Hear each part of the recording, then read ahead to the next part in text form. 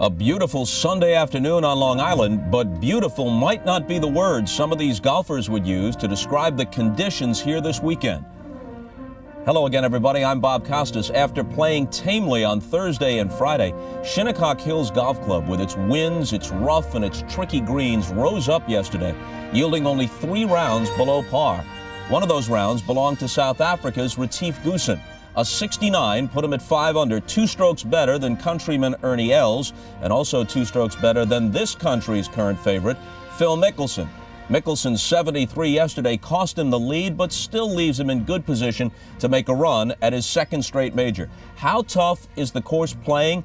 Through just over 200 holes so far today, there have been nearly as many bogeys as there have been pars. There have been only 9 birdies, 14 doubles, and 7 triple bogeys. All the contenders know that over the final 18 holes, they'll be up against the field, the course, and in some sense themselves. This, after all, is a test for the national championship. And today, as late afternoon turns to early evening, one golfer will earn the right to have his name etched on this trophy, as the 104th U.S. Open champion will be crowned at Shinnecock.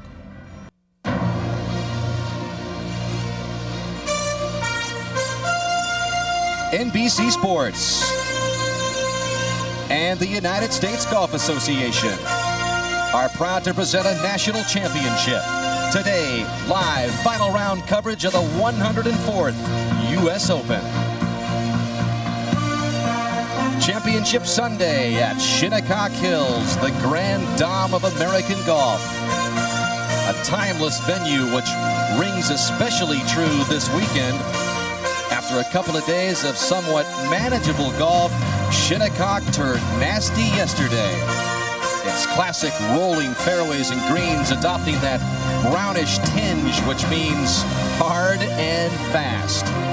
And with some of the strongest winds of this championship kicking off the nearby Atlantic today, the man who survives the whole package today, the elements, the course, the mental and physical battles, and yes, the final round Sunday of a U.S. Open will certainly deserve the title as the 104th U.S. Open champion. Whose turn will it be today? Will it be Retief Goosen in the last group with fellow countryman Ernie Els? He's got a 2-shot lead over his good friend. They've known each other since they were in their early teens, but then there is Phil Mickelson trying to catapult his career even further just a couple of months ago after winning at Augusta. And you've got Fred Funk. He would be the oldest U.S. Open champion ever. Shigeki Maruyama, a man from Japan, has never won a major championship. Tim Clark, well, he's the 3rd South African of the few final groups down there at 1 under par, and Jeff Maggard also at 1 under par. Mike Weir at even, certainly with a chance. Sergio Garcia is just 6 off the pace, along with a 95 champion Corey Pavin, who has resurrected his game here. Other players, Lee Janzen, 2-time Open champion, and there sits Tiger Woods, a full 9 shots off the pace. As we welcome you to this U.S. Open, happy Father's Day, everybody. Happy Father's Day to you, Johnny Miller, as this championship is on this final Sunday and a Father's Day for the 40th consecutive year, every year since 1965, Johnny. So it is a myriad of emotions to battle here. Many of these players taught the game by their fathers, and then you mix that up with the final round of a U.S. Open. It's tough to get it done sometimes, isn't it? It sure is. This championship, I think of all the championships, there's just something about the tests that's set up by the USGA, something about that United States Open trophy that just makes guys tremble, and just the weather all of a sudden coming out of nowhere last night, drying the course up big time, blew hard all night long, and this golf course is going to be a Bearcat. Right now, the scoring average is at 9 over par, folks, 79 at the moment, and so these players we're going to see a lot of what's going to happen, I think, is going to be that first hour and a half. I really believe that. See if the guy's got the nerves, got the insides, got the game, can get it up and in, because you're only going to maybe hit 8 or 9 greens in regulation. But it's I can't wait to see it, actually. Well, the big story in the course yesterday was the par 3 7th, and it was an even perhaps bigger story today as a couple of groups came through it. We monitored it, and this was Billy Mayfair, the second group to come through after J.J. Henry and Kevin Stadler posted triple bogeys. This was a very good tee shot by Billy Mayfair, front portion of the green, and then watch the birdie putt, and by the time this ends up rolling, you're not going to believe where this ended up. Well, in the first group, Kevin Stadler had a 2-footer and putted it between the bunkers. J.J. Henry had a 6-footer and putted it between the bunkers. This ball might also go in between the bunkers. I can't tell for sure, but it did go into the bunker. He got it up and down for a bogey and then did a chi-chi. So there, huh? But I think what was really cool at this point is that the USGA realized that the winds last night, got out of hand and dried up the golf course. And so for every group that comes through now, afterwards they're going to squeegee this green. And some fans play was stopped, appreciate it. Johnny, after the first 2 groups. The fans didn't like the fact that water was then being applied to the 7th green, but you got the feeling, you were down there, you got the feeling that if water wasn't applied to that 7th green, it was really, really, really going to get out of hand. So we understand that they're going to maybe continue the process. More on that in a moment. And some other greens also, but right. That 7th green, just a coincidence. I happened to be driving by when that first group came through, and I thought, well, I'll just check it out, see how it's playing. And it was like, wow, this green is off the charts. I mean, it's just not playable at the moment hardly. And so it's too bad the first 2 groups sort of had to take it in the shorts, to be real frank.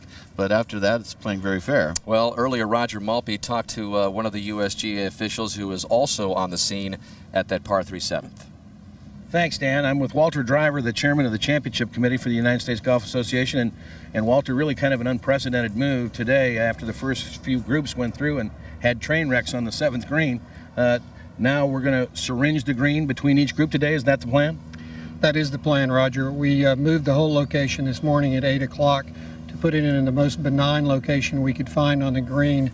As you know, the wind continued to blow all night long and made the green so firm that no shot was holding, and I'm told that the first 2 groups putted off the green. So we will syringe the green between each group so that every player gets to play the same course through the day. And this has probably never been done before in an open competition, has it? I don't know. But nevertheless, we'll do it today. But we're going to do it today so that the green is playable and every player gets the same chance as every other player will. Thank you, Walter. Back to you, Dan. Thank you, Roger. And this was Tom Kite just a little while ago at the 7th. Just about 10 seconds ago, in fact. Hitting a 6-iron in there, and we'll see how he does on this green that's been made more playable. By the way, the first 2 groups went triple bogey, triple bogey, triple bogey, bogey. And it's just amazing after they got the water on the green, Johnny. We've been watching it all morning long. Just how amazingly different this surface played. Boy, it just changed the hole big time. Well, Ed Sneed has been around that famous Redan hole now. I guess, Ed, and what have you seen out there so far?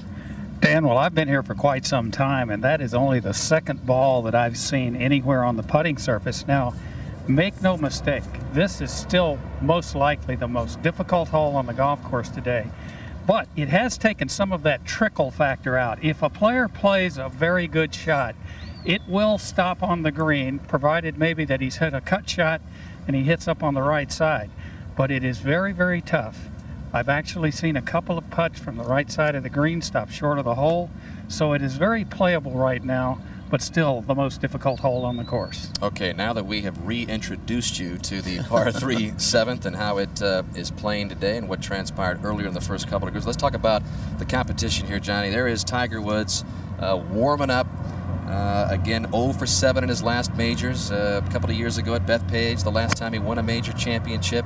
He begins the day a full 9 off the lead, and that could have been a lot more had he not pulled off this amazing second shot at 18. Yeah, 95 yards up the hill. Can hardly see just the top of the flagstick, and knocks it in the hole for eagle. So look at this. This is a funny little thing he does right here. Watch this, folks.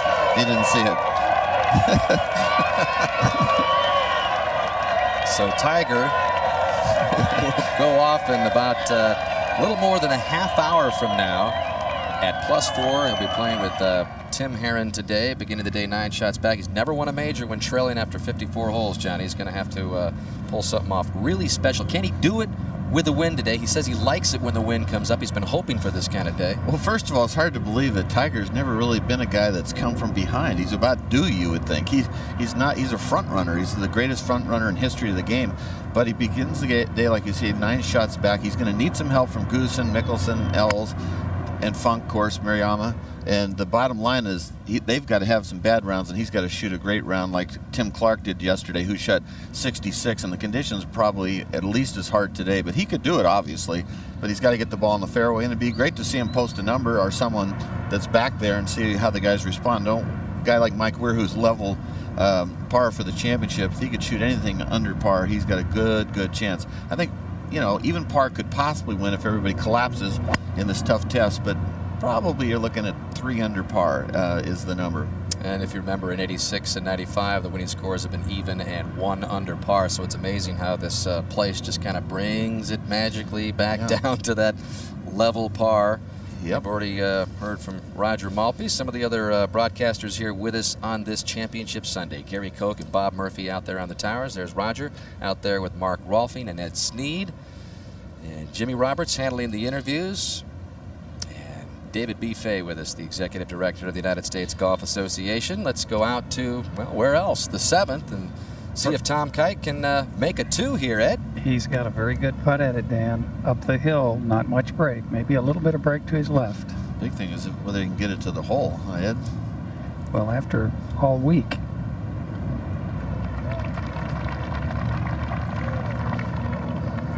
Well, he got it there, but... Well, the hole's playing much better now. You got to hit a great shot, but if you hit a great shot, you can hit the green and you can hold the green. So, Kite to qualify to get in this championship, securing his appearance in his 31st consecutive U.S. Open. Remember, he won in a similar final round conditions in '92 at Pebble Beach, and out come the Syringers again, syringing the green.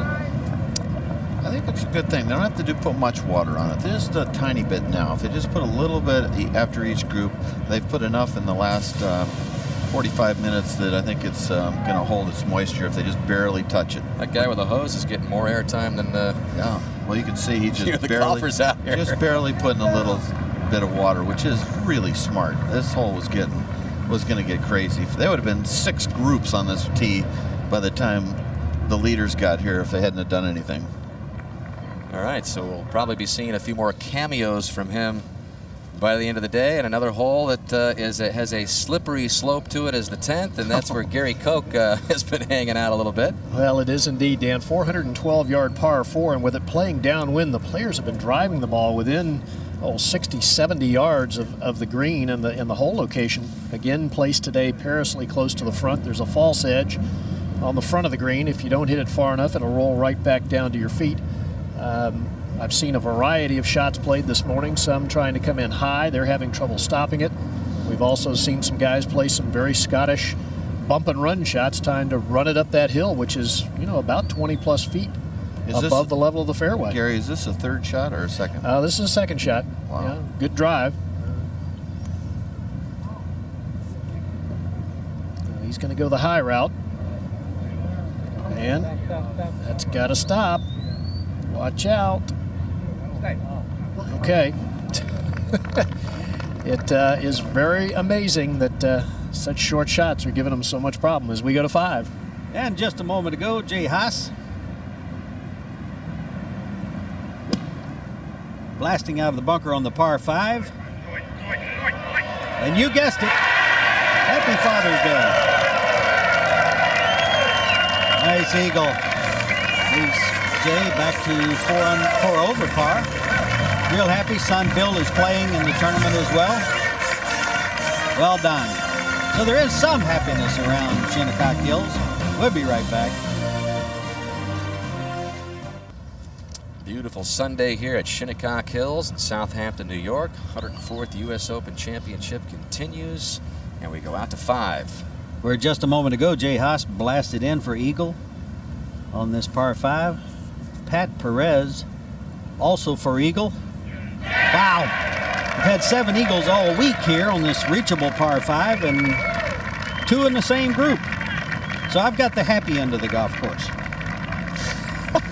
And you sound happy about now it, out Murph. to the unhappy side. Well, Yes. you're right. Joachim Hegman, that was his, actually now we're saying this is his 5th shot. Remember, he played the run-up, or played the high shot. I better bite. Yep. That is going to end up right back down where he started. Now they are syringing this green as well, Johnny. In between groups, they've been coming out and put water on it. So, but obviously very difficult. And we move over to the par 5 16th, 540 yards. And this is Kevin Stadler's second shot. He was doing so well for a while, Gary. Yeah, he got on a bad run yesterday, Johnny, and you know, first Open, and I guarantee you, you know that as well as I do, that you get it going the wrong way, it can be a tough, tough day. Let's join Mark Rolfing. All right, and a man who has played in 18 United States Opens, Craig Stadler, out here watching son Kevin. Happy Father's Day, first of all. Well, thank you. What's it like following him in the U.S. Open? Oh, it's been an awesome week. You know, he played really, really solid round of golf on Thursday. I was very proud to be watching him. Good round Friday. He struggled yesterday, and I'm glad I'm not playing 19 out here today. This is no fun today. What was been the real problem for Kevin on the weekend, would you say, other than, you know, the obvious score? But what went wrong? Well, yesterday he missed it off the tee a lot. You know, I think he only hit 2 fairways, and you know, you hit in this stuff enough, you're gonna get in trouble. But you know, today he was playing real solid. He was 1 over through 6. Missed a couple makeable putts, and then I don't know what, you know. Every year it seems like somewhere along the week of the Open, there's one of the officials somewhere that has a brain fart, and they had it on 7 today. You know, he hit it in the bunker. He had a great shot about 2.5, 3 feet. Just tapped it by the edge, and you know, off it went 40 feet down to the bunker and makes 6. But you know, it's as I said, I'm glad not playing today. It's pretty much a joke out here so far. You can get a lot of scores in the 80s today. I wouldn't be surprised if a third of the field shoots in the 80s if the wind blows a little bit. I mean, there's a lot of holes unplayable. Yeah, and then a hole like 10, straight little 70-yard wedge shot, and I watched 4 shots in there today, and the best shot was 50 feet past the hole, and he 4-putted. So you know. You're still a proud dad today, you got a though, nice little short birdie hole. Let's make 6 and go on to the next. All right, well, congratulations. It's been awesome, but unfortunate today for some conditions that probably, I don't know if they're unforeseen. They should have been, but they didn't quite act accordingly, I think. All right, well, thanks for joining us. It's fun, though. All right, Dan? All right, Mark, of course, Dad referring to Kevin, the first group to hit that 7th, greeted with a triple out to the 5th, and Mark Calcavecchia. Yeah, we're having some fun out here. Calcavecchia's second shot now to the par 5. Big hop, gets up over a false front. We're going to see balls today back up when they don't quite get over, but how about that? Little 4-footer for Eagle. Well, we welcome a man that's especially proud of all the programs, especially this year, the president of the United States Golf Association, Fred Ridley. And, well, you were just a kid back in 1975 when you won a pretty prestigious USGA championship. At age 23, there you are holding the trophy. And I also know that you have some pretty special memories here at Shinnecock. You were a Walker Cup player right here. That's right, Dan. And I don't know if a lot of people know it, but you took out Sandy Lyle twice in the competition staged here at Shinnecock. That's right. I think he's trying to forget that. But well, let's talk further about what you're doing in the game of golf to grow it, Fred. You've been busy in your presidency here at the USGA.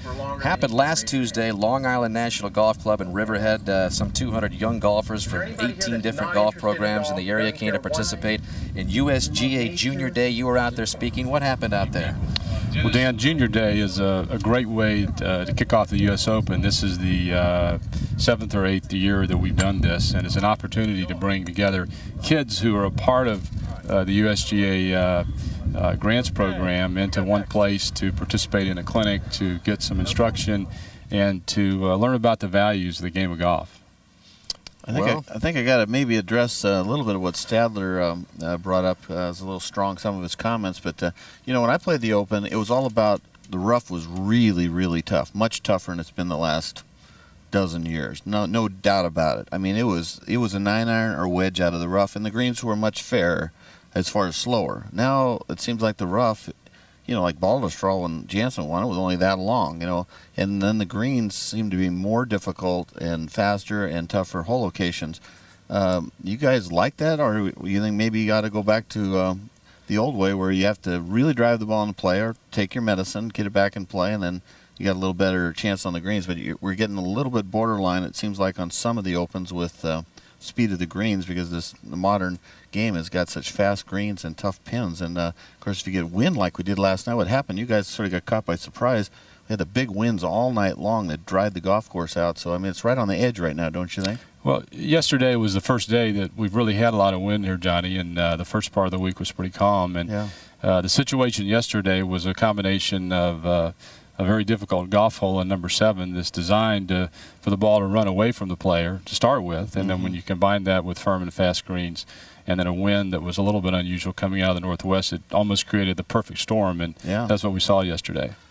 I mean, do you have any feelings about maybe possibly making the rough a little longer and maybe not put so much emphasis on the greens? Well, the rough here at Shinnecock is pretty tough, but I do think it gives the player an opportunity to make some decisions, and there's a risk-reward factor involved, and that's a philosophy that's not really a new philosophy. I know at Pinehurst a few years ago the rough was a little bit lower, and the thought was with the green complexes there, which to some extent have some similarities to here. They're very they run away from you, and so the championship committee felt that to give the player an opportunity to get the ball out of the rough and have a go at it as opposed to pitching it out, which I think is what you were referring to, was a philosophy that we wanted to pursue, and I think we'll continue to pursue that. Okay. All right. I like the way we went from instantly growing the game to growing the grass. But Fred, thanks for the visit once again, and this should be quite an ending to another great championship. We're looking forward to a great championship. Thanks, Dan. Thanks for coming up. Thanks, Fred Dan. Ridley, president of the USGA, as we get you back out to the golf course and the 5th. And here we go. Calcavecchia for eagle. It's not like they're hitting it in there from 110 yards either. I mean, Calc was back about 215 and popped it right up there. Over at 17, our first look at the par 3, 174 today. You're saying it's a tough hole location, huh, Gary? Yeah, J.J. Henry, front right. Got to land the ball short of the green. And that's just what J.J. Henry does. Watch this one. Yep. Oh. That just a moment ago. Sweet. Yeah. And we go to the 10th. This a moment ago as well. Jim Furyk, defending champion. His second shot from down in that low area. Up. It's going to come all the way back down. Yeah, we talked about, Gary, about possibly the players going to the left over on that fringe and then coming in that way where you put it off the green. Yeah, there's a little banked area over there to the left. Now, Furyk then followed up his third shot. Again, trying to go high with a very lofted club. Certainly an L wedge, yeah. One underneath it. Oh, here he comes. He's going to beat it up there. He's going to mark that thing.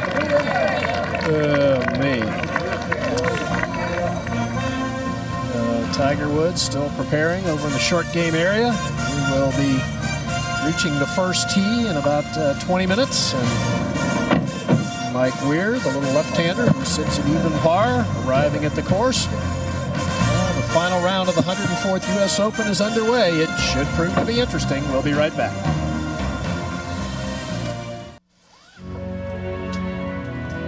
"75 years ago, 1929, and at Wingfoot Golf Club, the legendary Bobby Jones, at 27 years of age, triumphed for the 3rd time in this U.S. Open Championship. He won his first of 4 U.S. Open titles here on Long Island at Inwood Country Club. Bobby Jones, 3/4 of a century ago. The second U.S. Open ever played was played here in 1896. As this is the first club to host a USGA championship in 3 different centuries.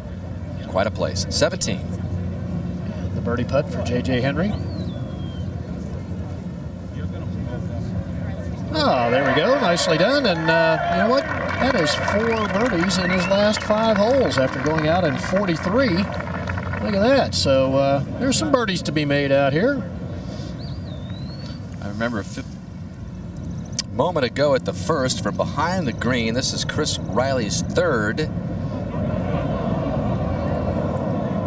Doesn't make it up the hill.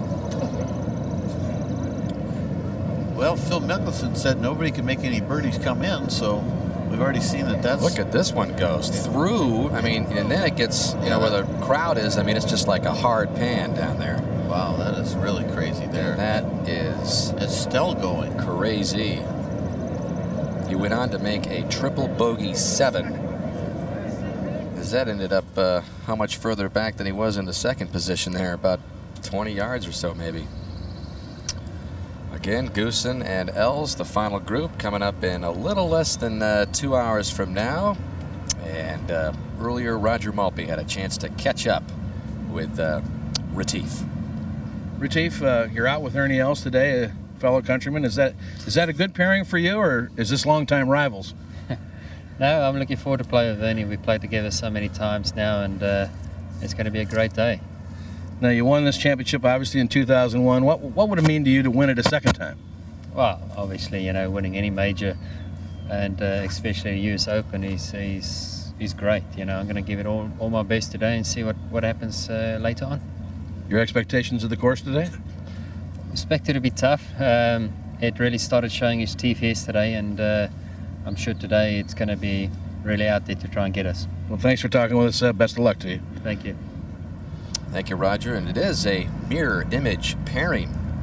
Retief, 35, Ernie, 34, both, of course, from South Africa. U.S. Open titles, 3 between them. They've played on a couple of President's Cup teams. They are neighbors in Orlando, Florida at Lake Nona.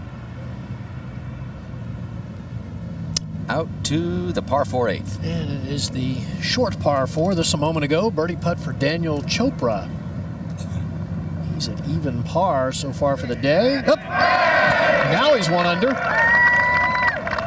Man, that was lucky. Yes, it was. That was flying when it went in. And he knows it. Look at the smile and the shake of the head. And we'll go to 4. And the second for Vijay Singh. Vijay with a rough day yesterday when it looked like he was poised to perhaps make a run at this championship. That from the bunker. Well, his theory, let's hit it way down there in the rough and take our chances from there, caught up with him. So he fired a 77 yesterday after being 2 under through 2. As you look at Casey Wittenberg. Well, the young amateur getting ready for his second shot here at the par 4. Currently at 12 over for the championship. And he was the runner-up in the U.S. Amateur last summer at Oakmont. This for 134 yards. Back right hole location today here. Very difficult. Anything to the right repels to the right. Anything long runs away. Played great in the Masters, didn't he? Boy, he did. 76, 72, 71, 69. Yeah, best finish by an amateur guy since Charlie Coe back in 1962. Finished tied for 9th, Charlie Coe. Well, that's very nicely done. That is right where you'd like to hit it. Speaking of the amateurs in the event, Spencer Levine at +3 is currently the low amateur. 4 making the cut, and that's the most in a while. As we move to the third, and David Roche, one of the good stories here in this U.S. Open.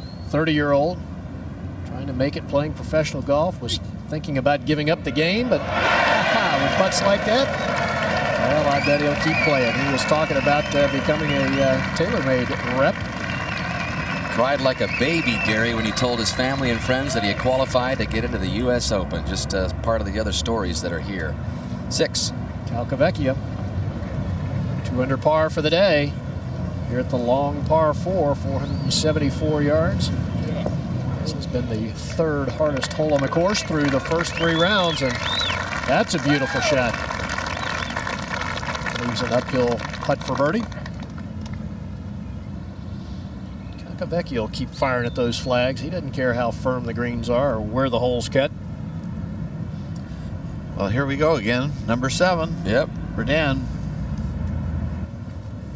And you can see Walter Driver there, chairman of the championship committee, closely policing the watering in between players. To do this, squeegee some of the greens was fantastic. Just a great decision. I meant to say syringe, and it's just, I think it's fantastic. That's all. Well, let's get a little update here on how 7 is playing with Jay Haas. 8 iron, as you can see. See who ends up low Haas today, Bill or Jay. one hit just right of that tower that you see, the TV tower. Only 13% of the players have hit the green today, and look at this shot. Best shot of the day, I think. Just fantastic, Jay.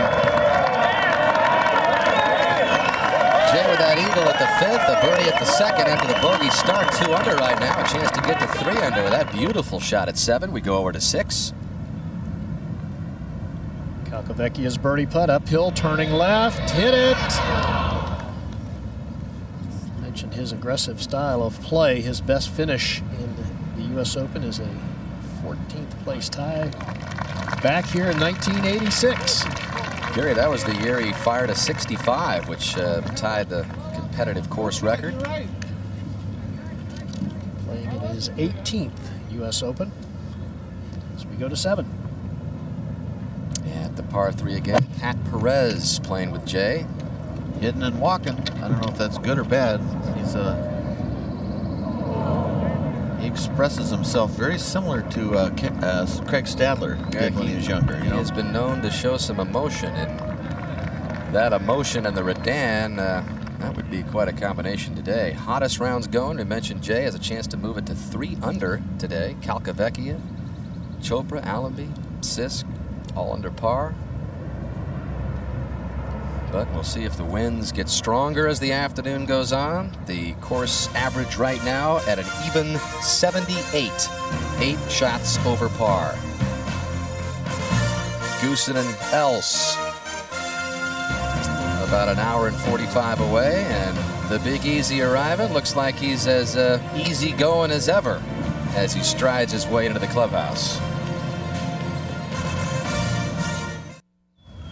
As you look at Tiger Woods warming up, a little more than 5 minutes away from his tee time, and there does not seem to be much of a chance of Tiger having any kind of reunion with his old coach Butch Harmon. The New York papers this morning really pouncing on this ongoing saga today, and the reason that Tiger's upset is because of the comments Harmon made while during a weather delay Thursday in his broadcasting duties on Sky Sports, which is broadcast throughout Europe. Now, after you hear Harmon's comments, we were able to get a tape of those today from Sky Sports. Harmon with Sky Sports host David Livingston. You're going to hear Tiger's response yesterday after the media asked him about Harmon's comments. Listening to all these assessments that he makes of his own game and how things are getting better, do you think he's in some kind of denial about how he's playing? Well, obviously it's not getting better. He hit 5 fairways today and 9 greens. We listen every week to Tiger Woods tell us that I'm getting better, I'm closer, I feel good about what I'm doing. He won't talk about what he's working on. He's very secretive about what he's doing for some reason. I don't quite understand that. I know he's tired of the questions of what's wrong with him. I know I'm sure tired of people asking me what's wrong with him. I just think Tiger Woods is not playing well. He is not swinging the golf club well, David. He is not working on the right things in his golf swing, in my opinion, and that's just my opinion. Obviously, Tiger thinks he is, but for Tiger Woods to go out on a course like this, when he got here on Monday and he looked at this golf course and this setup, he should have felt, wow, I can win this tournament by 6, 7, 8 shots. That was the old Tiger Woods. The Tiger Woods I saw out there today missing fairways with irons, especially at 14 and 15, way right with 2 irons off the tee. That's not the Tiger Woods we're used to. And for him to stand there in every one of his interviews and say, I'm close, I feel real good about what I'm doing, I think it might be a little denial. I don't know why he would say anything like that. Obviously, he doesn't really know what I'm working on, and he's never asked me. I've never talked to him about it, and no one really knows. So I don't understand why he would ever say anything like that. And you know, especially when we've been as close as we are, and you know, we resolved everything. I thought everything would have been cool. And for him to go off and say things like that, I just don't understand where he's coming from. It doesn't do himself or anyone any good to do that. Back now live here with Butch Harmon, taking a break from his duties with Sky Sports. And Butch, I know this morning on your telecast you also aired those very same sound bites. Are you surprised that Tiger's upset? No, if I was Tiger Woods, I'd probably be upset if I heard the same thing. But Jimmy, as you know, I was reacting to a question that David Livingston asked me, and as an analyst for Sky, it is my job to give my opinion. And quite frankly, I didn't say anything that the players on the practice tee haven't been saying themselves. They've all been talking about it the last few weeks. And pretty much, I don't blame Tiger for being upset, but I can't help that. I have to do my job as an analyst, and that was my opinion and how I felt. All right, let's see if we can't nudge the ball forward a little bit here. So the issue is clearly that he's not playing as well as he once was. He's, in your opinion, not working on the things that you think he should be working on or that might benefit him. Give us a sense, in as untechnical a way as you can, of what he should be doing. Well, if you go back and look at swings from 2000, and Johnny has done this on your telecast numerous times, and you look at his swing now, it's totally changed. The plane of the golf swing is different. The club comes more from the inside, and he has to use his hands a lot more to square the club at impact. When you consider that Tiger Woods should come here and look at this course and say, wow, I can win this tournament by 6 or 7 shots, and then goes out and misses fairway after fairway with 2 irons and 3 woods, that's not the Tiger Woods we're accustomed to. I think if he would go back to trying to put his ball in play, do the things he did in the past, and he doesn't need me to do those, he knows how to do them, I think he would start controlling his ball in the air, and he'd start to play a little better. To win this championship, you have to control your ball. You can't let your ball control you. One of the things that Tiger said in his press conference, his mass press conference at the beginning of the week, is in reference to those split-screen dissections of his swing, that they're not really fair because you don't know if he was trying to work on a fade or a draw, what kind of shot he was playing, what he was working on at the time. Is he making a good point, or can you really diagnose some of those things just from looking at it? Well, he definitely knows what he was working on at the time, and he knows the type shot he was trying to hit at the time. He can go back and look at the tapes. Now, I will say this, Jimmy, that his body has changed a lot since 2000. He's a lot bigger in the chest, a lot bigger in the biceps. Now, if that's affected the way that he's made a backswing or the way that he swings the club, only he will know. The other thing is Tiger's very secretive about what he works on. Even to a point a few weeks ago at Muirfield, he had Steve Williams put the bag in front of the camera where they were trying to get a slow motion picture of his swing. So he doesn't like people to dissect or take his swing apart. I think the bottom line is if we look at the Tiger Woods today and the Tiger Woods of, say, 2000, it's a different person. When I listened to him interviewed, when Tiger Woods in the past would have a bad round, like he's had numerous times this year, ball striking wise, he would tell you, I played really poorly, my short game saved me, I'm going to go to the range and figure it out. We don't hear that anymore. All right, Butch, thanks so much for joining us. Best of luck on your telecast today. We'll see you soon. Thanks, Jimmy. All right, Dan, back to you. And thank you, Jimmy. And Butch, pretty candid, interesting comments by the former longtime coach for a number of years and with Tiger. You know, it sort of echoes the way I feel. We have a job to do as analysts, expert analysts, to say what we believe. And what's really amazing, you folks out there, is to notice with his comments, which were very benign, I thought, and actually trying to be helpful, how sensitive the players are to anything that isn't just lammy-pammy nice. Hey, you know, let's be frank, Tiger's not the only guy that addresses the media and tries to stay in that big-time positive mode. I mean, he's not the only guy trying to exercise positive thoughts, which all the sports psychologists seem to drill into these guys' heads time after every round. I mean, we sit there, and Johnny, we sit here and listen sometimes and shake our heads and go, what did we see, and what is he talking about, type of thing. Yeah. So, you know, it is interesting. It's an interesting exchange between what we do and how the players perceive what we do. Okay, we'll see what Stevie and Tiger come up with today. Ladies and gentlemen, this is the 1:20 starting time. From Wayzata, Minnesota, Tim Herron.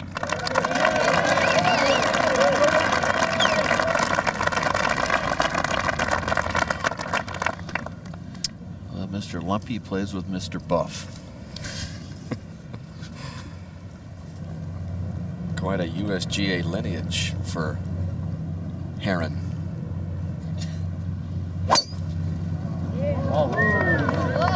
That's a solid tee shot headed down the left side. Well, it's a tough hole. It's a diagonal, so just because it goes down the middle doesn't mean it's going to stay there. You got to hit the right distance.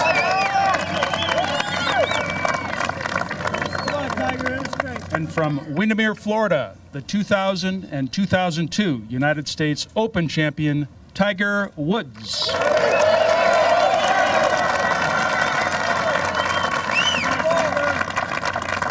It's kind of strange.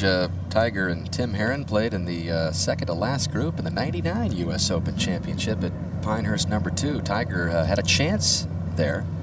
Eventually won by Payne Stewart. Needs a good drive, not like yesterday in the left rough with an iron. It's going with 3 metal. Looks like he's taking a pretty good line, Johnny. He's down the right side slightly. See if he carries. That's a super good shot there with his whole location in the back. Well, maybe the world's top player can keep that mojo going after holing out that eagle from the last hole yesterday. He's a full 9 behind Goosen's lead.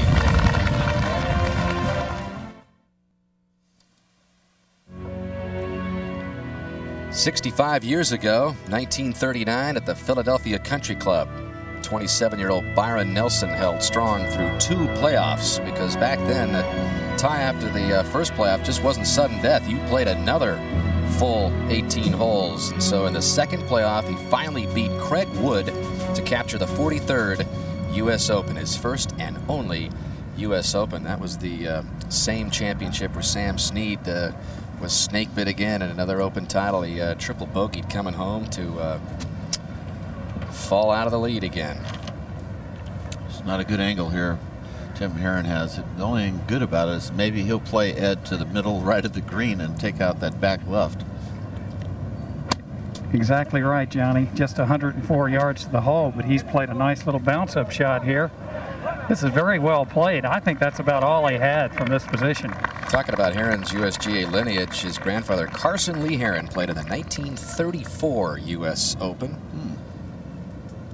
And of course his sister Alyssa won the 99 Women's Mid-Am. This guy's won a few USGA titles as well. Tiger Woods. This is a daunting shot, even though it's just a little one, Ed. You can't go long. He's about the same distance as Tim Herron, just over 100 yards, and he has an ideal angle, Johnny. You would certainly want to be on the right side of the fairway, but as you said, with that green, it is a very, very difficult little pitch.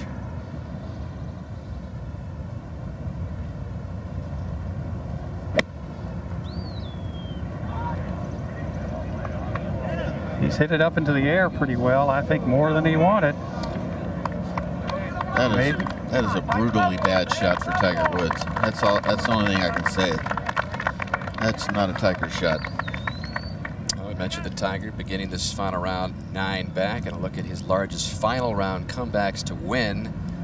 He's never pulled off anything greater than that, but he did come back from 8 behind Ernie at the 98 Johnny Walker Classic. As we go over to the 9th, Scott Hoch a moment ago for birdie. This hole, you think this isn't getting fast here?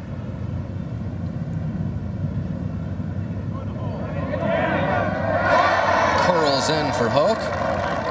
Hoch began the day at +8, +5 through his first 9. Even with a birdie at 9 as we get back over to 16. Well, Billy Mayfair's 4th shot here at the par 5. 3rd went through the green. This is really quick. It is straight downhill. It's actually picking up speed, it looks like, Gary. And that will roll and roll and roll.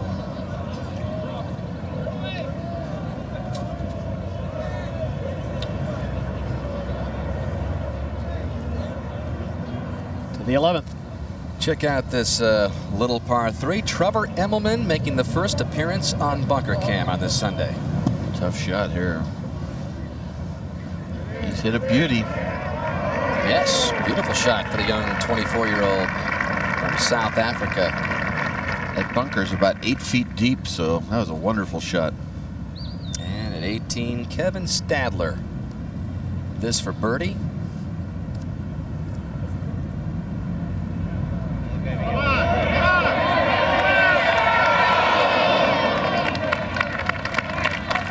Kevin with an 85 today. His father predicted that a third of his field might have scores in the 80s. Back over to 1 Tiger, short of the green for birdie.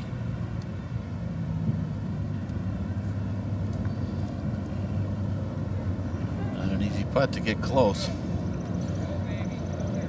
Up and over and down. Still rolling. That's a great touch there, but still got a 5-footer. Look at that. Good putt. That is a really good putt. With just 1 birdie so far at the first. It's playing a half shot over average, and Kevin Stadler, it is over. As he drifted into the 80s on the weekend after that great start. MetLife Blimp, Snoopy 2, under virtually cloudless skies today. Under the command of Captains Matthew St. John and Chad Palmer, always a little help from co-pilot Snoopy, hanging out in the Hamptons today. It is a perfect day. Mid-70s, nice breeze. Any kind of humidity is gone. Heron, long birdie try and see what he can do at 1. That's a little shorter. Saw Tigers and got a little, perhaps, tentative. Well, they're so afraid to blow it by and maybe roll right off the green. Well, Ernie Els, just about 90 minutes away from his tee time, and just a little while ago he caught up with Roger Maltby. Ernie, tell me about Retief. How far do you guys go back, and how's it going to be playing with him in the final pairing today? Well, I think it's great. You know, it's great for our country. It's great for us. You know, we've come a long way. At least, what am I now? 34, about 21 years now. We played together in some junior event down in Bloemfontein, right in the middle of South Africa, when we were 13 years old. And ever since then, we've been rivaling each other on the European tour, South African tour. You know, he was a late bloomer. He's a hell of a guy. He's a good friend of mine. Our families are good friends. My father's good friends out there, his father. So, you know, we've come such a long way. And, you know, for South Africa, you know, it's got to be a nice deal. Now, if you win today, you're going to be in pretty tall cotton. Only 5 players in history have ever won more than 2 U.S. Opens. What would that mean to you now at your career? I mean, it'll mean a lot, obviously. I mean, you know, any major championship, if you have a chance, you know, obviously you want to take it. You know, I've won this thing twice. You know, 10 years ago, first time. You know, a lot has happened since then, obviously. But I've had a great career up to now, great family. You know, I can't be more blessed than I am. You know, so it's been a wonderful ride. But to win today, I don't. You know, you can't but help. You know, thinking about winning. But there's a long way to go, as we all know. And this golf course is so tough. Good luck to you. Thanks, man. Thank you, Roger. Tiger for his par at the first.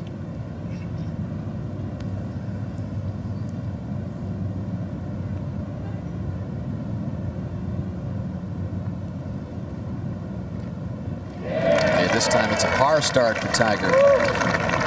That's a nice 2-putt from the front of the green after the not-so-good second shot. Heron makes bogey there. Tiger at +4. The all-South African final pairing at 3 o'clock. Shigeki Maruyama. You talk about making South Africa proud. What about making Japan proud if that man wins today? It'd be unbelievable.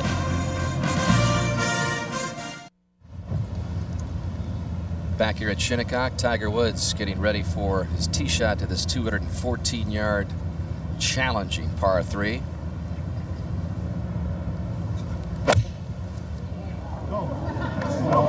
Get on it. Get on it.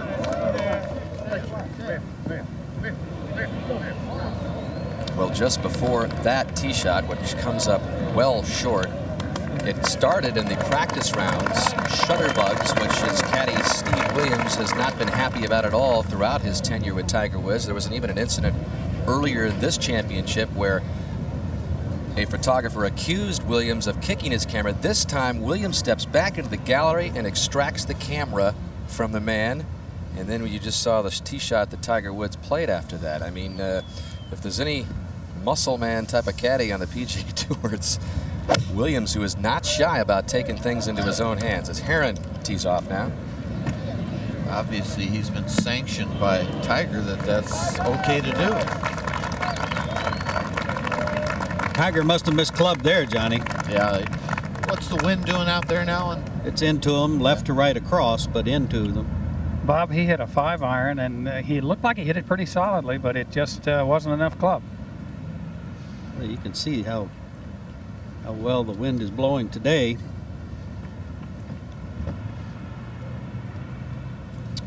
Well, let's shift it over to Bob Costas, who's got a special guest. And that special guest is Ray Floyd. Here he is finishing out his final round 66 in 1986 at age 43, becomes the U.S. Open champion here at Shinnecock, where he is a member, and he joins us here. You got a special exemption to play. It must have been fun. I guess it's fair to ask, is this your last U.S. Open? I would think this is my last U.S. Open, Bob, yes. It was very special to get the invite. Living here as we do, we have a summer home.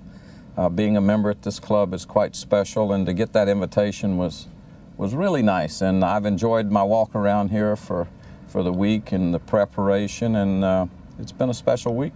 This course, as ever, especially in the third and fourth rounds, has played tough. The year you won it in 1986 here, you were the only golfer under par for the tournament, and then only one under. How do you think that Shinnecock this year compares with 86 or even 95 when Corey Pavin won?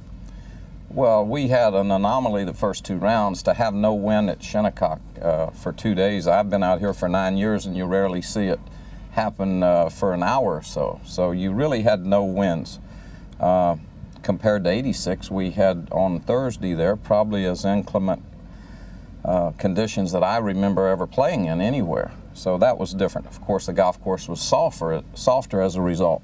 The golf course was so well prepared this year. It was hard and fast. That's what everybody was hoping for. But then to bam, come out and have no wind blow. We are now seeing it over the weekend, yesterday at Blue and now today, and it's hard and fast with the wind. That creates very difficult circumstances. A player must play his golf ball. He's got to curve. He's got to curve it against the wind to let it hit the green more receptive. If he gets it going with the wind or lets it release with the wind, the greens are not going to receive it. Maybe he can put it on the green, but he's not going to be close. So it takes a controller of the golf ball. When you hear people say control their ball, it means drawing it against winds, hitting it under the wind, bringing that high downwind. This golf course dictates that. As we all know, it's set out in all directions. It's a genius layout. You're going to play on all winds. Doesn't matter what hole you play, at some point you're going to have a wind from another direction. So you have to be a complete player, and short game. You're going to miss greens under these conditions, so you're going to have to get it up and down and have the putter working. Let's interrupt you here for just a second. Go out to 2 with Tiger Woods. Steve Williams, who just confiscated the camera, used to caddy for you. That's correct, and Steve has done that on occasion when he worked for me. But Steve's kind of looking out for his guy. I've got to say that's his partner out there. So I think he's doing the best job he can for Tiger. So if he was carrying your bag and did something like that, you'd give him the thumbs up, right? Well, the guy obviously took a picture in his address position, which is too late. You're starting. You've got your thought process. So I think Steve is looking out for his guy, and I think that's pretty good. And so is that. Last thing before we let you go, let's reminisce a bit. Back to 86, one of 4 majors that you won, 2 PGAs, the U.S. Open, and a Masters. You had to beat, in the last round, 7 or 8 of the best golfers in the world were at least somewhere on the leaderboard. You ultimately wound up winning by 2 over Lanny Watkins and Chip Beck. What do you remember most about it all? Well, I think reflecting, when you look back, Bob, the thing that satisfies me the most is you had 9 world-class players there tied for the lead or within 1 with 9 holes to go, and to break out of that pack and to win a U.S. Open, your country's championship, at the age of 43, on Father's Day. My daughter and wife here, my 2 sons had just gone to camp the day before. It was very special, and looking back on that, that's the thing that always comes to mind first, is how it was done with 9 holes to play. Ray, great to see you. Thanks, Bob. Ray Floyd, let's go out to 5. And a good story here. David Roche qualified, had a great start first day, 4 under par through the first 5 holes. 6 over par for the championship. And there it goes. So he's having quite a week. This young man was actually considering giving up golf. He's happy. Good on you, David. We'll be right back to the U.S. Open in just a moment.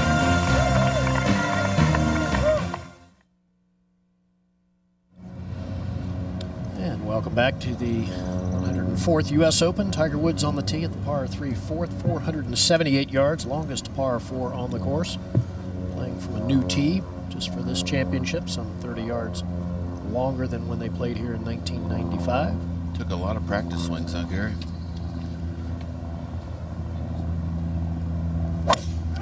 Indeed, Johnny. Looked like he's trying to play some kind of low draw. That was like a stinger, Chi-Chi stinger draw that didn't draw. Nope. It's into the primary cut of rough. Right. Make your move, baby. And let's ask David B. Fay from the USGA about the incident with the photographer and Steve Williams. Well, it's a tense situation out there, but I've instructed the official, the rules official with the group, to speak with Steve, and if there's an issue that Steve has, bring it to his attention. Let security deal with these incidents. It doesn't help Steve, it doesn't help Tiger, it doesn't help the championship for the caddy. It's understandable at a certain level what he's trying to do, but we have professionals out there to deal with this, and we should, just like the professionals should be dealing with the golf shots, crossing the the professionals, line in the the security gallery should be dealing with incidents, because something could get ugly out there, and you want to have the professional involved. Well, we saw Davis Love earlier this year on the PGA Tour wade into the gallery, and it's just a situation. Greg Norman had an incident here years ago right here at Shinnecock. But well, you can see the scoring average through the first 3 rounds. It has soared above 78 today. Last time a U.S. Open had an average more than that, 72 Pebble Beach. Call Butch, somebody from the crowd yells out, as Tiger is not too far away from that sign. I wonder if Steve Williams will grab that. Well, Tiger now set to play his second here at the par 4 third from the right rough. It's a very thick lie, Gary. He could very easily have this come out low left. Man, that was power there. That is an excellent shot, Gary, to keep the ball just from diving left. He had very, very thick grass around that club. That's where weightlifting pays off right there. Yeah, it certainly does as we go to 7. At the Redan, Vijay Singh.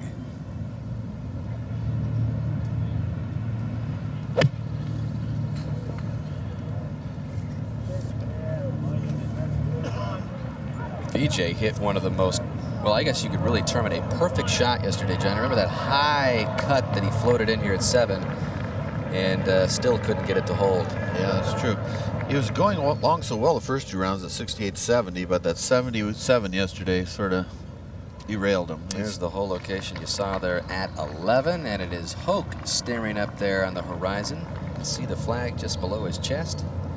Looking to the right like he's playing a hook. It's on top of the golf course here, one of the highest points. And see if that stays. I'm not so sure that's not going in the bunker. Are you kidding? That's a typical reaction. Are you kidding? Just kind of ballooned in that wind a little bit. What a difference a foot makes on this golf course, just time after time. If you get little good breaks, you don't even think anything of it. But if you don't, look at the bunker cam, Karen. Johnny, it can move around now. That bunker cam has pretty got cool intelligence. Ches Reavie, again, one of the 4 amateurs to make the cut here. Playing a 6-iron.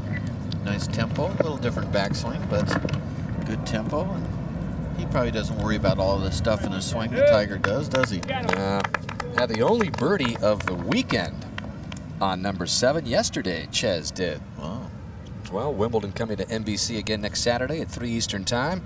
The Williams sisters have, of course, dominated on the famed grass courts, going head-to-head in the finals the past 2 years. The Championships of Wimbledon returning next Saturday at 3 Eastern Time, 12 noon Pacific on NBC. And the MetLife blimp flying high above, providing the gorgeous views of Shinnecock Hills Golf Club. Again, a very pleasant day, temperature around the mid-70s. He's waving to you. See how he's nodding back and forth? These pilots have got game. Back down to Tiger. And speaking of having game, he better have game on this one. Awkward little pitch here, Ed Snead. Gary, you know, it'll be interesting to see what Tiger does. I mean, he could do anything from putt the ball to pitch it. It's going to move to the right at the end, as you've probably seen.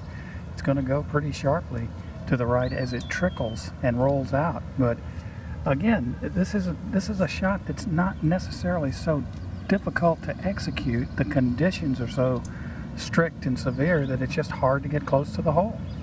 Well, if he hits it just a little too hard or a little too far to the right, he could very easily miss the green.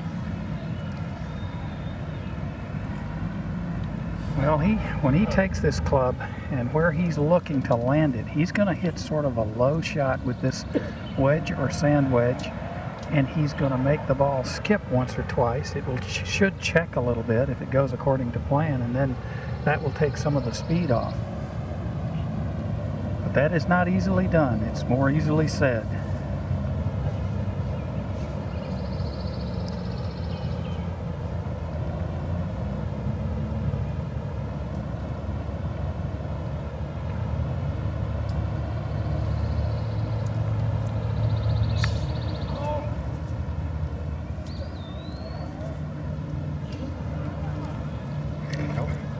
Is going to miss the green.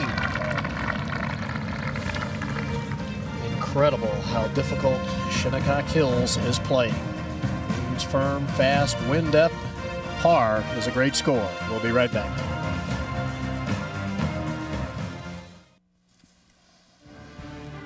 (1984), just about a 2-hour drive from here with no traffic, of course. Wingfoot Golf Club, the scene of some great drama. 72nd green, Greg Norman runs in the huge putt.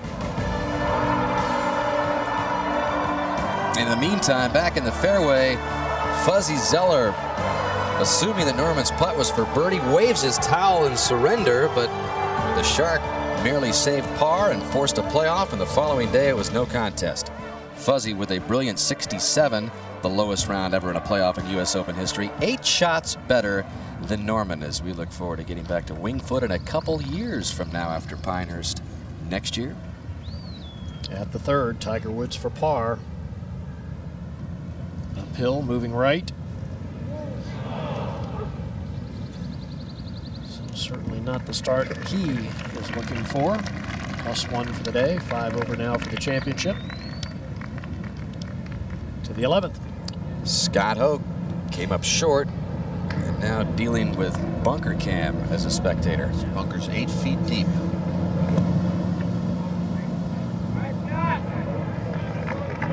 Beauty. Guys don't seem to be having much trouble with that shot, do they? Well, they know they're on bunker cam, so it's there you go. A chance to shine. VJ at 7.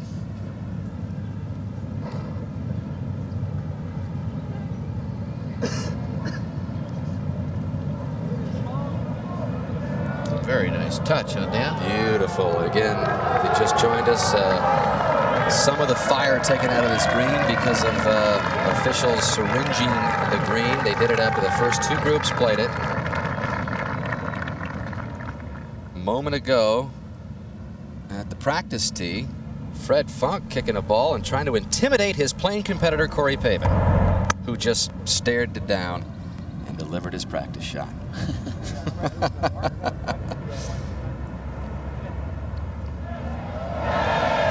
He is a fun guy to watch, Johnny, and at a golf course like this, it'll be interesting to see if he can keep that happy-go-lucky demeanor going. That Hazeltine, the PGA Championship a couple of years ago, he was the showstopper there and the fan favorite. Let's put it this way. There haven't been too many people that have won this championship smiling. We shall see. We await the Mickelson-Funk tee time. I think it's a good way to play. Personally, play happy, like Nancy Lopez's father told her when she went on tour. That's the only thing I ask of you, play happy. Yeah. That was the greatest advice I've ever heard. Pavin, by the way, is with Sergio Garcia at 2:20, just about a little more than 20 minutes from now. At the 4th, here is Tiger. Tiger's played this hole pretty well off the tee so far this week, so it must be a comfortable tee shot for him. Trying to hold that one, Ed? It looked like it to me, Johnny. Looked like he started it down the left center and just tried to fade it a little bit, hold it back against the wind. That's the shot that will get him out of his so-called Tiger slump, if he can start hitting that high fade when he wants to.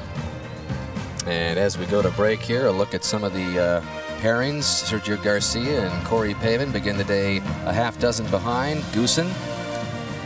And just back at them will be Maggart and Weir. Shigeki Maruyama of Japan and Tim Clark. There are 3 South Africans in the final 3 groups. Second to last group features Mickelson and Funk. Both a favorite of the gallery. Mickelson in a huge way, and there's the all South African final pair of Goosen and Els, good friends.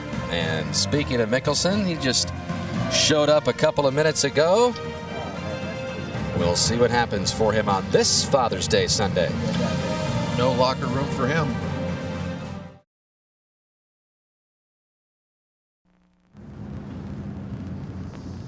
Beautiful day to hang out at the beach, just a couple of miles from the Atlantic Ocean here in Southampton, New York.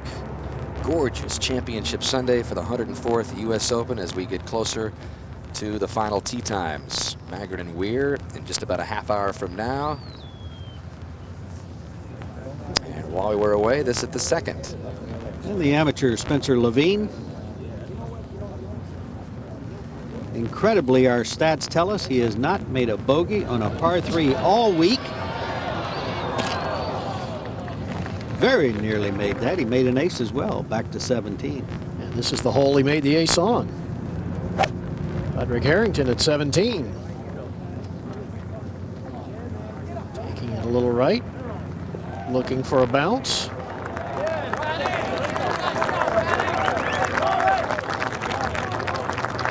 And doing it very nicely. Harrington's birdied the last 2 holes. So he'll have a chance for 3 in a row as we go to 4. And Tiger Woods contemplating his second here. Danny has 136 yards. I mean, it's a great opportunity. The flag is blowing to the left, so he can start the ball toward the middle of the green, but it's just hard to go directly at the flag, as hard and fast as the greens are. He would be content, I think, maybe to put the ball just to the right of the hole, and that certainly is a safe shot, and then try to make it from 8 or 10 feet. Sounds good. By the way, Tiger is a full 10 shots behind after the bogey at the 3rd.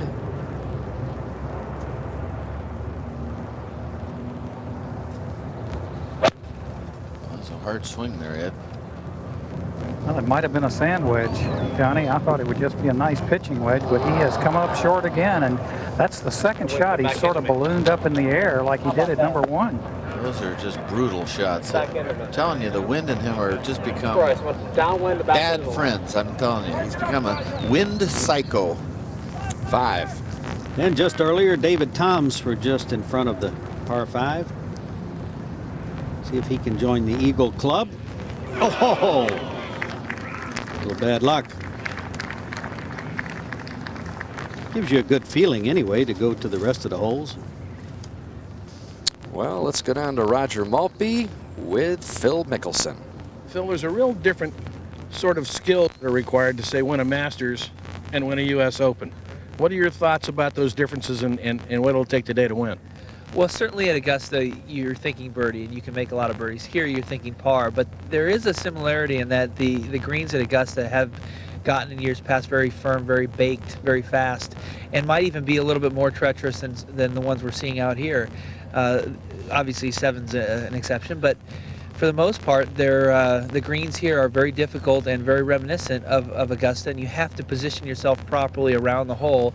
And with the grass around the green being shaved and your short game being allowed to come out here, it's actually playing very similar to Augusta. Obviously, you're very popular here, and the fans have been very vocal in letting you know it. My question is there any downside to that at all, that constant cheering? Roger, it's been a lot of fun. I mean, it's really been enjoyable, and I've really had a lot of fun playing here. I've had a lot of fun playing in 02, and I just love the way the people have treated me and my family, and really everybody in the field. It's just been a wonderful week. Good luck to you. Thanks, Roger. Thanks, Roger. Phil, and boy, if you were not here with us yesterday when Mickelson made his arrival on the first tee and continued to walk around the golf course to cheer after cheer, it was something that we've never seen in many, many, many years in this sport. Maybe going back to Arnold Palmer as you look at Tiger in his third. Interesting to watch Tiger. It's need 3 holes. Besides the third hole, he was in the rough. He's missed club 3 out of 3. It's just not golf we're accustomed to seeing from Tiger, Johnny. He has such an imagination around the green, and these shots are beautifully played. I mean, that's much better than average, but you still have to make an 8 or 10 foot putt. Tiger seemingly out of the mix. In the meantime, part of the Mickelson entourage, featuring his coach Rick Smith, making their way to the practice tee. And same thing going on today. Mickelson mania at Shinnecock. As we continue our look at these milestone anniversaries at this great championship, 5 years ago today at Pinehurst, Payne Stewart walked into history for the 2nd time in his career. Payne Stewart is the 1999 U.S. Open champion. Oh my, what? He held off a determined Phil Mickelson with a spectacular par save on the 18th, a moment that will be remembered forever. Mickelson was right there. Of course, he and his wife Amy were awaiting the arrival of their first child. The child came the day after that Sunday, on Monday, and so had there been a playoff in that championship, Phil Mickelson still maintains that he wouldn't have been there. Of course, Payne Stewart tragically killed 4 months later in that tragic plane crash, 17. Patrick Harrington for birdie 2. There we go. 2nd birdie of the day here at 17. J.J. Henry with the other. And we go to the 4th. And a moment ago, Tiger for par.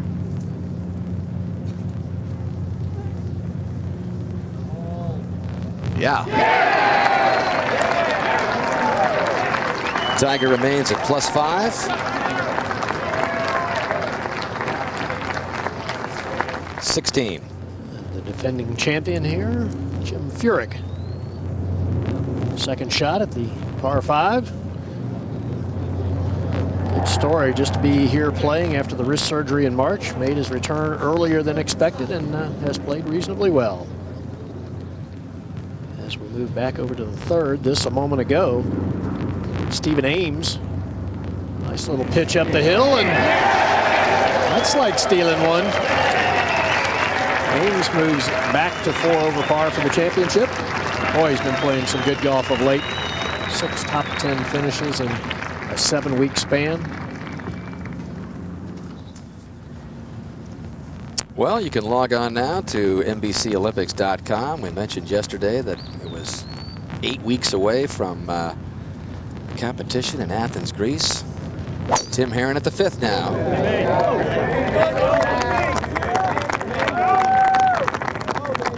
Big drive down the right side. A little bit too much cut. You can see the ball, but it appears to have a lot of grass behind it. There's a good look as the whole dog legs around. Very strange fairway cut this week, isn't it? One side down green and one side into the green. It almost looks like sometimes when you view it from the blimp, Murph, it looks like that dark side is rough, you know, the right side. Yeah, actually the green on that dark side is into you, so the ball's not going to run as readily as it would on the other side. Tiger choosing a 3 metal, Ed. Probably a good choice here, Bob. He certainly doesn't need to hit a driver to get home in 2. He puts it anywhere in the fairway, he'll have no trouble hitting the middle iron or so to the green. Well, he didn't do it, but it really is sitting up nicely. Doesn't mean it's going to be a good lie, but you certainly could see it nicely. Quite a few eagles here today. And just a moment ago from the front, Angel Cabrera chipping his 3rd. That's going to be the whole key today.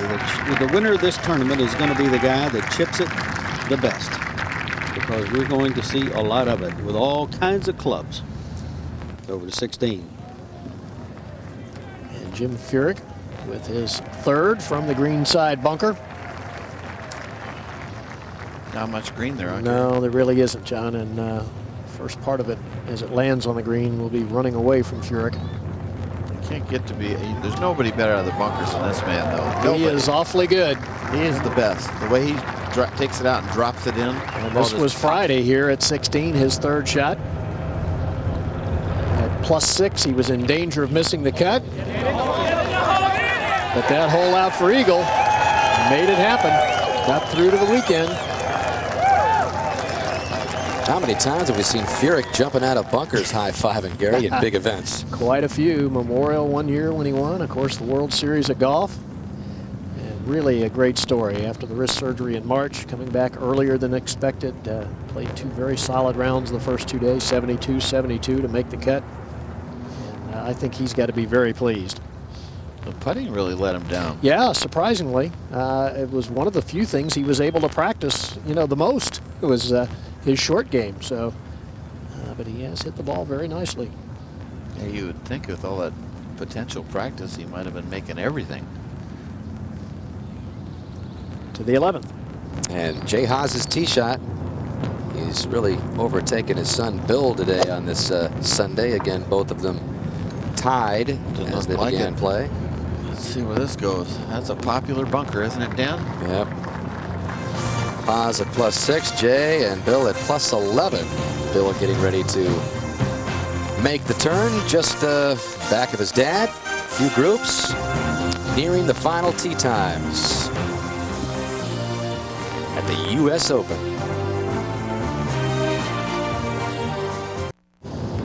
While we were away, Jay Haas featured on Bunker Cam from the 11th. Well, we've seen every shot out of this bunker close. That ball is hitting stuck, huh? Yep, Haas working on an even round today. Ladies and gentlemen, this is a 2:20 starting time. From Plano, Texas, the 1995 United States Open champion, Corey Pavin.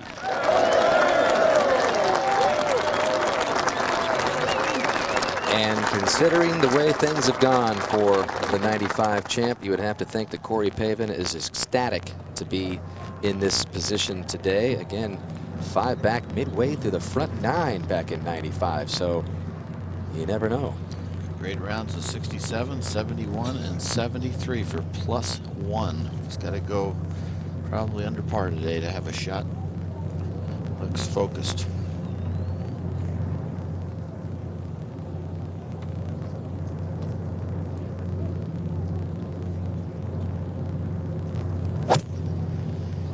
This first hole's important. Turning a little right, I don't know. We'll have to carry a long ways to get out of the rough. Nope, not the shot he wanted. And from Spain, Sergio Garcia. Well, Sergio with a couple of wins in the last 4 starts. It's going to take a round like he pulled off at the Masters a couple of months ago, a final round 66 when he finished tied for 4th. But is there that type of round out there today on this golf course? That's the question. Sergio could do it. He's playing great. He plays the kind of golf that Raymond Floyd alluded to. He can cut the ball into the hook wins and draw it into the slice wins. And he's got the game, and he's on a hot streak. A couple wins in the last month.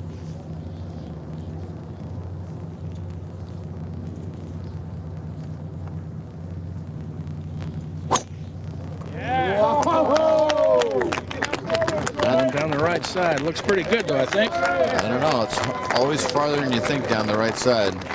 Might be in the good lie. Gee, Wow, great lie. Good lie there, to be sure. Remember Sergio playing in that final group on Sunday right here on Long Island with Tiger Woods at Bethpage a couple of years ago. And speaking of Tiger. And his third, he walked up, picked out a little area, 5 yards short of the green to bounce the ball, let it release up and on. That's a nice pitch. That's going to be the chore today, figuring out those pitches. Well, look at all those South African flags. 3 in the final 3 groups. Tim Clark, Ernie Els, Retief Goosen, Japan, Shigeki Maruyama, Mike Weir of Canada. As you look at a live shot from the media room, championship just seems to get more and more covered every year. In fact, from Japan alone, There were 125 credentials handed out to the media, and I think Shigeki Maruyama's seen everybody. As we get you back out to Tiger at the 5th. That's amazing. 78 point something. Of course, the guys that have come in are not the ones that were striping it, so we'll see how the leaders do. Tiger now, Ed Snead, do you have a read? Definitely got to break to the right, Bob. Right. Tim Herron putted from this side, and it didn't break quite as much as he read, but this is going to move. He's got to play just a little outside the hole.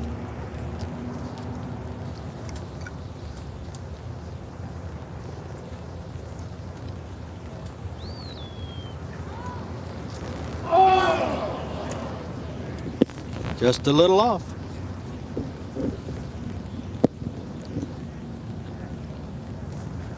Back to 1. Corey Pavin. Boy, that rough looks like it's deep over there. You can't even think about this back hole location from here. You got to just, it's 169. It's a lot of club. Anything on the green. Period is wonderful. This is thick stuff for a little man. You can see that thing really skanking over to the right, it looked like.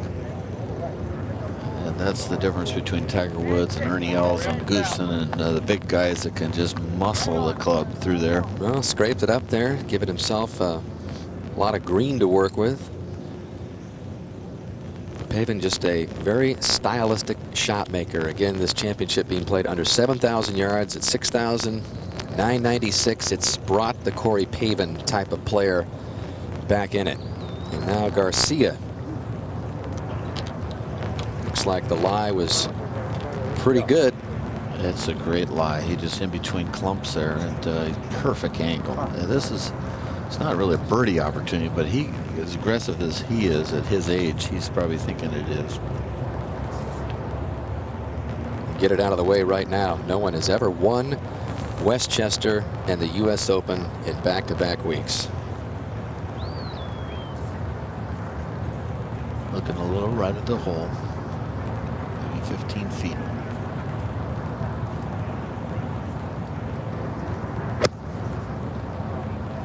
I think he wiped it. That was quite the last minute I'm scared of going over swing. Not only Westchester, any PGA Tour event and the U.S. Open in back-to-back weeks. So that is the history that Sergio deals with, although I'm sure he's not thinking about that right now. Well, let's check in with Roger Maltby for a report from the practice tee. Raj? Well, thanks, Dan. Phil Mickelson using a little different preparation before the final round as opposed to yesterday's third round. Yesterday and today, Phil hit balls for a couple of hours earlier at another golf course out here on the island called Friars Head. Yesterday, Phil went straight to the practice green, putting green, and chipping area and spent so much time there. But today, when he got here, he went straight to the range. Well, thank you, Roger. Friars Head on the North Fork and Shinnecock here on the South Fork, so I'm sure he got a little bit of time to himself over there out of the Southampton craziness a little bit. Let's go to the 12th. This is the second for Jay Haas.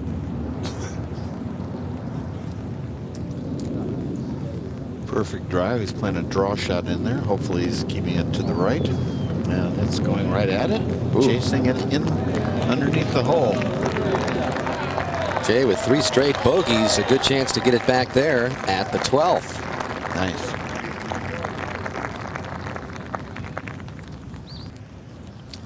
This is the green at 1. You saw Corey Pavin chop it up to this point, so this is third. As you see his lie right there. You talk about a tough shot because this kind of lie is very interpretive and you don't know if it's going to come out with what spin rate. So if you happen to miscue on the spin rate, you're going to go not only over the green, but way down the hill, maybe 20 yards over the green if he hits this just a little past the cup. Sure he knows that. Looking way right. See how he's playing it over to the right. That's a cool camera shot. That's better slow down. That remember what happened to Chris Riley here earlier? I don't think that's got quite, or maybe does it. That is almost what happened to Chris Riley. Riley went beyond the gallery ropes. What a nightmare start for Corey Pavin. Back to the tee at 1. Ladies and gentlemen, this is the 2:30 starting time. From Brights Grove, Ontario, Canada, Mike Weir. And like in the mold of a Corey Pavin, a gutsy little player. Only Canadian to win a major championship. Won the Masters last year and trying to become just the 15th player to win both the Masters and the U.S. Open. You saw that graphic. 6 out of his 7 wins have been come from behind. So this is right there. Needs to get a better start than we've been seeing these other players get, though. I can tell you that. 5 behind. Going with the driver. Hit this one hard, Johnny. It's headed down the left-hand side.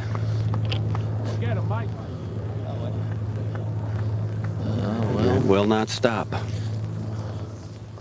And from Houston, Texas, Jeff Maggart.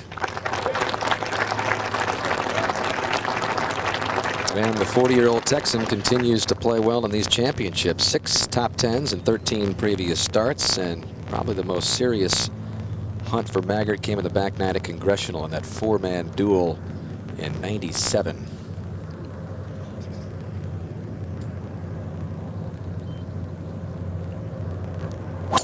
Swinging the club beautifully, but I'm not sure. This one's headed right. Yep, just the U.S. Open nerves, Mark.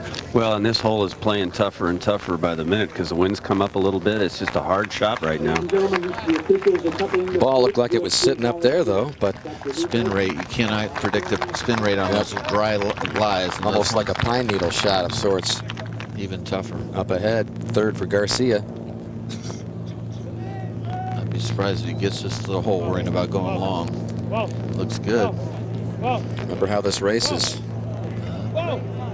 This was just a moment ago. And that stays on the green. So now live, Pavin. And this again is 4th shot. Got a stemmy little lie, bare lie down there. Get up there, get up there. Come right back. Nightmarish start for Pavin. That is just a brutal start, huh, Mark? Yes. Can't get any tougher than that. Look at that. It's going to roll right up against that collar.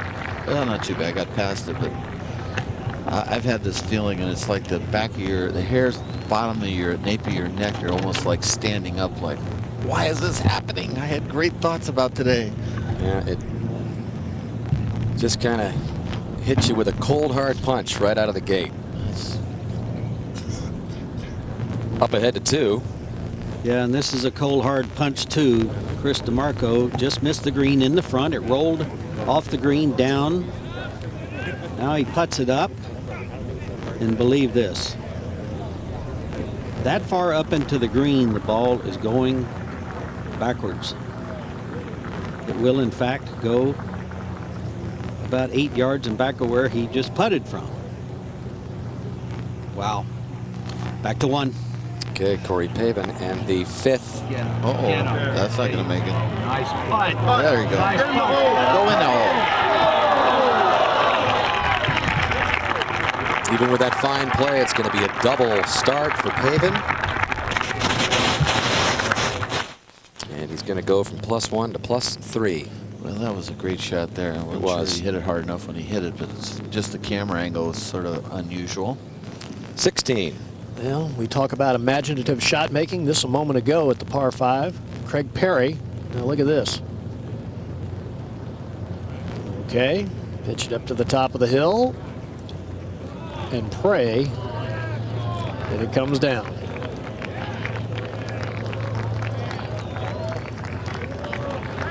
And it leaves him under the hole. Yep, very well done. We go to the 1st. Garcia for par. Huge putt. Not a tough putt.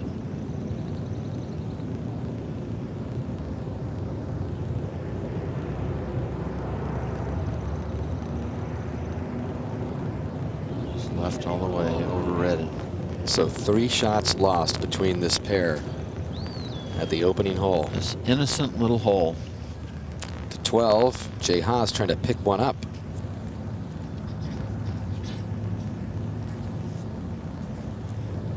Nicely done by the man who turned 50 last December and has been delaying his full-time Champions Tour status. He's played one event where he finished runner-up to Hale Irwin a few weeks ago at the Senior PGA. Yeah, had a nice start, didn't he? Absolutely. Mike Weir now. And before he plays, we'll tell you about next Sunday at 4 o'clock Eastern Time, the championship of the AFL, Arena Bowl 18, between San Jose and Arizona. That's Arena Bowl 18, coming to NBC next Sunday at 4 o'clock Eastern, 1 Pacific. Guaranteed non-stop action. Well, both players are out of position here. Well, over at 18, Jim Furyk, the defending champion, being recognized. More than just Furyk's gutsy comeback here this week. David Duval coming back for the first time in some 7 months, playing this week. And then, of course, Furyk electing to come back after the wrist surgery. Back to 1. Mike Weir in the rough. Terrible angle. You can see the flag stick. I hope you can. It's right there, that little dot just put. And so the good news is maybe he'll realize he has no chance and just play a conservative shot on the green 2-putt and get out of here, which is the way he should do right here. He can't go at it.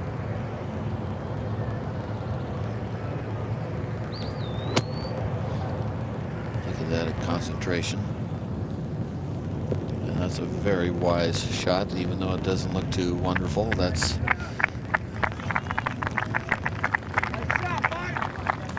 what you should do. Yep, not an easy 2-putt from there either to 10. This just a moment ago. Vijay Singh, second shot up the hill. Up. So close. Johnny, players are hitting the fairway there 78% of the time, green 14% of the time. So we go back to 1. And Maggart.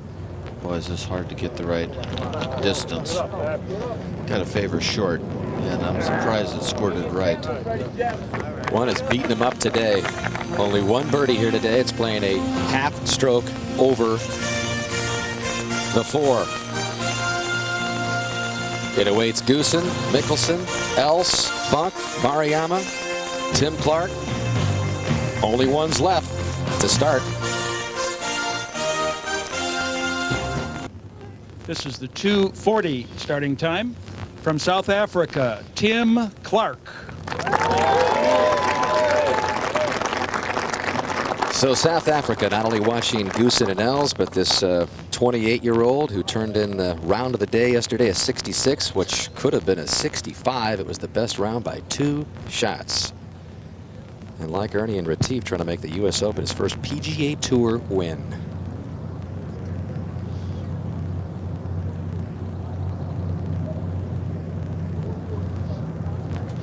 Going with a driver, this hole's into a pretty good wind right now. It's playing tough, as you guys have seen.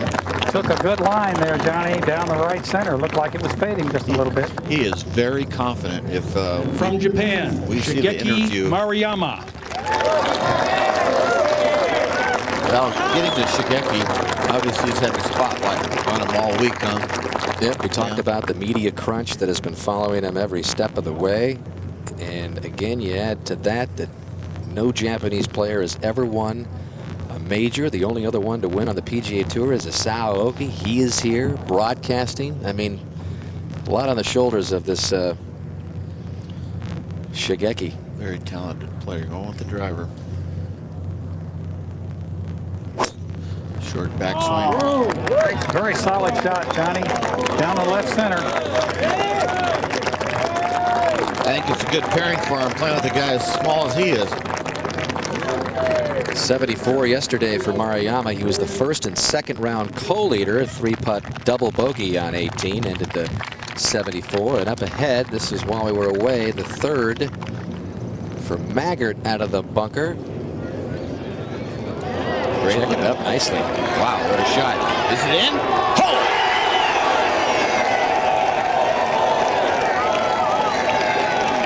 Maybe Maggart will be there on the back nine again today, especially with a start like that. What a start. Remember the Masters from a couple of years ago, and they had that unfortunate incident out of the bunker on the third hole in the final round where it caromed off of his chest when he was in the hunt. That was in 2003. He led by 2 going into the final round at the Masters that year. Now at the 7th, a moment ago, Angel Cabrera and his second. And that finds the bottom. So you can make birdie here, but that's just the 3rd birdie on number 7 today. Back to 2. And Corey Pavin, a wonderful forward shot to this position on the par 3. Little left to right swinger. Yes, indeed. All right. Takes a little of the sting out of that double on the first.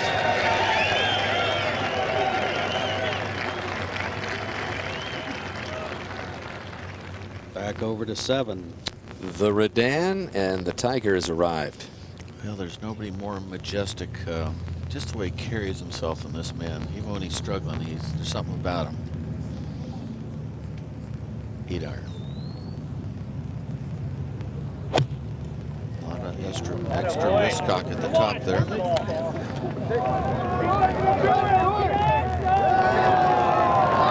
Wow, that was a moonball, Johnny. It just seemed like it maybe not quite enough on it to get the kick forward instead of the left. I'm not so sure that isn't too far from where he wanted to put it, though. That's an easy spot right there.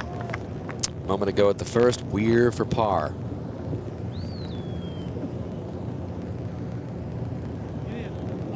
And he cannot avoid that bogey start. So we've seen a double from Pavin, a bogey from Garcia and Weir. The Maggart hole out for birdie. DeMarco coming off double bogey at the 2nd earlier. Now a par putt here at 18 for Furyk. Watch this putt. It could win the championship later. Just barely moves right from there. Maybe left edge, just outside left from underneath the hole. 125 putts. That's a lot of putts. Well, last year, Furyk said his goal was to win the championship. He said his goal was to just start it this week. And what a beautiful week he's had coming off the layoff. To 2.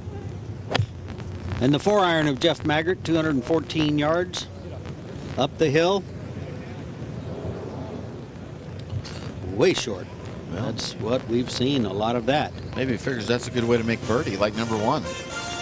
Well, it's pretty incredible. We've actually had more double bogeys than birdies in this tournament. 5 times as many bogeys as birdies.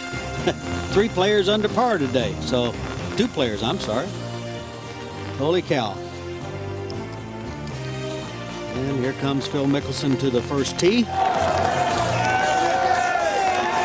begin the adventure, after having won the Masters, can he make it?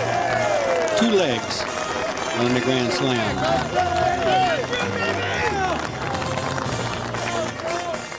And here is the leaderboard as the last 2 pairings, Mickelson and Funk, Goosen and Els, prepare to begin their final rounds.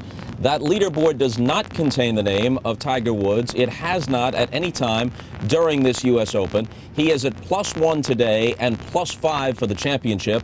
Winless now in 8 consecutive majors after that astonishing run of 7 victories in 11 majors. For perspective's sake, it should be remembered that there was once a mid-career stretch where 12 majors went by without a Jack Nicklaus victory. Something else worth noting as Retief Goosen carries a 2-stroke lead into this final round, the last 5 U.S. Opens have been won by players holding at least a share of the lead after 54 holes. The last to come from off the lead was Lee Janzen in 1998 at the Olympic Club when he came from 5 shots down on the final day to defeat the late Payne Stewart by a stroke. Phil Mickelson has 2 strokes to make up on Retief Goosen. Fred Funk has 3, and they're on the tee right now. Ladies and gentlemen, this is the 2:50 starting time. From Ponte Vedra Beach, Florida, Fred Funk. You see the 1 career U.S. Open top 10 and 15 starts, and Fred Funk takes a deep breath as he tries to become the oldest U.S. Open champion at age 48 by some 3 years. Leading the field in putting this week, so I've got to continue to do that and Hit some quality shots into the wind, driver.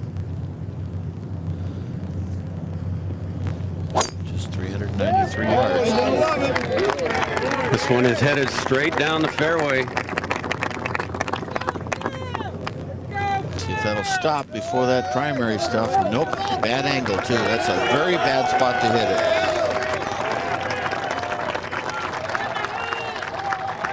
And from San Diego, California, Phil Mickelson.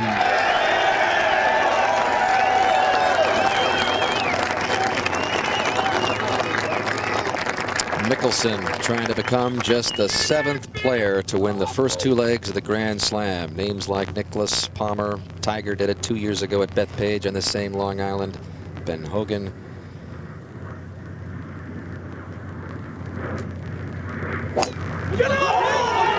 Boy, this is a very aggressive line, Johnny. He's hit it hard, but I think it's a little too far right. It is. He's found the deep rough over there. Good angle, bad lie. This hole is just beating the guys up off the tee. We haven't hardly seen a ball in the fairway. But it's another day when his nuts gallery sends him down the fairway with a flow of support. It's going to be a lot of work. Whoever wins this thing is going to be, they're all going to be worn out. It's like Mickelson said earlier, this is not going to be a birdie fest at Augusta. This is going to be a day of survival. Survival it is. Jeff Maggart for par.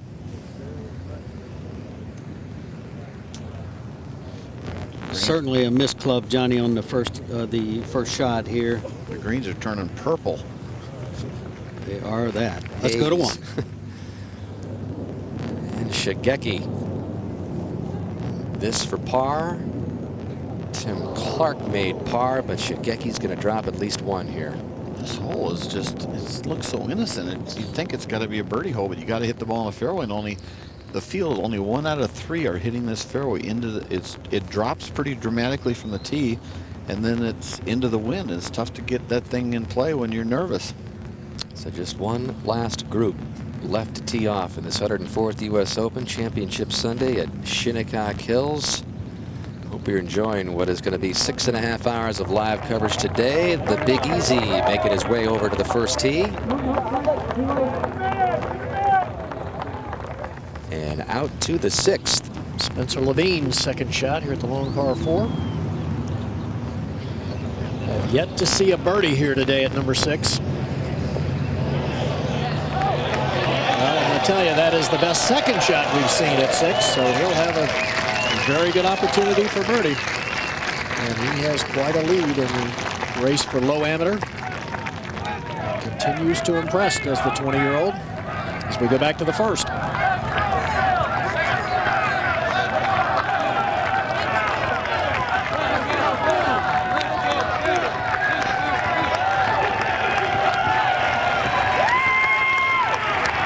Well, doesn't look like it's going to be any different today.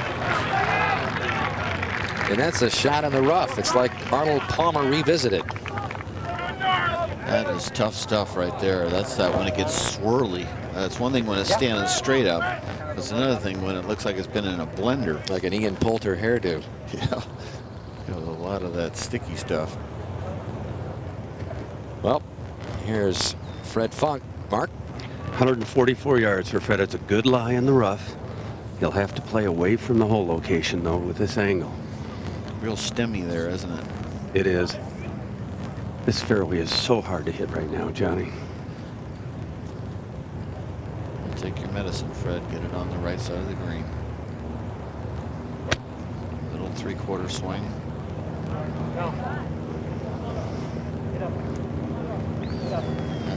That's a tough 2-putt when you're nervous, I'm telling you. It's not like you can ease your way into this final round today. Yeah, it's that old saying that everybody's got butterflies, just on maybe one guy will have them flying in formation, that's all. Mickelson? He's got one of the best lies I've seen in this tall grass. You can see a lot of ball.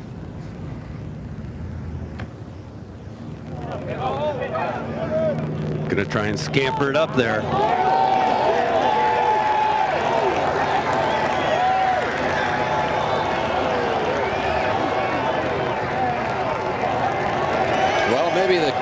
crowds help pull that one in, keep it on. That's that 1 foot we talked about right there. 1 foot farther, it's way off the green. Great shot. Well, folks, it already sounds like a coronation, but there's a long, tough golf course to negotiate for Phil Mickelson and company. Retief Goosen and Ernie Els, the last pair to go off in the U.S. Open right after this. And welcome back at the 6th. Spencer Levine, the young amateur, for the first birdie of the day here. Okay. What great golf this young man is playing. Just 4 over par for the championship. Going to be a junior at the University of New Mexico. We go back to the first. And Mickelson looking over a birdie try. Funk, by the way, has missed his long birdie try. Very, very fortunate that this ball stopped on this green. Probably almost a 2-shot swing, Johnny, I would say, had it gone over. This putt a little quick, going to turn just to his right.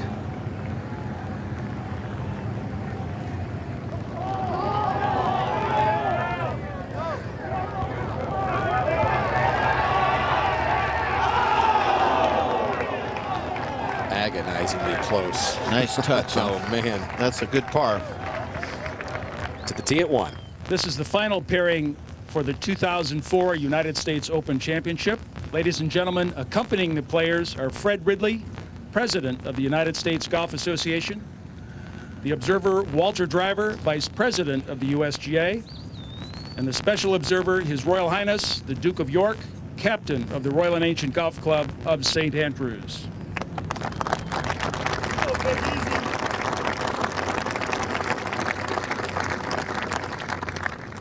Players in the final pairing are from South Africa, the 1993 and 1997 United States Open champion, Ernie Els. Since the Open first went to this 18-hole Sunday final round format in '65, this is only the second And also time. from South Africa, the 2001 United States Open champion, Retief Goosen.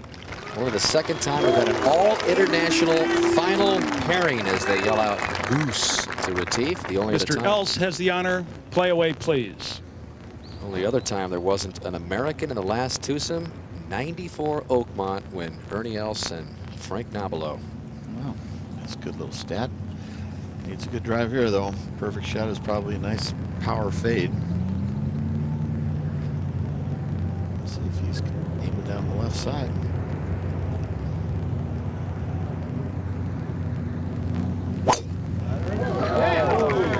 This ball turning a little left, Johnny. I don't think this can stay in the fairway line on that line at all. Not even close. He is in the browned out area, so but it's just a terrible angle. Again, a laid-back final pairing to say the least. Els and Goosen, they live 2 doors away from each other in Lake Nona in Orlando.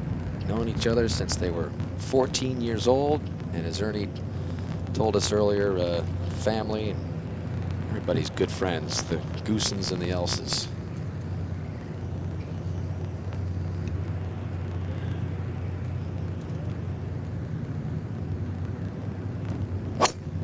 Both of them very long This ball hitters. just strafed down the center of the fairway. Look at that line.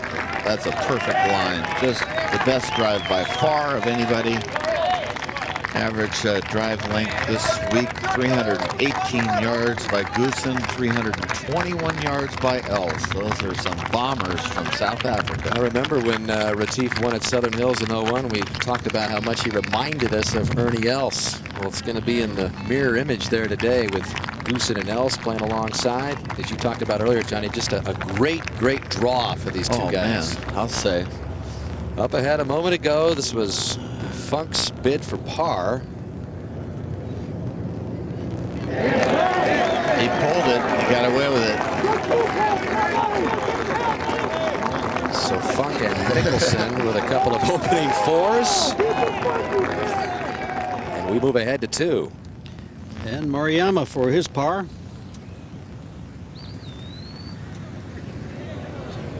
Boy, oh boy, oh boy.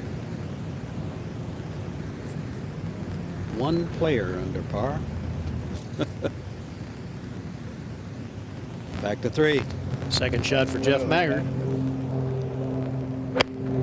Out of the intermediate cut of rough. Front right hole location has been a tough one today. Just 2 birdies here.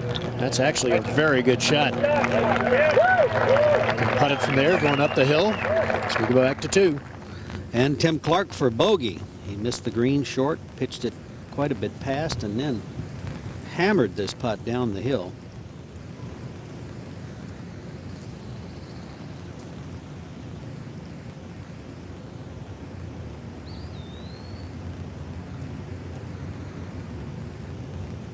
All right, well hold.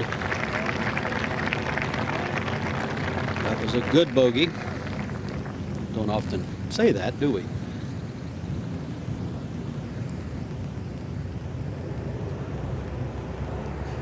Beautiful views. I know the galleries just absolutely love this golf course. It's so unusual to see one so wide open. Shigeki taps in his bogey. So a rough start. Bogey, bogey. Golf course is playing very, very hard.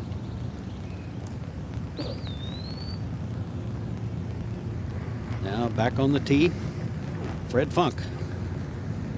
Murph, the wind's blowing probably as hard right now as it has all day, I believe, coming from the left and into him here. So it's a long 214 yards right now. It is. It must be playing 230 or so. Ideally, seems like you should draw the ball back into the wind and hold it. The guys that are trying to play a little fade are short and way right.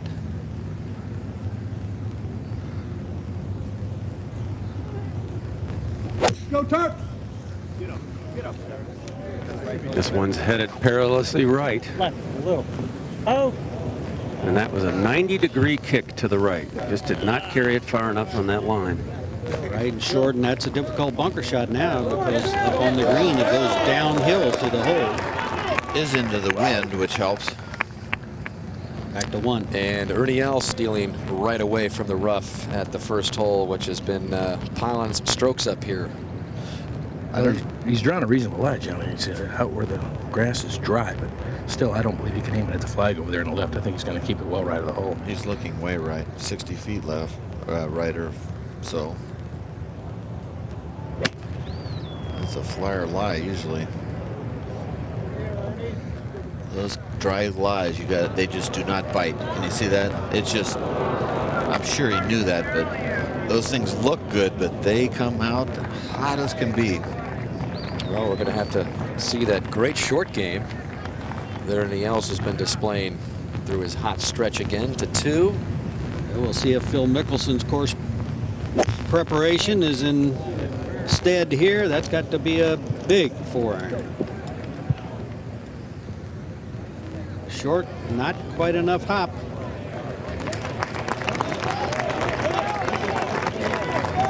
Incredible to judge that wind up that hill like it is. Back to 1. And Goosen situated in a great spot here. A good angle to play this hole, 108 yards left to it. You can spin something a little right to left, and here you might could get it to go down over there left by the hole, huh, Johnny? We haven't seen one quality shot on this hole all day long. The closest thing we've had to a good shot is Mickelson's recovery.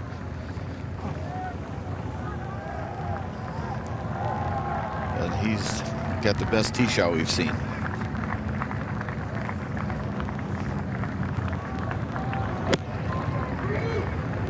Well, he's taking this well right of the hole. Center of the green. Didn't even think about going over there. Up ahead to 3. Well, this just a moment ago, Mike Weir's 3rd. Second shot out of the rough, ran through the green. And just trying to dribble it down the hill, but once it gets going to his left, it will pick up speed, run down, and hit Jeff Maggart's ball. So let's bring in David B. Fay for the ruling. Well, he moved Jeff's ball. Jeff replaces it, and Mike plays it from wherever his ball came to rest. The rule that applies for Jeff is Rule 18, and for Mike, it's Rule 19.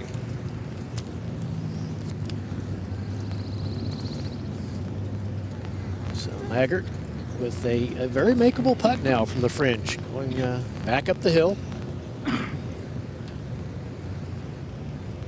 One of those cases, Johnny, where actually missing the green in the correct place is better than hitting the green. Yeah, that's a definite birdie opportunity. He's already had one great thing happen on number 1. Did bogey too, huh, Garrett? Yes, yeah, he did hit that poor tee shot way short. Must be firm here, quite a bit uphill. Oof. Back to 2. And Fred Funk from the bunker. Wasn't the greatest of lies, Murph, in there, and that's why you couldn't get much spin on it. Not spinning the ball much out of these bunkers here. They have a different sand in them. Little pebbles as well. Back to 1. And Ernie trying to get it up and down here for par, Raj. Well, has the expansive green to work with, but the green is running away from him. That's not an easy pitch at all. Roger, he's gotten it up and in 15 No, that's going to come back off maybe. Got it up and in 15 out of 22 times, but that was just a chili dip, huh? Yeah, he was just trying to land it on the green, Johnny, and it just didn't come out at all. It was much too soft. Looked a little like Davis Love's chip on that last hole of the President's Cup. Back over to 2. And Phil Mickelson. This is where his chipping can really be an advantage here, Mark. I believe he's actually going to putt this one, Murph. A lot of fairway grass to go through.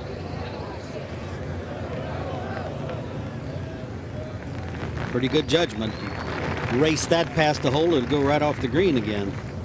Back to 1. 4th shot now for Ernie. Might even be a little tougher shot than the first one he had. Had a little better angle, more green to work with from the other one. It was a good lie, the first one, wasn't it? Yeah, there was nothing wrong with the lie, John.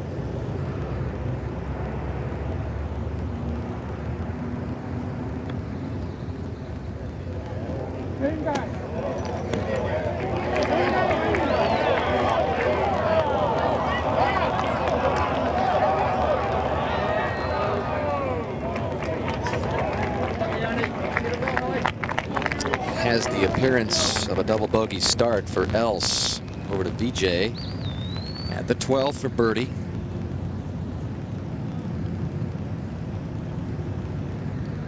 Singh having another tough day today, but one finds the hole there for a birdie. BJ with that 77 yesterday, +6 today. Even with that birdie, says I'll give myself a round of applause for that. In case you just tuned in, the course average today is 9 over par, 79. Tom Kite is for par, finishing up, and the man that went through the qualifying process to get into this championship shoots an 84 for the 92 champion from Pebble Beach. Back to 2. And Fred Funk for his par.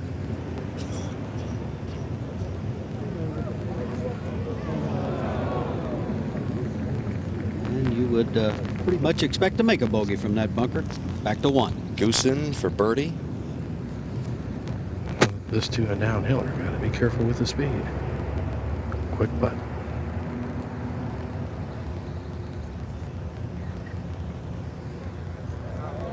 How about that start?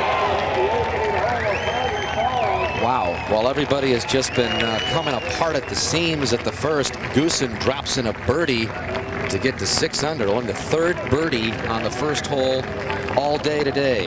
Yeah, and he's going to have a 3-shot lead on Mickelson, and Ernie Els is dropping shots, so he's already spreading the field out, just what he wanted to do. There is Mickelson at 2. That's a good par from down there.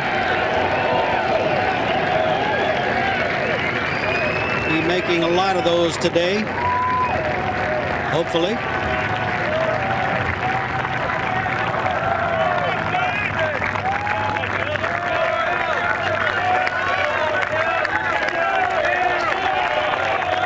These people came to cheer. Back to 1. And Ernie Els is for bogey. Johnny, were you surprised he didn't play a shot and try to lob it up higher in the air? I don't think he realized it was that quick. I think he thought he could hit a standard shot and get it close.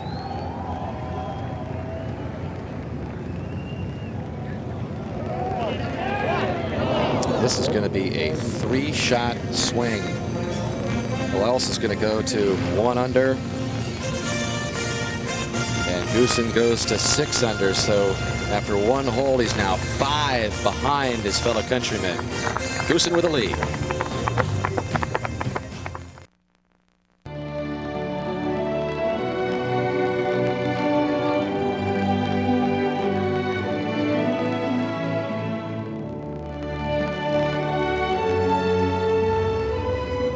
Back here at the U.S. Open, great start for Retief Goosen in search of U.S. Open victory number 2. Birdie at the first, and now at the tee at the second. Boy, was it a good start when you think that only Retief and Robert Allenby are under par on the whole golf course. That gives you a clue how tough it's playing. Roger. That's a 4-iron here, wind against the players and from the left.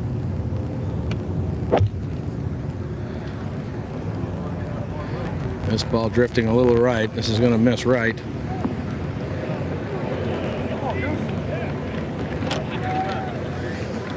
And as we just saw with Funk, a difficult position. At the third just a moment ago, Phil Mickelson. Slight dog leg to the left. Watching it anxiously. Oh, wow. That is way right. All right, Phil. Get up, Phil. Come on, Freddie. Get it a lot worse than that. Don't worry about it. Back to the second. Well, you do know it's U.S. Open pressure, don't you, Roger Maltby, when you see Ernie start with a double like that? This now a 4-iron.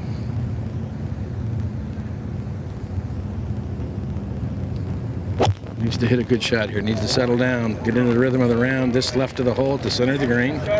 Cutting slightly. That's the position. That'll feed down now. Quite a slope over there. You don't often hear us say that's a good shot when it's that far away, but that's a good shot.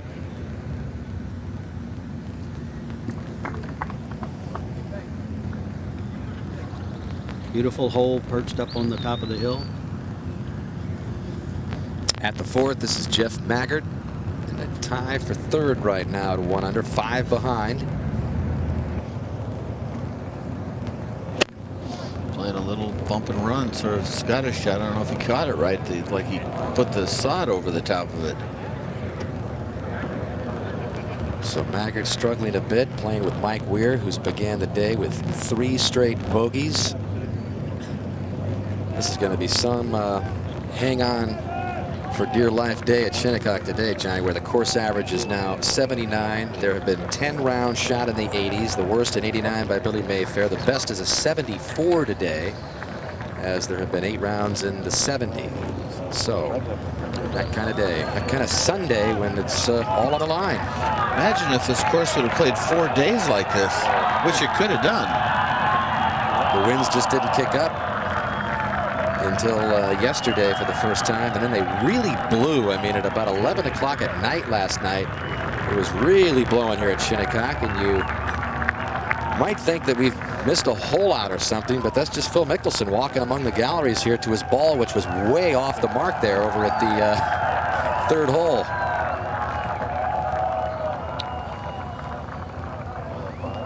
And so he has parted the crowd over there. And that's what they're yelling about, just getting closer to Phil. Let's go, Phil. There's Mike Weir's got work to do over here. He's surely not out of it. 124 for Weir. Good birdie opportunity if you can hit a nice, crisp shot in here. He's very good at this normally.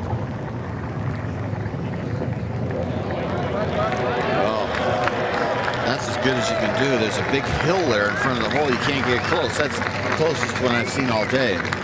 Weir has a chance to at least pick one up after losing 3 in the first 3 holes as we go back to Goosen at the second. Roger Maltby, this is a hard shot with that mound going down to the hole. Yeah, not a good miss at all, going down and to the left. He'll have to land this ball on the fringe and hope somehow he can get a soft bounce. And he did. That landed very softly. That may come back, Roger. That may come back. Oh, all right. Saw a couple balls there earlier go backwards. Over at the third, Fred Funk second. Long iron, front right hole location. He's trying to play toward the front of the green, and it's nicely done.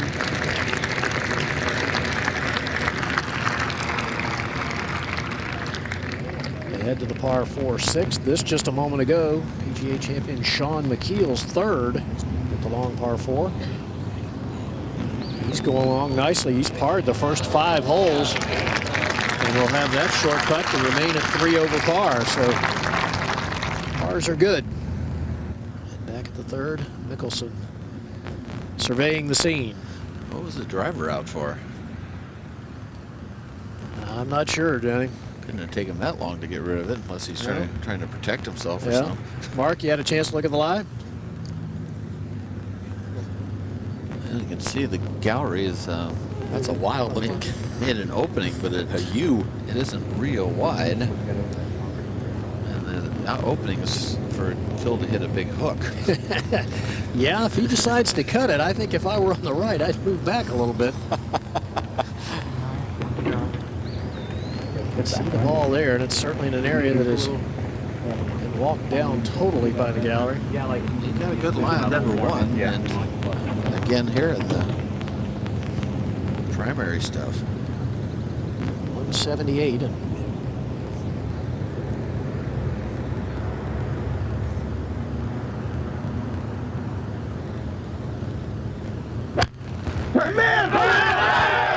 so trying to play some kind of right to left shot. Well, he got it way up in the air. Comes up woefully short. Must have caught a little heavy, Gary. Must have, Johnny, or either that or expected it to jump.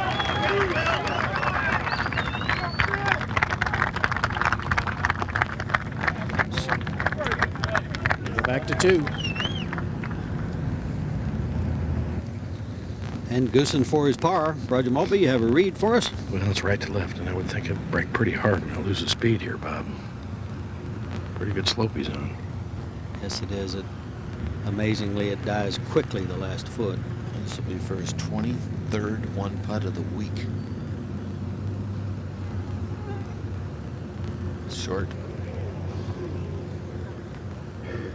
Yeah, when everything else is so fast, it's amazing to the player how slow it is up a slight hill.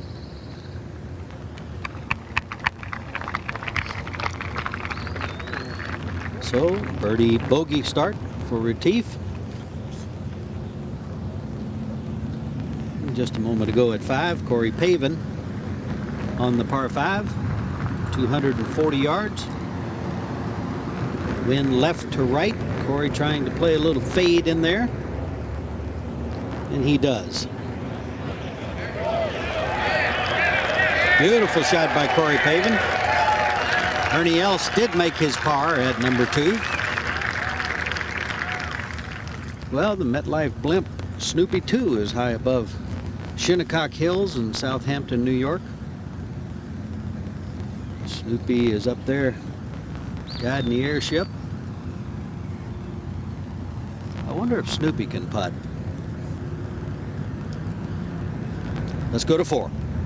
And Jeff Maggart, lengthy birdie try. Even today so far. Birdie and a bogey.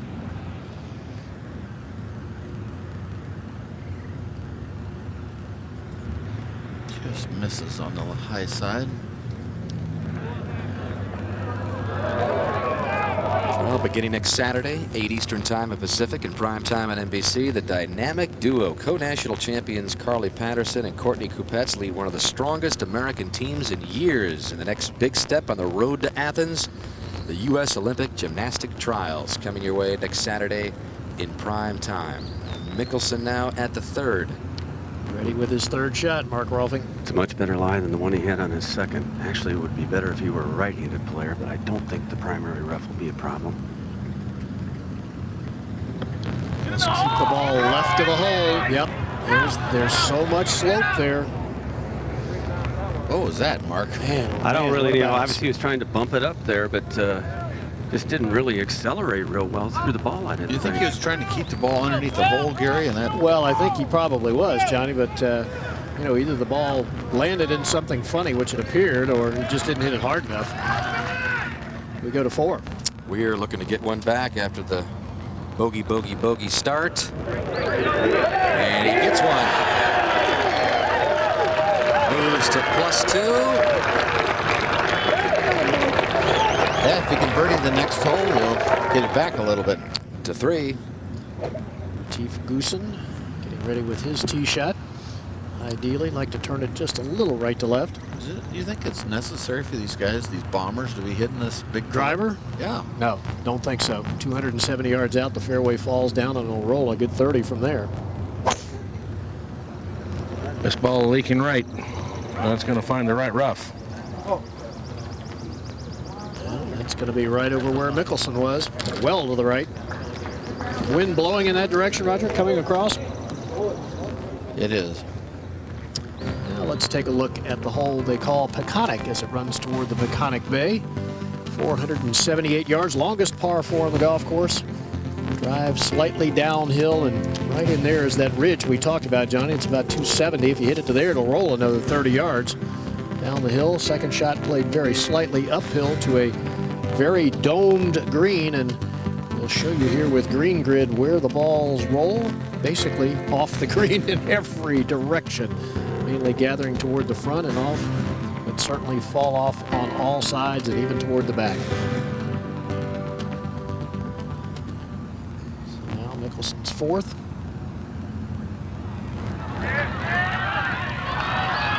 Well done, but that'll be another bogey. We certainly have seen a lot of those today. As we go to 5. And Corey Pavin for eagle.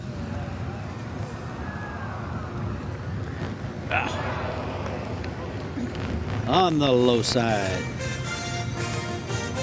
So today, Shinnecock Hills wins. Can you believe the average score is just under 80 today at the 104th U.S. Open Championship?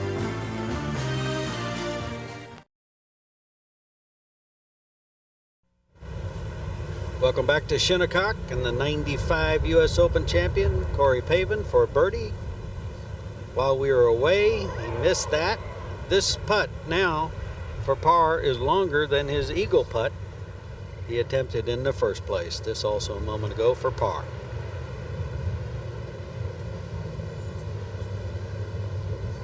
Wow. Be a lot of deep breaths around here today. Back to 3. Retief Goosen getting ready for his second shot. Roger, the lie? Fortunate, perfect lie where the gallery walks. Missed wide right, missed all the tall stuff, so no problems.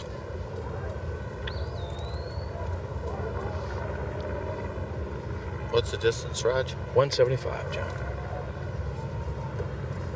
Crosswind.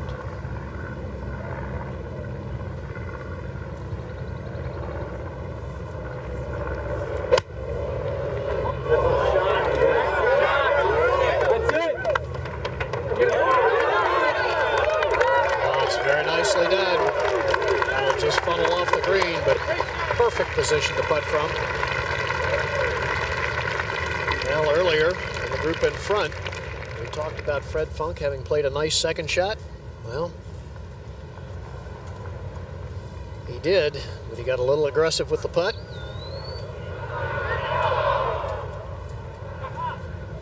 And it rolls right off the green. He would miss that and go on to make bogey. So now L's getting ready for his second. Huge tee shot, 122 left to the hole. As Johnny said, crosswind hurting some. Can he land the ball on the green, even with the wedge, and get it close, or does he have to land it short? I think he's got to land it short, Roger, from what I've seen. And I tell you what, if you can put it right where Retief Goosen's ball is, that's the best place to putt from. Nice little 350-yard tee shot, huh?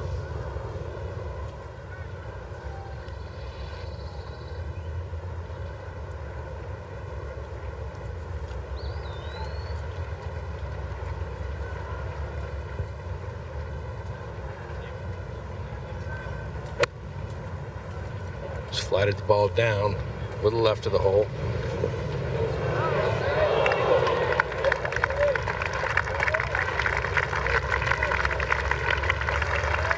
Not bad.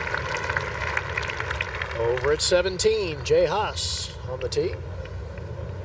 It's just a moment ago. 174 yards today, right back into the breeze. 5-iron, trying to flight it down. Oh, yeah.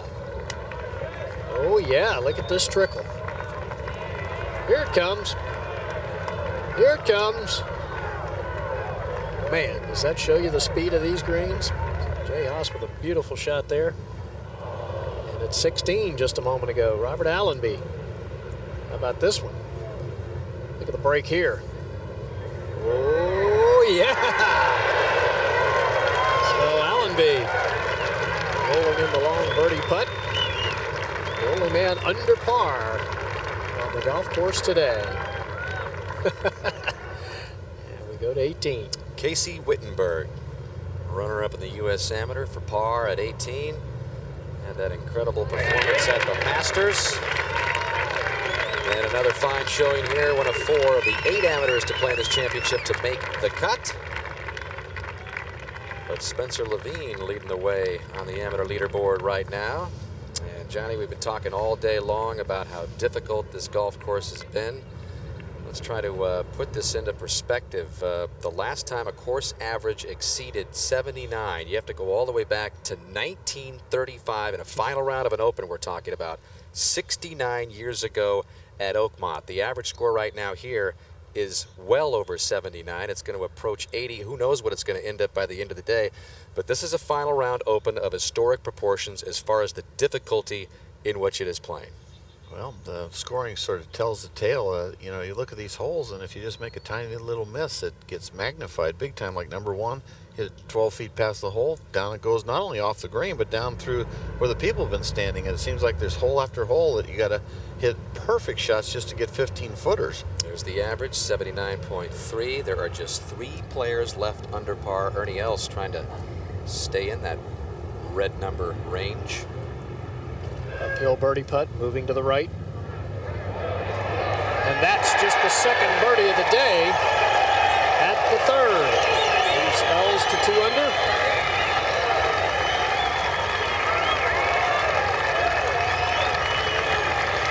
Currently 3 off the lead, held by Goosen. Do you get the feeling, Gary, that these kind of conditions favor more the international players that have played on the Royal Melbournes and all these fast, hard courses in, you know, in Europe, Great Britain, and we're seeing that by Allenby, and these guys seem to be playing well. I'm not saying that Phil can't do it, because he can, and so can Maggart, but well, you have to wonder if these guys don't have more experience under these conditions, which they probably do. And Roger, how about Goosen's putt? Well, as you said, Gary, this is where you want to putt from uphill. Not too much break in it from here. They try to move a little left, I would think. This would be a pretty good birdie from the right stuff.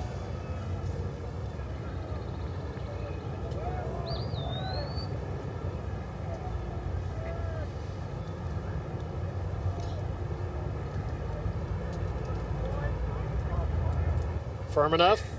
No. We go to 4. And Mickelson. Mark? This is from 135 yards after a terrific drive. And a good chance to be aggressive, one of the few so far today.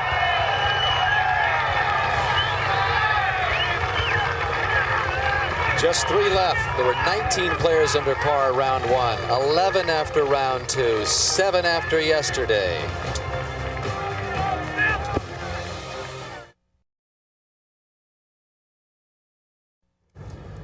Goosen, the leader by 3 over Mickelson and Els off the tee here at this 435-yard par 4. A new tee here added some 27 yards to this hole since the last championship here in '95. One with a hybrid club here.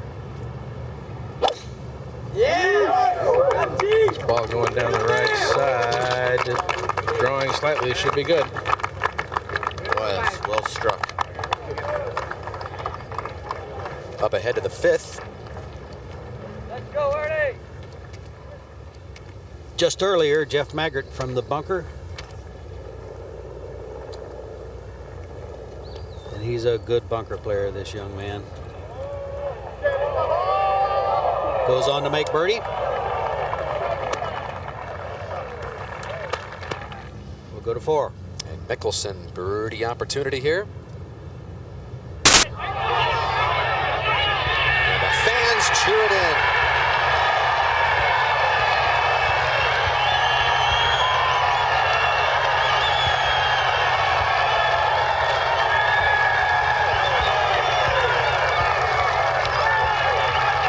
Mickelson's first birdie of the day comes on the heels of the bogey, and he's back to even today, 2 back.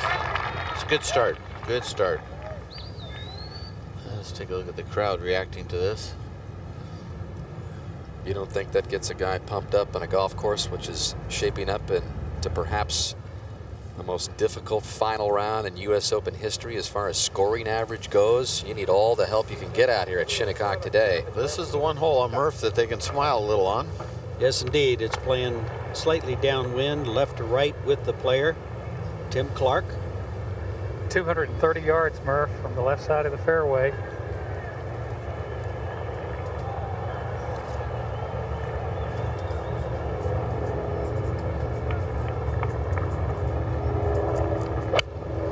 Ideally, would like to hold it with a little draw and let it run up on the green. Oh, it bounced over the bunker, but that's gone. Actually, not a good break going over that bunker. No, it's not. And boy, that disappeared. That will be such a hard chip shot. Over to 16. Well, a moment ago, Mark Calcavecchia, after a huge drive here at the 540-yard par 5, plays this second shot. Gets a very favorable bounce.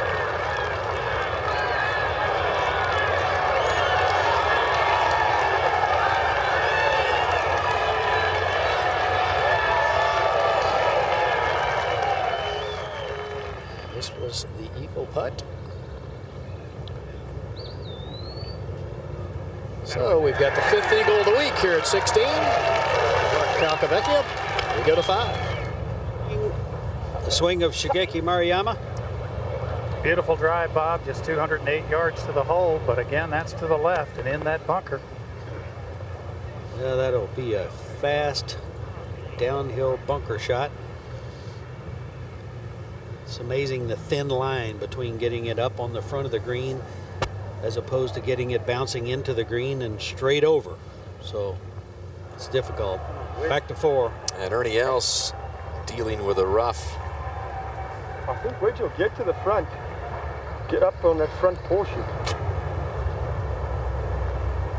But I'm just thinking, you know, that pin's back in here.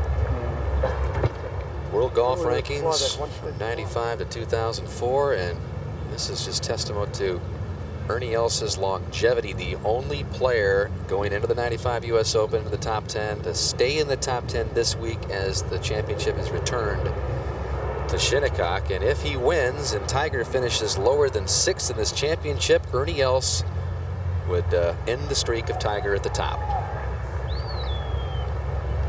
This is a pitching wedge from 198 yards, but it has come out left. This is going toward the bunker. That's where he wants it to go.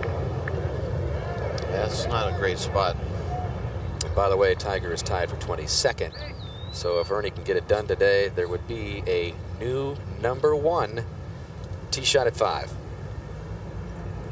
Phil Mickelson set to go. 4 eagles here today. Ideally right at that tower up above the trees. The fans like it. And so does Phil. That ball is down there. Back to 4. And Retief. Retief has 191 yards left of the hole, almost straight downwind now from his angle. This is an 8-er. He just wants to fly this ball somewhere on the front of the green and hopefully get it to check.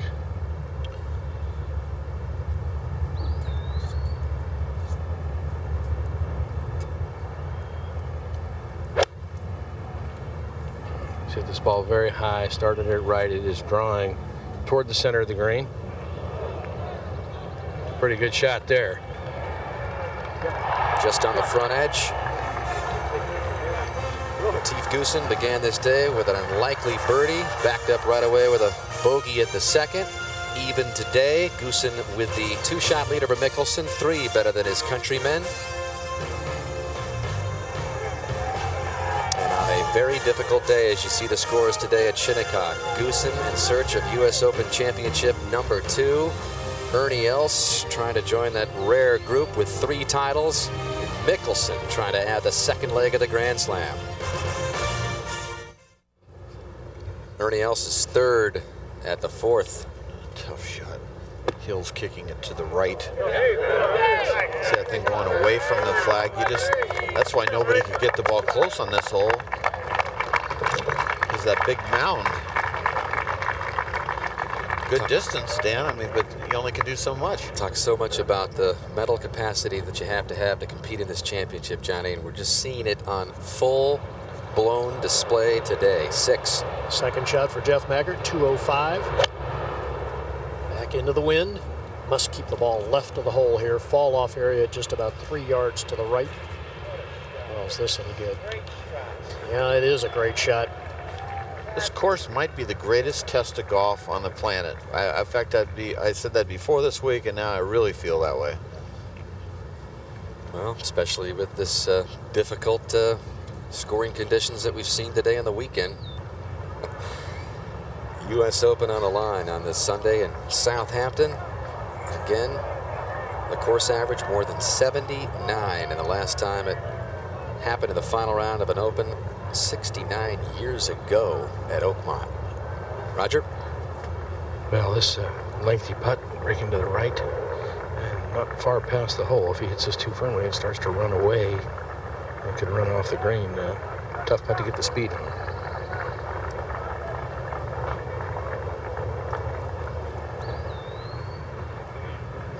There's that big hill we were talking about circling in.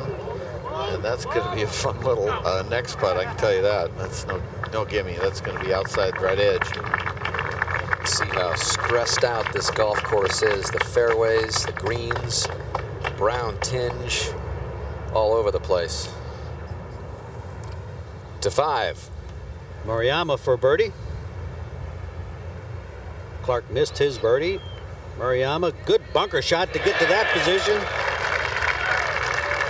That brings a fist pump. Let's go. Up to 18.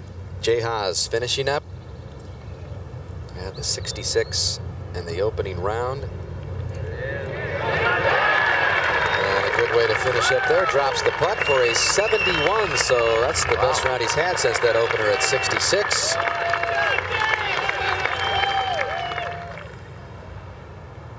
And Els for par now at 4. Pretty big putt for him, I think, after making that birdie to last. Got a little momentum, a shot back. Hate to give one up on the next hole. Left all the way. So Els is going to give one back. And we go to the 5th. Mark Rolfing, you're right there. Ball below Fred Funk's feet, 241 to the hole. How's it look? Headed just a little bit right, and we'll kick to the right down there. And that's what you expect to happen off that line. Difficult bunker shot, too. He's got to pitch back into the mound that forms off the back of the bunker, leading into the green. Phil Mickelson with just 207, a tremendous drive. And Murph, if he makes a 4 here, or maybe even a 3, this place is going to erupt. Get up further. It's not going to go all the way. Boy, that's so close.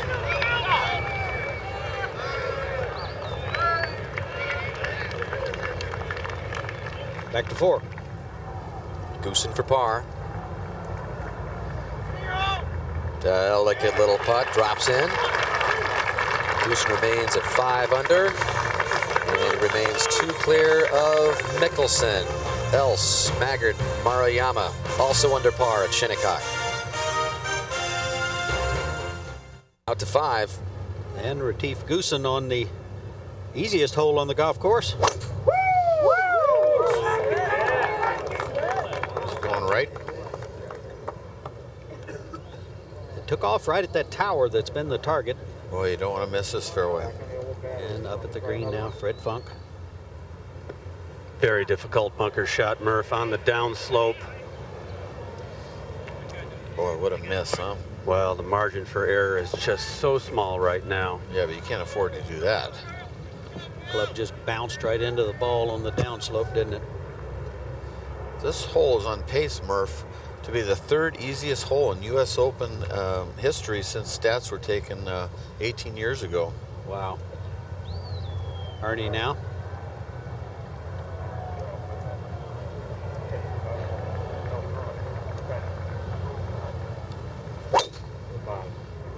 That's even farther right, I think.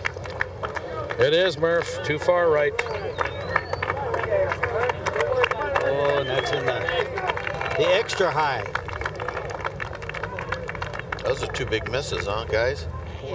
Well, on a hole which you certainly want to take advantage of, yes. Checking in with Corey Pavin, second a moment ago at the par 3 7th. Corey at +3 today, +4 for the championship. Corey's playing, it's going to come right back down the hill. I'm not sure what he was doing there, but he's trying a very difficult shot. But you get an idea of, getting par 3s, it looks like he laid it up there. Corey with a double bogey start. Look at this. He's picked up a birdie and a couple more bogeys since, and facing another big number perhaps at 7 to 5. And Funk's chip shot now from the back of the green. Just barely gets up, and that'll collect down.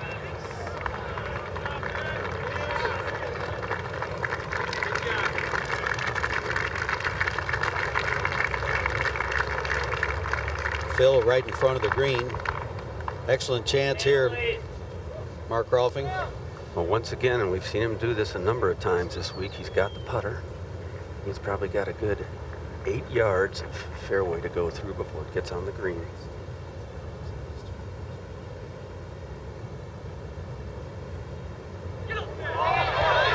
Slow down.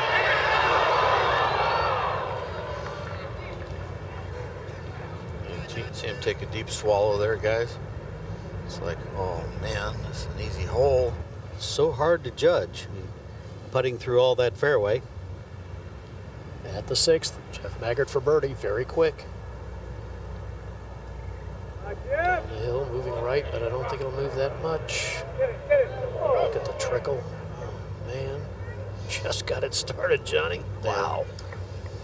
Shake of the head. We've seen a lot of that as we go to 18. Robert Allenby for par to shoot 1 under. Easy putt, straight up the hill. Still, though, it's going to be a round of 70, so there is hope, Johnny. Allenby with a 70. Jay Haas, you just saw, turn in a 71. And Allenby, who began the round tied for 34th with a score like that, now moves into a tie for 14th. So a round of 70 is kind of like playing 9 under golf today. Yeah. Let's go back to 5. And Fred Funk's putt here for birdie. Oh, excuse me, for par. Not what he expected after the tee shot, Murph, with just 241 to the hole.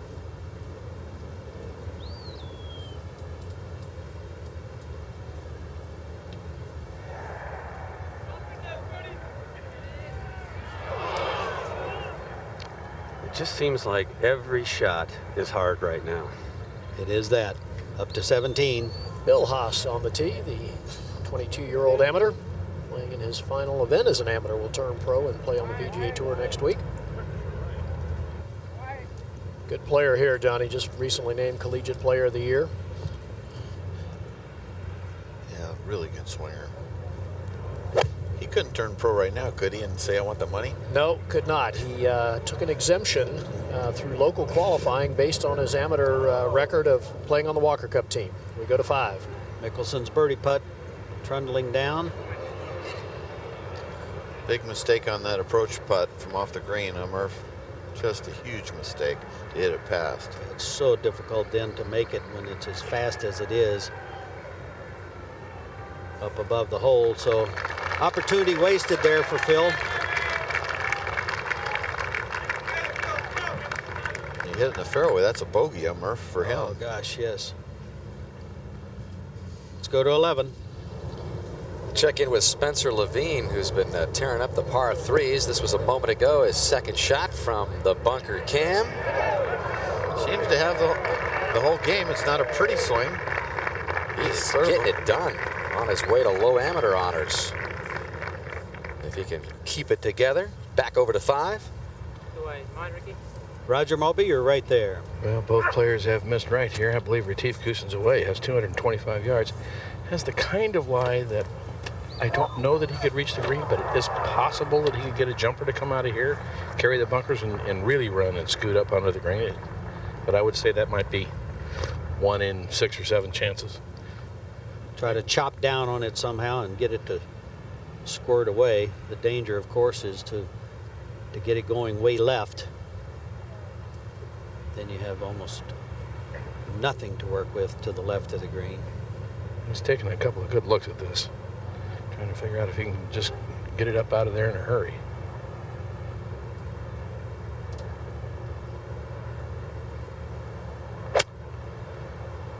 Squirted right? Squirted right, and it's knuckling, trying to come down. That's a real knuckleball there.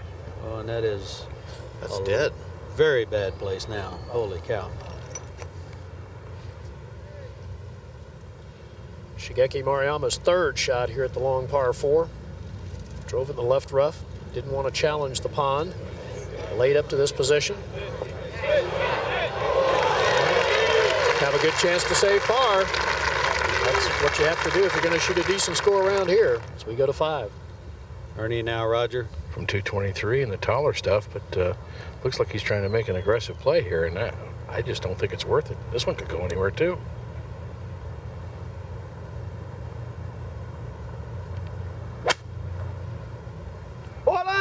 This has come out left. That can't be any good either. No, certainly doesn't appear. Mickelson off the tee at the par 4 6th. Completely blind tee shot, unable to see the landing area. That's well done. Retief Goosen hanging on to the 2-shot lead over Phil Mickelson as we continue our final round coverage of the 104th U.S. Open. Foreign-born champions in the first 31 championships. You can see the high percentage, but in the last 72 championships, just better than 8% have won this title. And you've got Goosen, Else, and there is Ernie in a predicament at 5. In a predicament he is. Out of that heavy stuff, sounded like he made reasonable contact with it.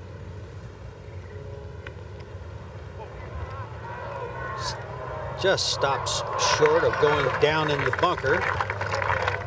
Over to 6. Maruyama for his par. That'll move just a little left. No, that's left all the way. So he will bogey the 6th, drop back to even par. We go back to 5. Roger Mulvey, when we played a lot of these tournaments, we used to knock it in the rough, but we chipped it out to some kind of safe position from which you could hit a wedge into the green. Well, both players took quite a bit of risk, really, playing their respective lives and trying to advance them as far as the green. Certainly Ernie has missed the green with his 3rd shot. Is in a pretty good spot to save 5, but is this dead? He walked up and looked at the green, Johnny, and he was looking everywhere he could possibly put it. I don't think near the hole is one of those options. He's looking left. He's looked long. It's looking like he's laying it up. Now he's going to chip it out to the left.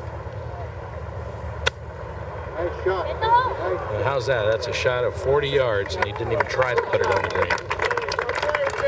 Pretty wise, though.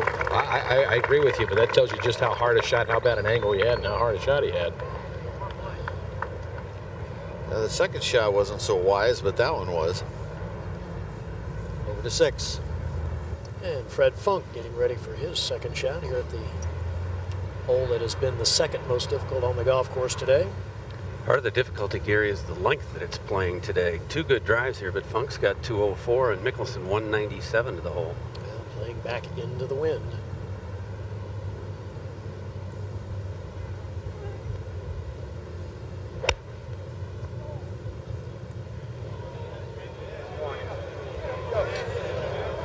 It in high, a little left of the hole, looking for a bounce. Won't get it. Wind knocked it right out of the air. In case some of you viewers want to know how Tiger Woods is doing, he's +5 on the day, 9 over for the championship. Back to Retief Goosen, front of the green, playing now his 4th on the par 5.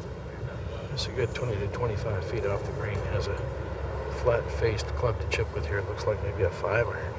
Just going to try to land it short of the green and scoot it up the hill. The thing I don't like about this club, Roger, is easy to scoot it past. Like that. Which is what you don't want to do, right? Yeah, it's well past the hole.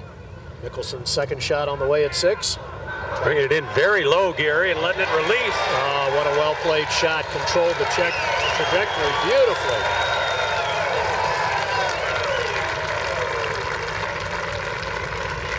Certainly a shot that we did not see Phil Mickelson playing last year.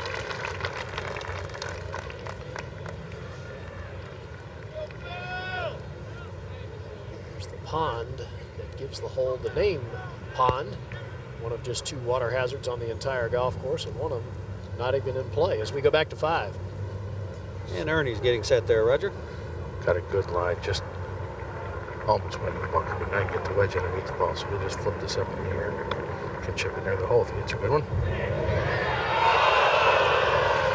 Wow. Needed just a little flag stick to help him there. That's a fun putt also.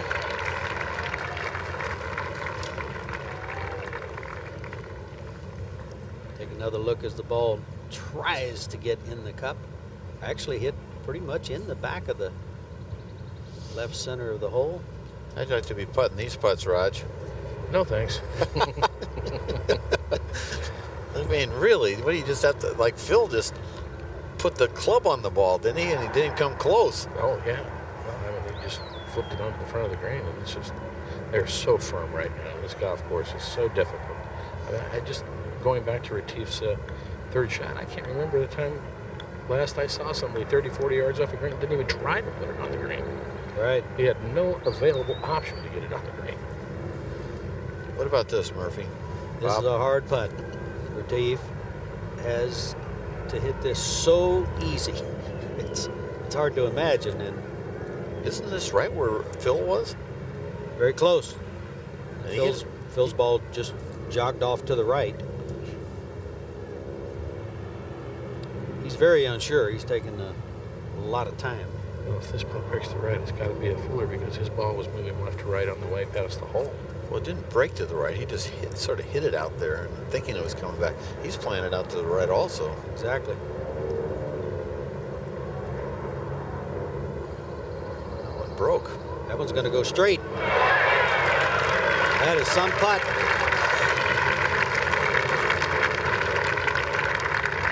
Retief said yesterday my 69 was felt like 64. Wonder what he'll say today. A moment ago at the Redan, Maggard for par. Big right to lefter bends in, and Maggard stays in it at 1 under. Yeah. And that's not a birdie, that's a par souvenir into the stands. Let's go to 6. Lengthy birdie putt for Fred Funk. Hole cut back on the green 23 yards, so right at 70 feet. And there is nothing but trouble behind it, Gary, so you'd expect that one to come up short. Yeah, that fall-off area is dangerously close, isn't it, Mark?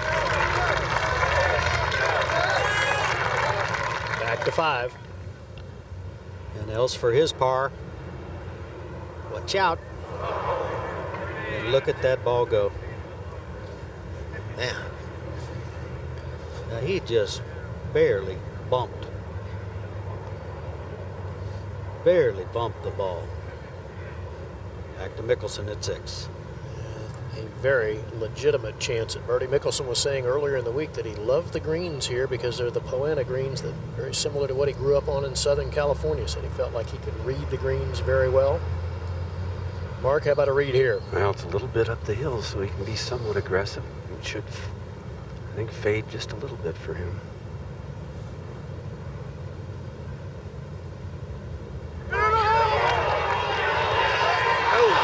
Just a little firmer. It's a good par, though, on a very difficult hole. And back at the 5th, Ernie Els tapped in for his bogey. Haven't seen a lot of tap-ins for pars today, Gary. No, and any one you get is a good one. That's for sure. Anytime you can help save the fraying of the nerves a little bit. Gary, what do you think these greens are stimping right now? John, earlier in the week they were saying high 11s, but they're racing pretty good right now. Stimping pretty good in Chicago, Gary. Nextel Cup Racing from Chicago coming your way Sunday, July 11th with his win last weekend at Pocono. Jimmy Johnson prime for a big second half. That's Sunday, July 11th. And Funk for his par. This one must be struck firmly or it will turn left.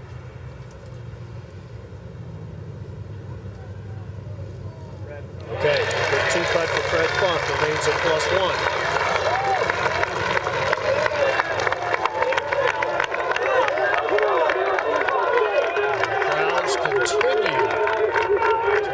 Mickelson, and back on the tee is Goosen.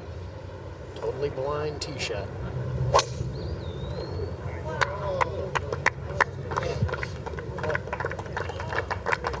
Smattering of applause, but obviously they can't see where it went either. That is in the primary cut, right-hand side, although it does look like we can see some of the ball. Got some stats in, Gary, that the field today is on fairways hit. Just 49% of the fairways are being hit, and 37% of the greens are being hit. So that's not exact. That's playing pretty tough. I think the greens are stimping well over 12. It might be close to 13. I would agree. Wells needs to make a good swing here. He's only hit one of the first 4 fairways.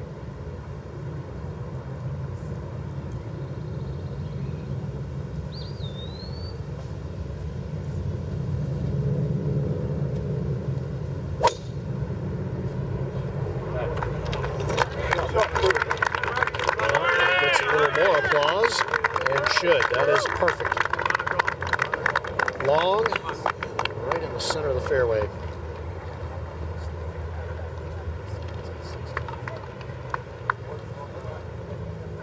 Well, Mickelson back in the beach chair, waiting to play the Redan. Those are nice chairs. This is his new attitude on Sunday, guys. It's what he said he was going to stress coming here. What he stressed at Augusta is just going to go to the golf course and enjoy himself and not put so much pressure on himself. Well, seems fairly relaxed there.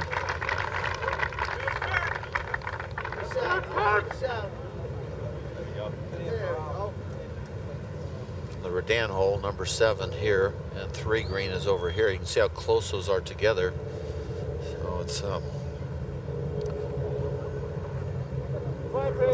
Maruyama's second at 7, while Funk and Mickelson await teeing off of this par 3. Maruyama is within 5 again after the bogey at 6. Got to hit it way over here and it rolls down.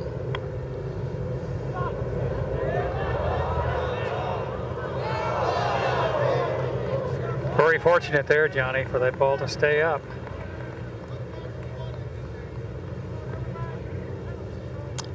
(11-62) have found this green in regulation. Only 17% of the field, the most difficult green to hit.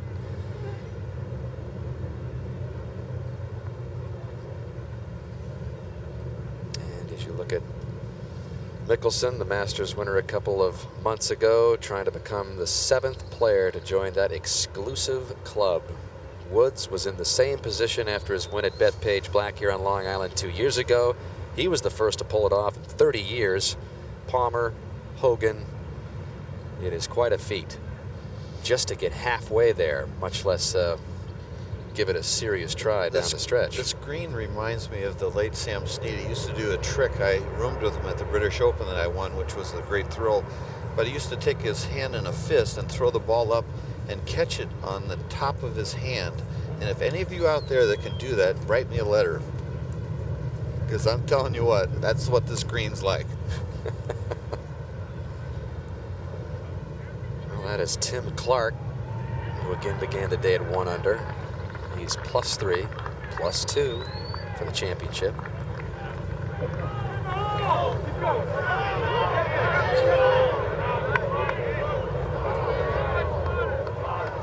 That would be a fun little putt. 28-year-old at his 3rd year in the PGA Tour, missed the cut last year, and the only other Open he's competed in.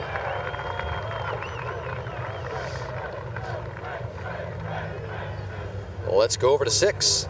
Retief Goosen. Roger, have you had a chance to look at this lie? I'm sorry, Gary. No, I haven't. I've had some equipment details here, and I'm not in position right now. Well, he's got 190 yards left to the hole. It appeared that the ball was sitting reasonably well. It's in that stemmy area. Fescue that's been cut down, isn't it? Yes, Gary? I think it is. Yeah. The members play this area right here as grass that's probably, well, he's just out of it. The yellow stuff you played is a foot high fescue.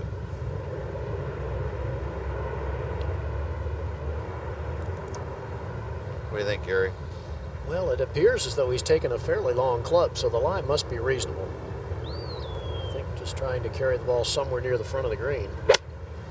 Boy, there's a lot of grab a lot at of the mush bottom. at the bottom. That's right. Well, that might lip in that bunker. Well, not bad. It's okay. Pretty good to leave, actually. Yeah, very good. You can get it up and down from there.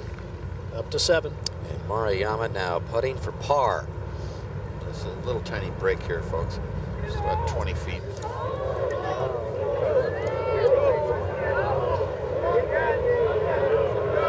Well, he's getting a little closer. That's not a good leave, though. Those are 2 bad leaves in a row, the second shot and the third. Over to 6. Ernie Els getting ready for his second shot. Just 161 yards, so over 310 yards against the wind. I think the caddy backed him away. Sure did. He called him off. That doesn't happen very often in pro golf. I can tell you, where the caddy, you're over the ball, and he says, hey. Well, obviously a gust of wind at the time, and felt like he didn't have enough club. Caddy Ricky Roberts knows his game. Must keep this left of the hole.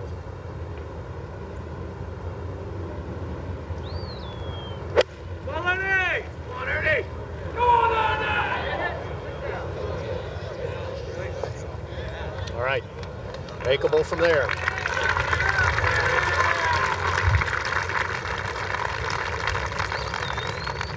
We see the rugged start for Els, the double bogey at 1, nice birdie at 3, but back-to-back bogeys at 4 and 5. Up to 18. And the son of Jay, Bill Haas, finishing up 4 par. He's going to finish a good deal behind his dad, who turned in that beautiful round of 71, but Bill Haas, final event as an amateur, turns in an 81 at Shinnecock, playing with his father. And we're looking forward to Jay and a conversation with Bob Costas in just a few moments, and Jay will be there as well. Happy Father's Day to Jay.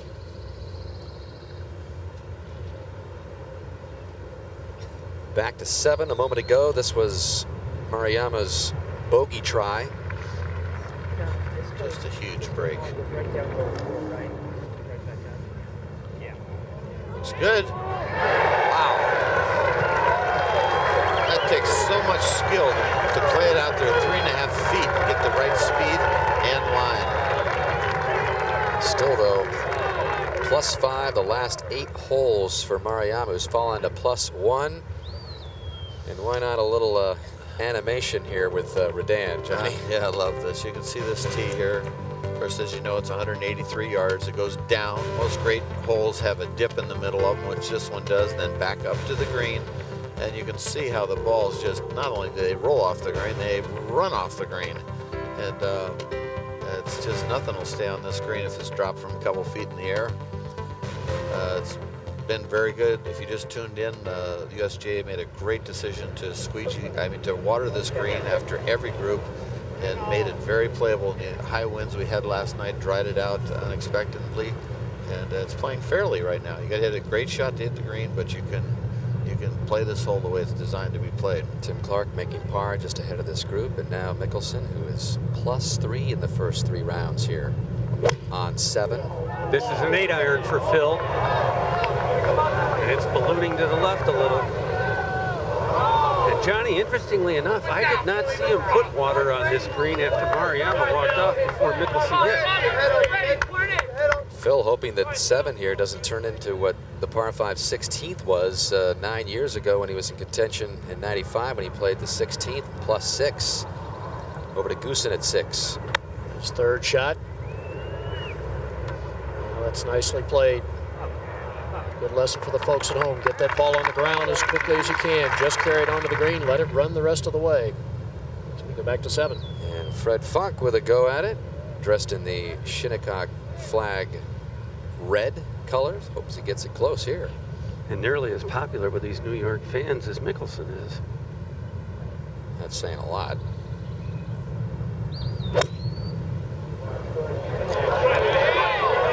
This one is right of the flag. I'm not sure it's enough, though. A lot of players down in that valley below 7. That's not a good spot down there because you've got this huge break. You'd be better off long and coming back up the green because the green sort of falls from front right to back left. So anything left or long left is much easier than short right. Short right is just no good at all. Mickelson 2 behind Goosen. To 6. Birdie putt for Ernie Els. This putt should move to the right all the way, shouldn't it, Gary? Yes, Little certainly uphill. will. Especially as it gets near the hole, Roger. It will go pretty hard to the right.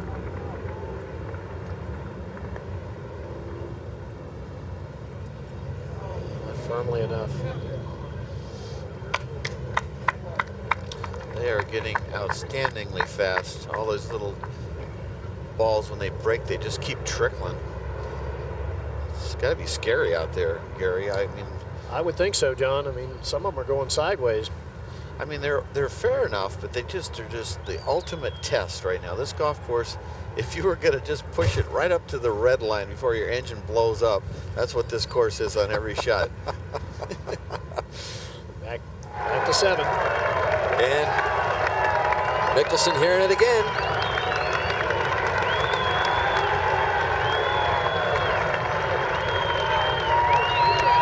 And again, he was so popular. You know, he was kind of that tragic figure before he won the major championship at Augusta, and now it has just been off the charts when he made that birdie in the 72nd hole to beat Ernie Els in a classic duel. It's hard to concentrate and smile at the same time. I can tell you that. He's doing it, but... Over to Goosen. He's got a little work left for par to remain at 5 under. Well, that nervous length, 4.5 feet. Come on, breaker right.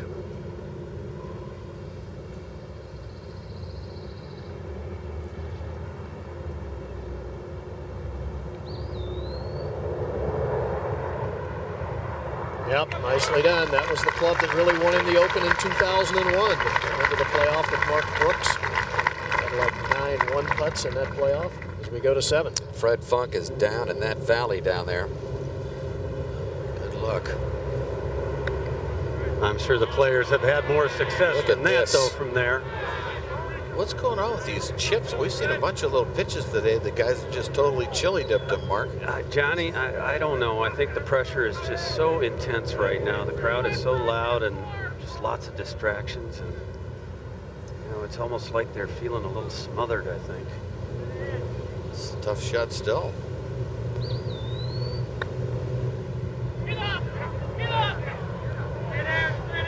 We have yet to see a good shot from down there, Mark. Guys are all leaving it short.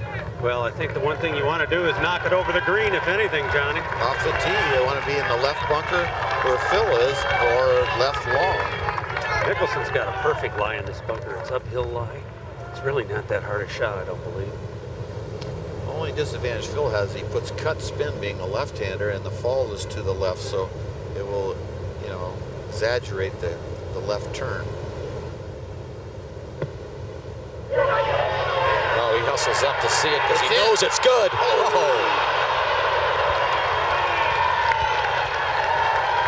Wow. Have we seen some short game magic, some bunker magic from Mickelson? Remember his bunker shot at 17 yesterday, a fried egg lie. That was a thing of beauty.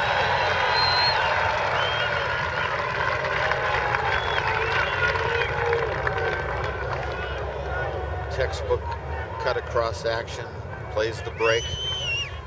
It's looking like it's in right there. That's a great shot with a crowd in the background and Mickelson saying, oh, man. Boy, he has really improved his scrambling this year. Last year was 150th in scrambling on tour. This year, 4th.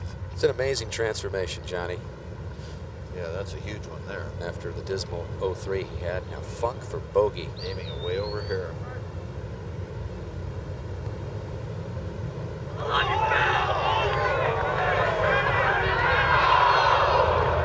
It's going to be a double for Fred, and he is really dropping them.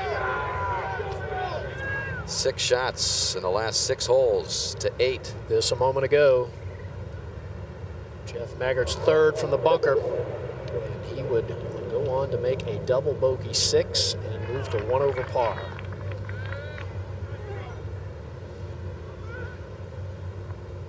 So only 2 players under par.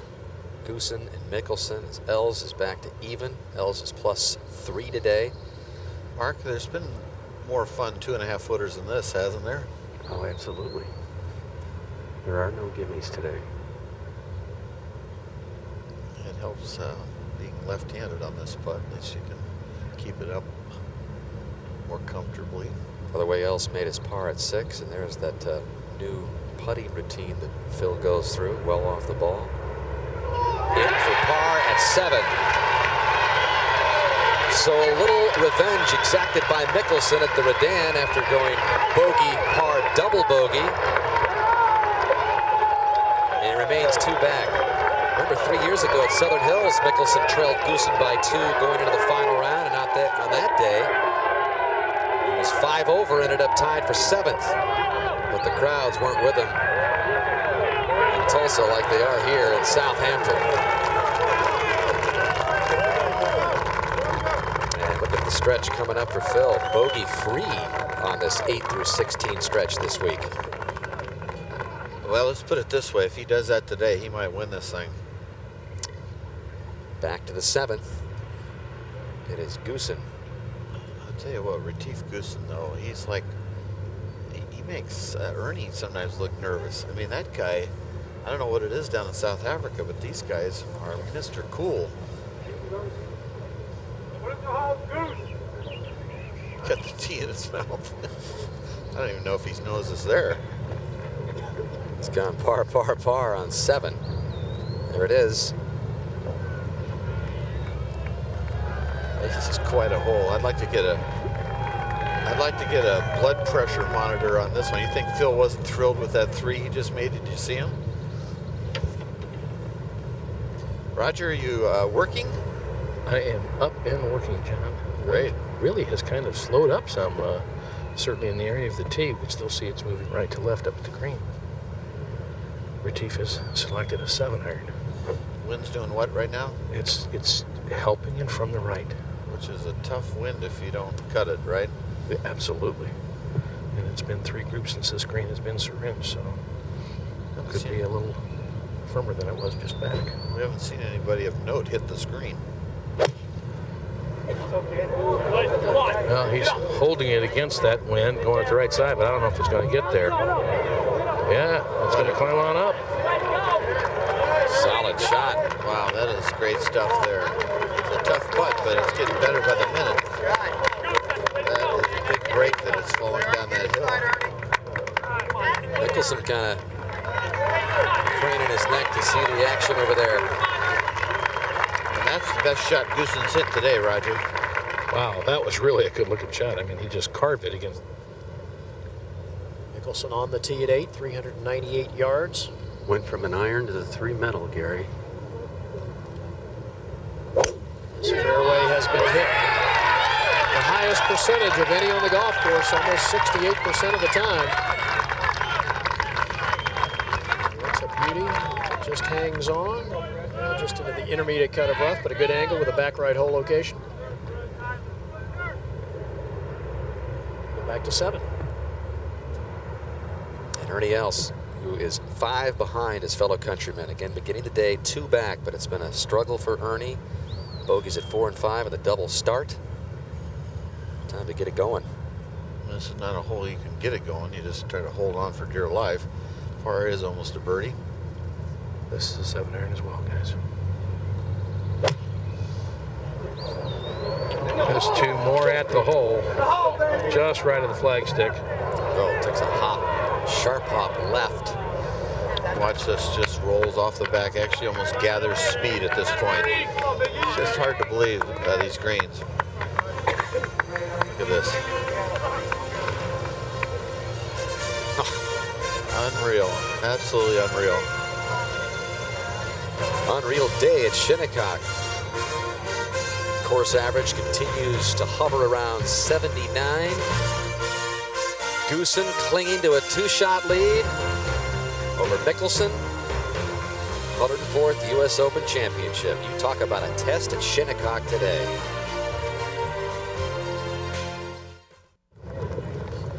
Ernie Els second at 7. What a bunker shot. If he tries to keep it underneath the hole, it'll roll right off the green into the other bunker on the right. It's like a trick shot here.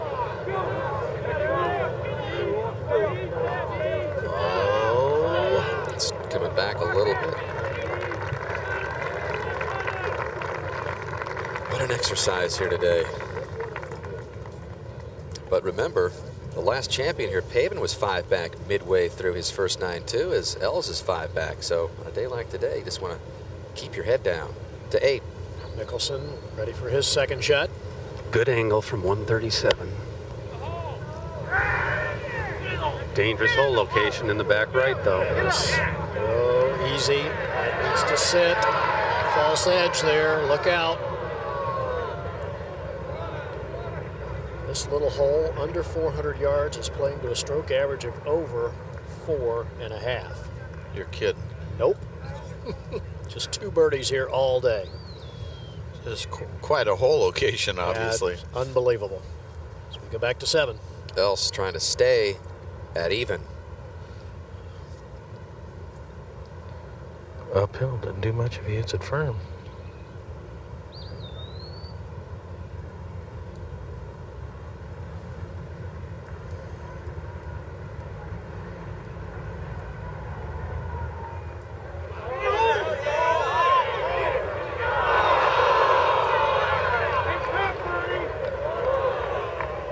Ernie's going to make bogey for the 3rd time in the last 4 holes. Falls to +1, +4 today. Look at his card. Got off to that bad start. Didn't make birdie on number 3, a great birdie, but got him off to the wrong foot.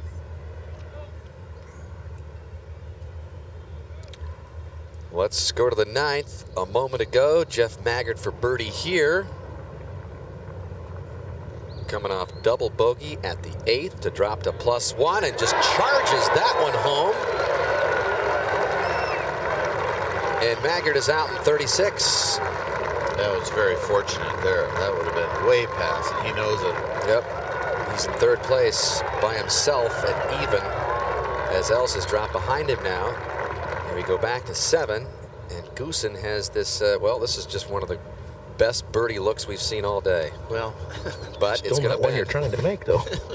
You're just trying to throw it out to the right and have it stop softly if you can around the hole. Look where he's looking. He is actually looking right there. If it goes in, it's a bonus, big bonus.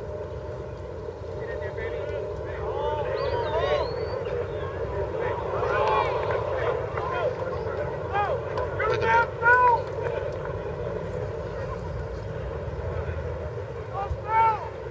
Goosen's doing some quality things, though, Roger, that up and in he made on the 5th hole, the par 5, when he laid it up on that 3rd shot and made that tough downhill putt. And then, you know, this shot here hitting this green in regulation, which nobody has done. He's playing like a champion. Yeah, I would agree. I would think with the exception of the miss at the 2nd hole where he put it in that right bunker and short-sided himself. Other than that, he's managed his game very well at this point. Right out of the get-go, he makes a 15-foot birdie putt on the tough number 1.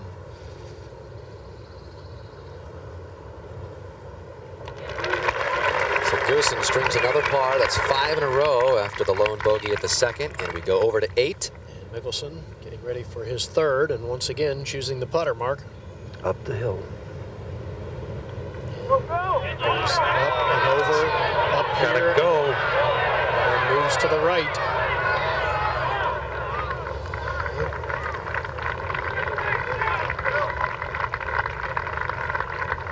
Another one of those lengthy par putts. Let's join Bob Costas.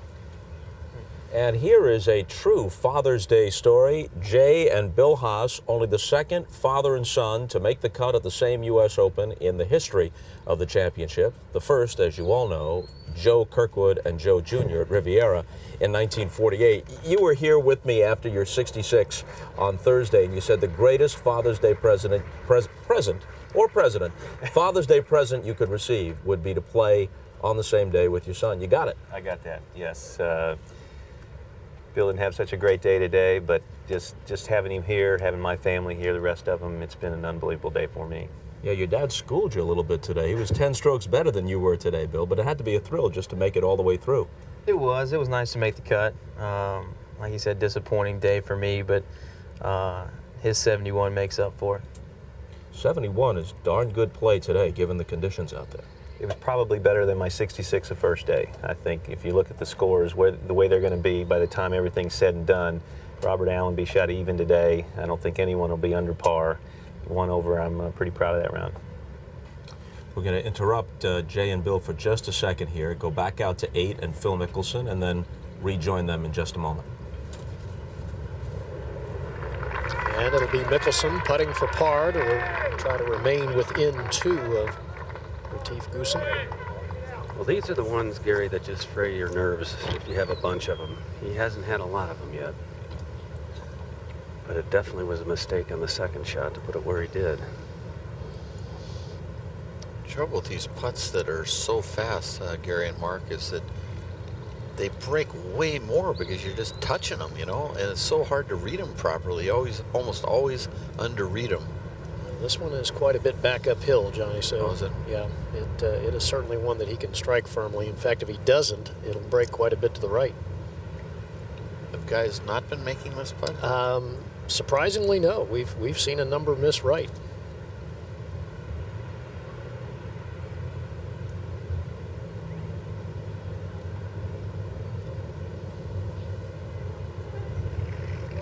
Good stroke.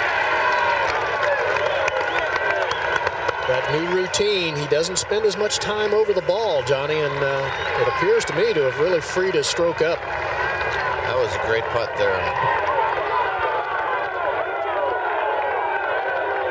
That's loud. That's Palmer-esque. Let's go back to Bob Costas. And rejoining the Haasers, Jay, we were talking earlier, I asked you if you were Phil Mickelson and somebody said, all right, you'll play par the rest of the way, you'll stay at 3 under and hope that Goosen comes back, you'd take that. I think without question Phil would take 3 under right now. I'm not too sure that 1 under wouldn't be good enough to win this tournament. It's just so difficult to make pars, unbelievably difficult to make a birdie. So the leaderboard, as you watch the scores, they're just going down this way. Nobody's going up. So Phil would certainly take 3 under. Let's take a look at some Haas family highlights, beginning with Bill, 3-time All-American at Wake Forest, where he played for his Uncle Jerry, National Collegiate Player of the Year. This is an eagle at 16 on Friday. Dad matched the eagle at 5 today out of the bunker. How about this, Jay?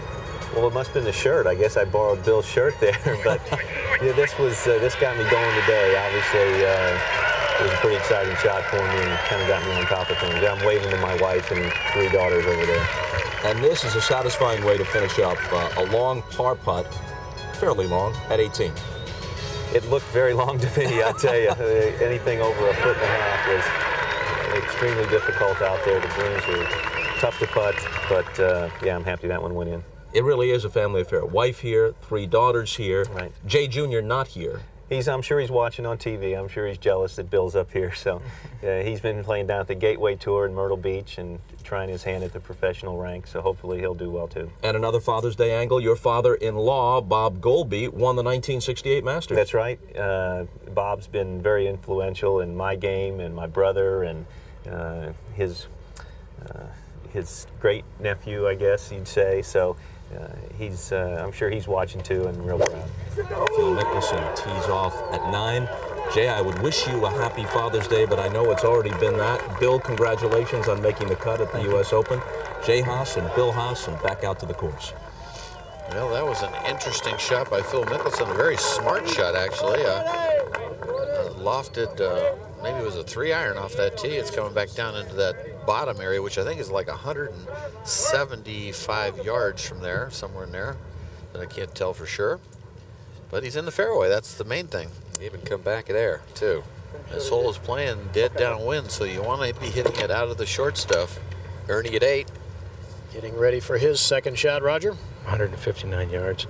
Not a good angle to play at this hole in the back right. It's a hard-looking shot here. You got to be looking left of the hole.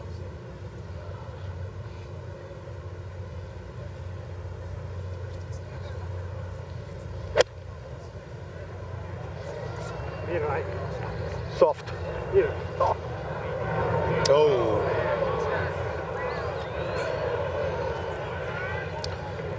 I'll tell you how tough this golf course is. When a pro says be right, that means he's saying, hey, I've hit a good shot there. It's probably going to be a good one. And he wasn't even close. Seemed to be totally fooled by the wind. The ball carrying a good 7 or 8 yards farther than he thought it was going to. Much better angle for Goosen, Roger. Certainly is, and only 127 yards. Still, I think he needs to look left of the hole. I don't know that this is a hole location back there you want to challenge.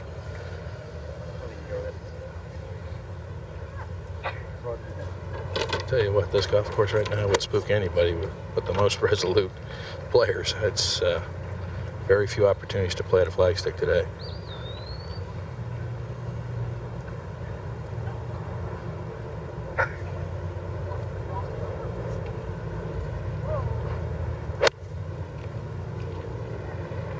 He's throwing this well up into the air, a little bit left of the hole. That doesn't get there. That comes down the front bunker.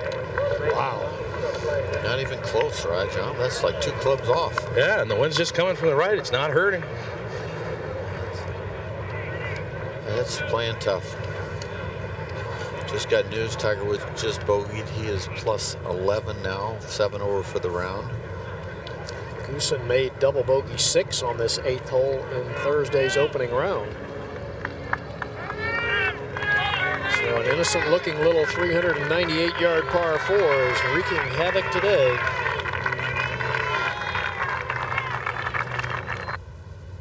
Yeah, this has been a great day. Like Gary said, it seems like every hole has got its own challenge. Maruyama for bogey at 9. I wonder how fast Pete Sampras could whip one off the greens here with one of his rocket serves. Yeah. Or Roddick, for that matter. Roddick, 150 miles an hour. What's his core? Well, Maruyama with another bogey. 3 in the last 4, out in 39, plus 4. And Johnny, this 9th hole, Yeah, this is awkward tee shot, elevation up to the green. This is one of the true genius holes out here, and they're all that way today, it seems like. But look at this shoot. Come through a little grove of trees here, but you got a mound on the right. We're coming to on the right. Phil Mickelson decided to hit an iron off the tee and shoot it off that mound down into that hollow, which is where he is. Players that try to hit a drive, it shoots it right into the right rough. And look at what's in front of the green. This is a scary hole for amateurs because you have to go through all that stuff and then look at the green. You drop the balls there, they all funnel off the front of the green. You do not want to go long. It's very, very fast from above the hole. And today the hole location's in the front left, which makes it really tough if you go long. And Mickelson is staring up the hill. Mark? I really like this play off the tee that he made. He's got it in a nice spot down here, good angle. 168 yards up the hill, straight downwind.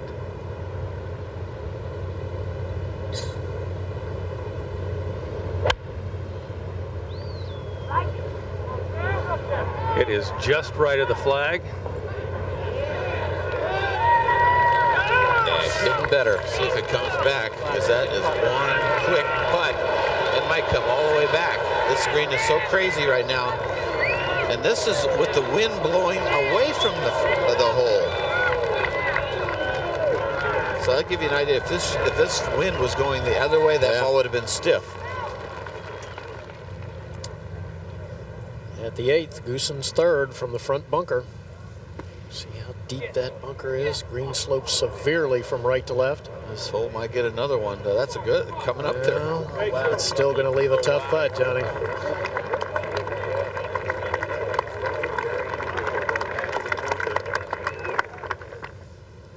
MetLife Blimp Snoopy 2 has teamed up with NBC Sports to provide you with this bird's eye view of all the golf action below. Since the program began back in 1987, the MetLife Blimp Snoopy 1 and Snoopy 2 have flown over 1 million miles to provide aerial coverage of sporting events throughout the United States.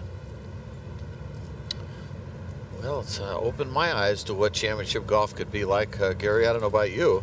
Well, I played in the Open here both in '86 and in '95, and thank goodness it was nothing like this. You know, every hole is playing. Has its own unique challenge, doesn't it? Every hole, you can't say it's impossible, but it's just the ultimate tough everything, including driving in the fairway, hitting the approach shot, and then the chips and the putts. It's just right at the edge of the toughest it can be. Well, we see Els's ball there just short of the green, so obviously his third did not make it to the putting surface. Big difference. So that used to be rough right where he's standing now, right? They had longer rough so it wouldn't run off the greens. So many of the greens have been shaved all of Pinehurst, and it's made a big difference in this wind. Roger, you're going to go with the lofted shot, huh? Well, he's got a lofted club, Johnny. I don't know if he's going to really hit a lofted shot, but it's not an easy chip at all. Going across a little crown here, should move to his right.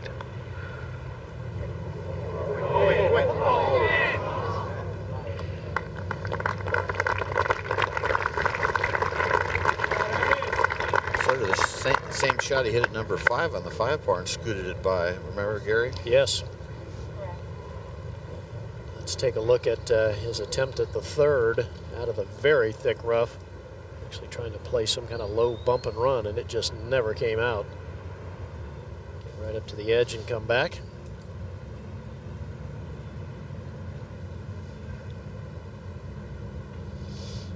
That surprising little pitch he hit at number 1, that was a surpriser, wasn't it, Gary? Just chili dipped it just like Yeah, considering you an amateur. Think of Els as having one of the best short games around, especially best touch.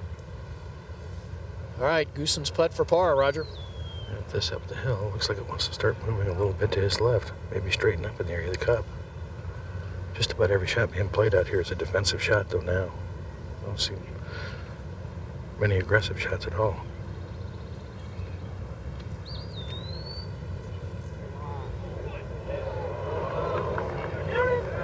You saw way too much break on that one. Yeah, drop a shot. Back to 4 under par. Lead now just 1 over Mickelson. 4 over Maggart.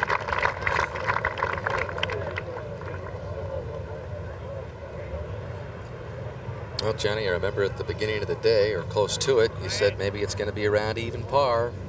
Or well, you know, it picked maybe even not going to par get if all the way wind down. If the wind, I thought, might come up and it could be even, it still could be even. But Goosen is, of course, you know, has dropped one there, but he's an awfully good player under pressure, and Mickelson is at the very top of his game right now. But like Jay Haas said, 3 under, if he could have 3 under right now, he'd probably win it more than half of the time. Johnny, it's just amazing to me how little wind it takes to make this course play tough. This is really, I don't want to say a 10-mile-an-hour wind right now, but it's just changed the golf course dramatically. Can't imagine what it would be like if the wind was blowing today like it did last night. Well, this shot, as you know, Mark, probably made a huge U-turn to come back right down here, but it's a quick putt, Mark. Very quick. The wind will hold it up a little bit. It's straight in the wind. It's going to play it well outside the right edge.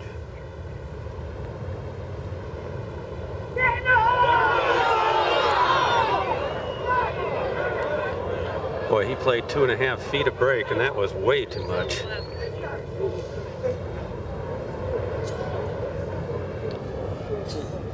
As they murmur at the 9th, we go to 8. Just a moment ago, Els for bogey.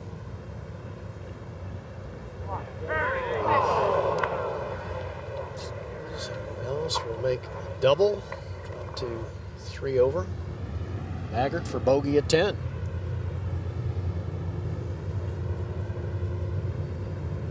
His second shot was through the green, chipped short. Now just 2 players under par. And distancing themselves a bit here, Gary, with Maggart 4 behind Mickelson. Another iron shot here at the 9th hole, which is a big hole, 443, but it is playing downwind, and you got this big downslope off this mound that you can take advantage of. Only 3 birdies so far today on this hole. More than a half stroke over par. It's really hard to get a close downwind where the front hole location.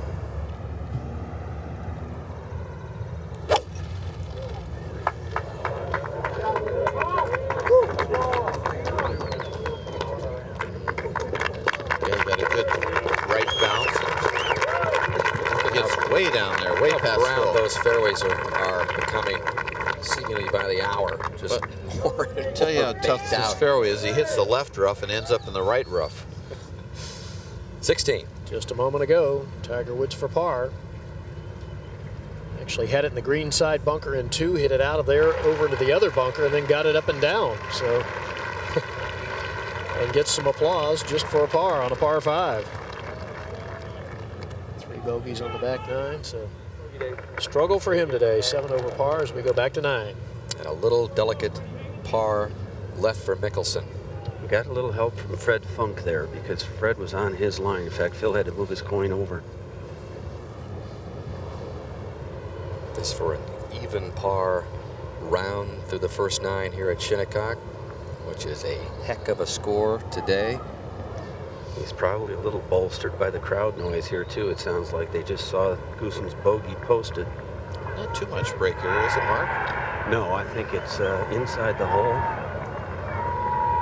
9, the 9th green, right up close to the clubhouse there. 18 is actually further on down the hill, so this is the closest up to this beautiful clubhouse that you can get on this golf course. And perfect day today. Just a huge crowd awaiting this one to fall down. It's like a Montana day that you go out there and go fly fishing.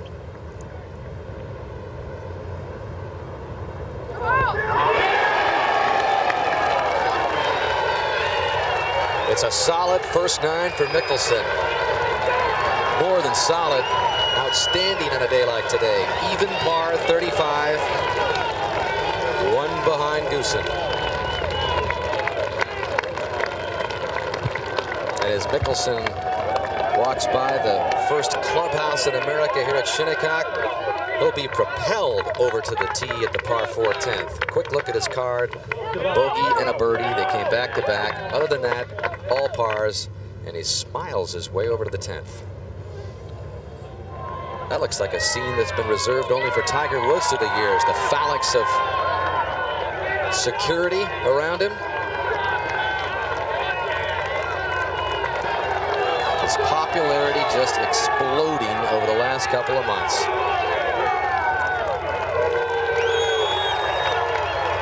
And headed to the back nine, this is what everybody here at the golf course had hoped for, that Mickelson would have a chance. And here he is, just about 5 o'clock local time today. This ought to be an interesting back nine. Okay, let's look at number 10. You talk about some undulation with this animation.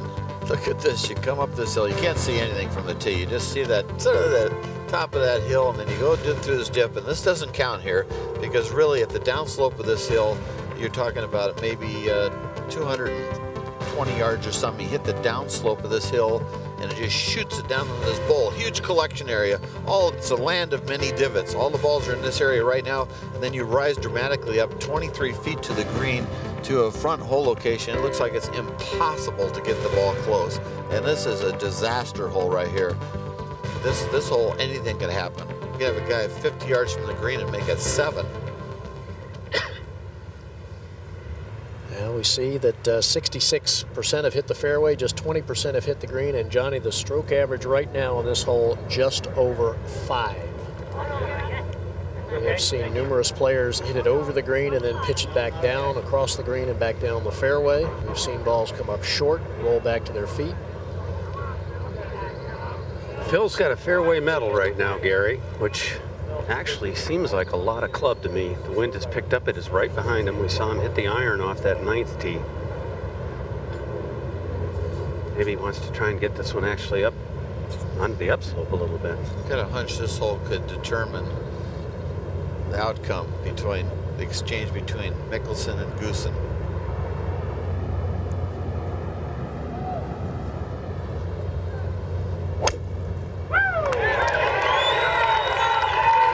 It is headed down the right-hand side. Needs to hang on.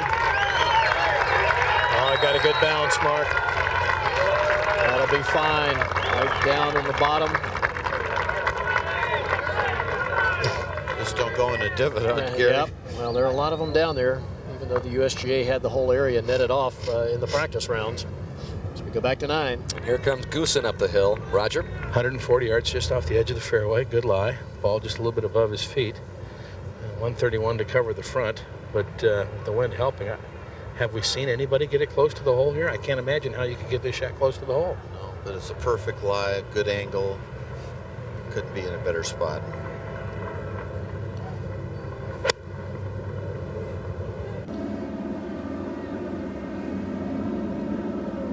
Well, that looks good. Look at this. That's a good spot for missing the green, but this golf course, it's just amazing how many lip out shots we see that they look good. Nope. That's a great championship look up to the 9th, isn't it, with that clubhouse? Oh, yeah. You just walk on the grounds of this golf course, Johnny, and it's just a different feel. It's all golf. Let's go. I mean, it is just a fabulous place. Hasn't been so fabulous for Ernie today, and again the 35-foot trip up from the bottom of the fairway there to the green makes this shot that much more difficult. Tougher angle, and I think a tougher shot than Retief's shot. Slightly off a downhill lie, playing uphill from 111 yards.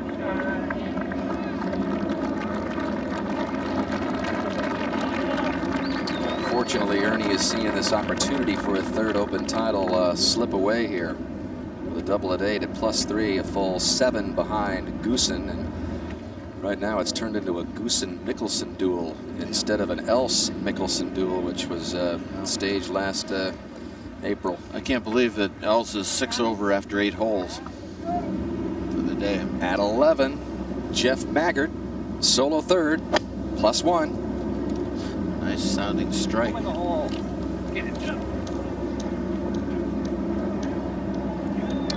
Holes into the wind, so it's really stopping nicely, so you can get it close here. This is possible. Maggart finished tied for 4th here. Victory at the little par 3 11th they call Hillhead. Shortest par 3 on the card here at Shinnecock as we go back to 10. Where Shigeki Maruyama has a putt for a birdie. Ed Snead, not too long, but certainly not easy. What does this do, Gary? Well, it hooks quite a bit, Johnny, and it's one of those, it's so fast, you just have to play it out so far to the right. And once it gets turning left, it goes straight left. This is one of the better second shots we've seen in here today. Putting sort of back into the wind, right? Yeah. Which helps. Yes, it does. Might have hurt that one. That would have gone in maybe without the wind.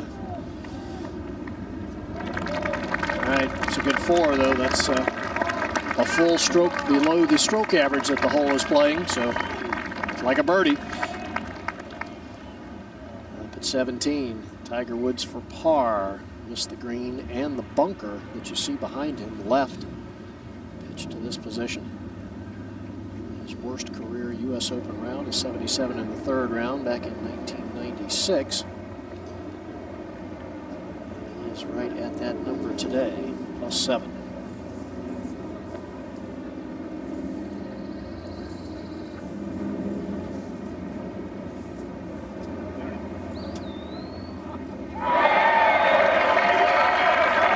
Nicely done.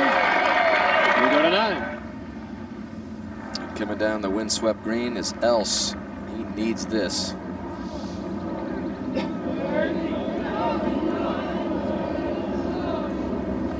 But when you need to make up strokes, you just can't step on the accelerator here at Shinnecock today. It's not the golf course, the kind of golf course you can do it. Yeah, you're definitely not going to be able to go for any putts above the hole. And if you're underneath the hole, you can make them, but it's sure hard to keep it there. Mickelson underneath the hole at 10, I guess you could call it, Gary.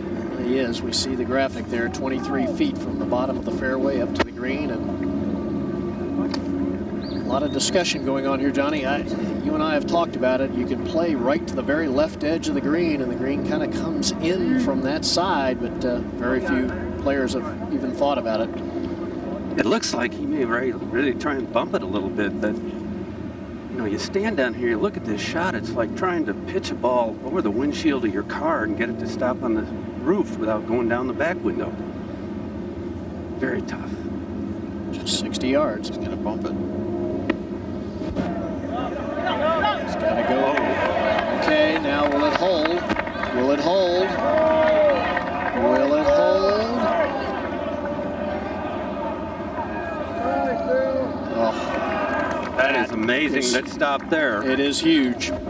Easily could have rolled another 10 yards. It may by the time he gets up the hill. That's true. That is really sitting precariously.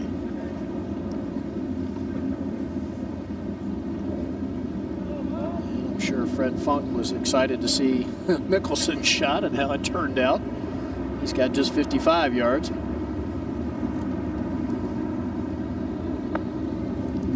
He's going straight up in the air.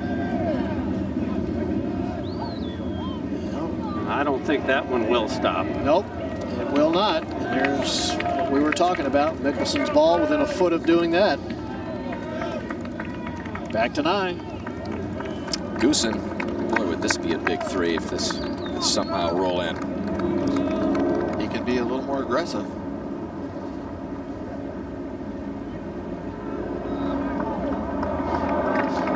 A 4 will work. At 11, Jeff Maggard in front, made par. So this is Tim Clark at +2. He is tied for 4th right now with Shigeki Maruyama.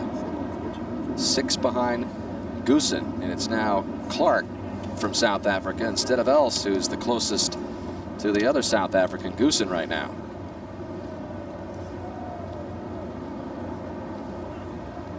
Flag stick on the horizon.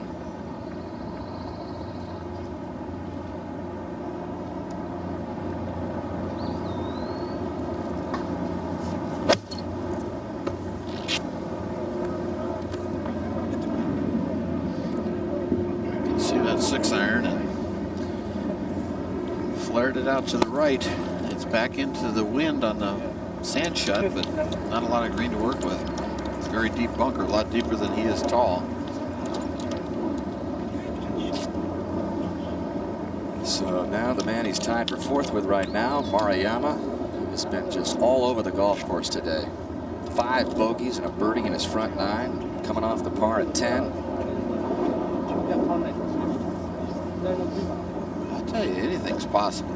You know, I get the feeling that these +2s and I mean, if somebody gets in with level par, one of these two guys, you never know. You just don't know.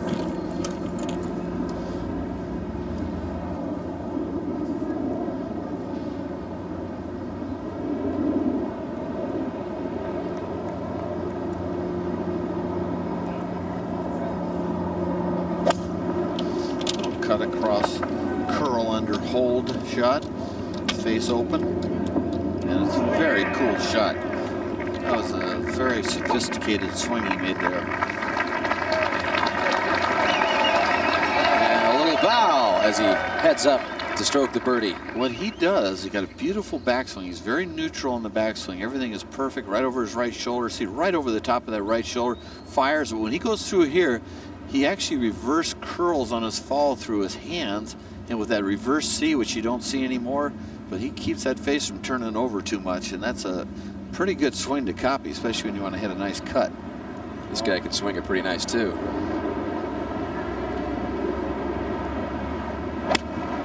Off the tee at 10, just looking to chase the ball down the fairway, get it to that downslope. There it goes.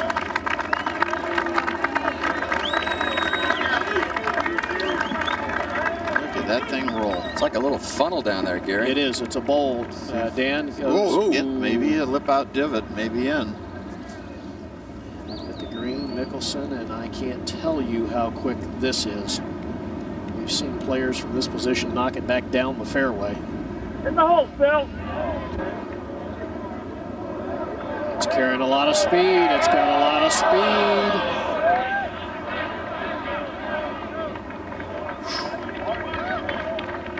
A couple of feet, Johnny, and that was gone. Boy, I think Goosen lipped out that divot. It went in it and spun around and came out of it. That was a big break right there. Because that area is just full of divots. Guys, I'm mentally fatigued and I'm not even playing. They still got 9 holes to go. Watching this stuff. Well, here's a man who's mentally fatigued. I'll tell you, Fred Funk, he has really had a hard time.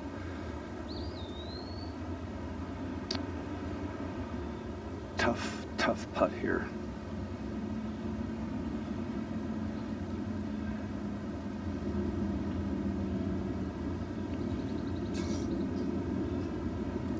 All you can do is just throw it way out to the right, hit it easy, and hope.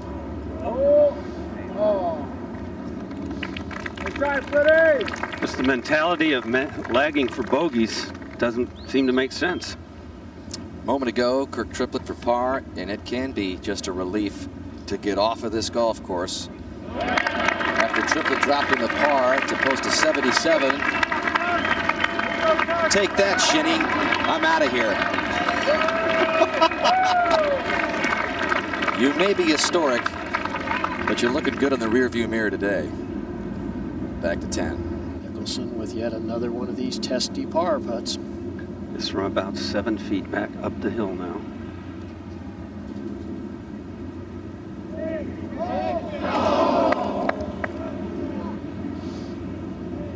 That hurts right there, Gare. Yeah, it does indeed. Just 60 yards from the hole. Off the tee and end up making bogey. So back to 2 under. Keep fighting. Come on, Phil. Keep fighting, Phil. Like Ford's motto, gotta get Ford tough there, Phil.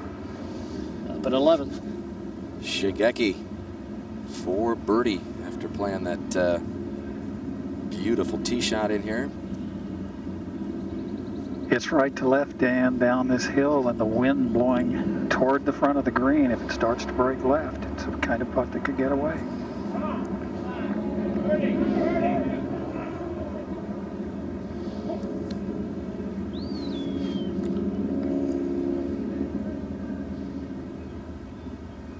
Maruyama marks. I've seen a lot of Masters championships, and I've never seen the greens at Augusta any tougher than this, and I don't even know if they've been this tough. where you have so much trickle involved after the putt makes its bend. Just keeps rolling and rolling and rolling. We go over to 18, and we all remember what happened to Tiger Woods yesterday, coming off the golf course from 95 yards. Landed the eagle. And here he is now.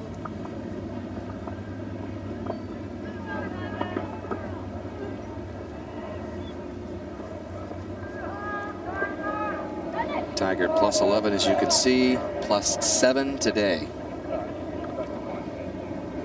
Highest round at an Open was a 77 back at Oakland Hills in 96. That was as an amateur. That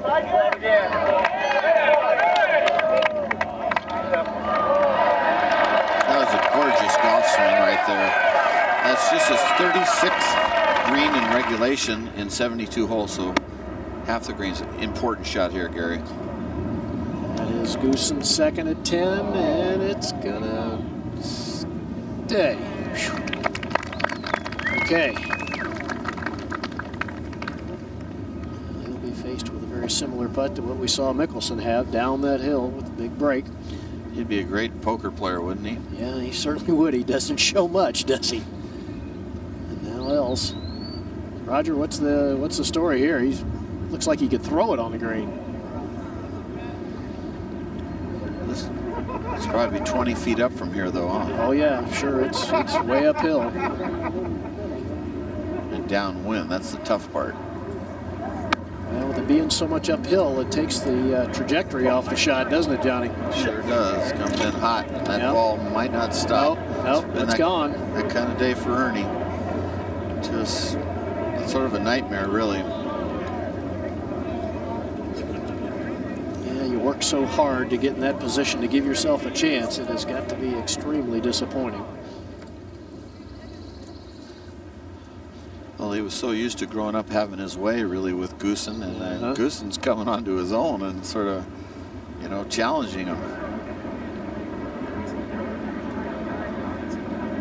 What the heck is that above Mickelson there in the blue sky? That's some talent, man.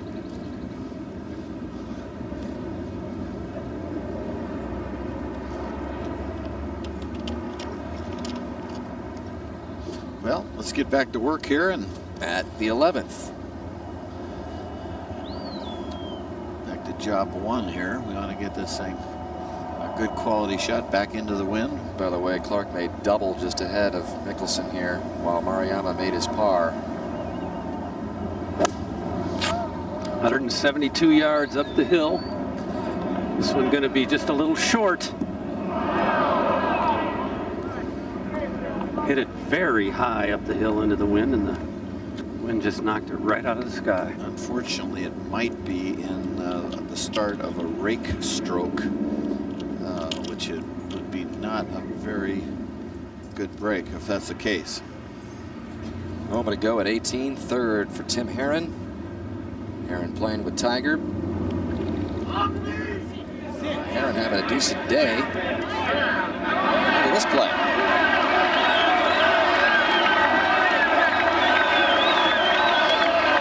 Golf shot.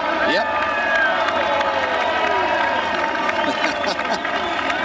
He's almost done. The end is near. Back at 11, Funk.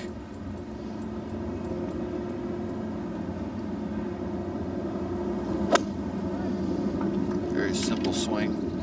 Leaning like it might be right, trying to come back 7-iron. Oh, it was right on it, Fred. Didn't need to do the lean.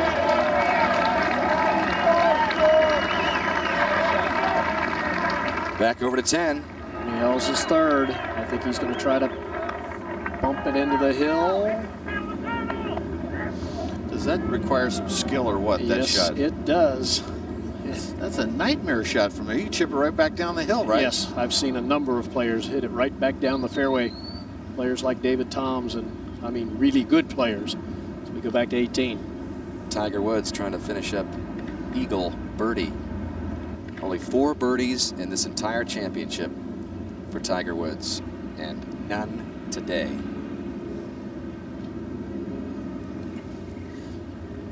Always gives it his best. That's the greatest thing about Tiger. Doesn't just throw in the towel.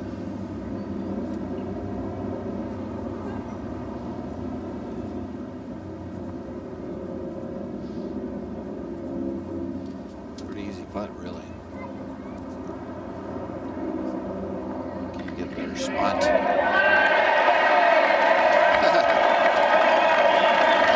Last hole of this championship for Tiger Woods, his first birdie of the day, and the crowd gives him a standing O here. He'll remain the top player in the world, even though he will be 0 for 8 in major championships, just 2 years removed from winning 7 of 11. When he won at Bethpage, he had won 7 of 11 major championships. He's tied for 18th currently in this championship. But the major drought goes on for Tiger Woods, and if you just joined us, we talked all about the possibility of going back to Butch Harmon, which doesn't seem so possible right now with the two exchanging some comments, but Tiger is done for another major here. Mickelson at 11, a chance to display that great touch out of the bunker again. He's got a good lie. The ball rolled just through that rake mark you were talking about, Johnny. So it's uphill now, into the wind. That's actually one of the poorer shots we've seen out of that bunker mark. Most guys have knocked that within 5 feet. 10. Gooson's birdie putt on the way. That needs to slow down, needs to slow down. Almost identical to that of Mickelson's. Toughest hole today, Gary, that 10th. Well, it's unbelievable, Dan. I mean, the guys are down within 60, 70 yards of the hole, and the stroke average is more than 1 shot over par. Over at 16, this a moment ago. Birdie putt for young Spencer Levine. Nicely done. 7 over par. He's tied for 11th and running away with the low amateur honors. That's good playing. That is 4 over par today. That's special. Go down to the green at 10. Anything else for par?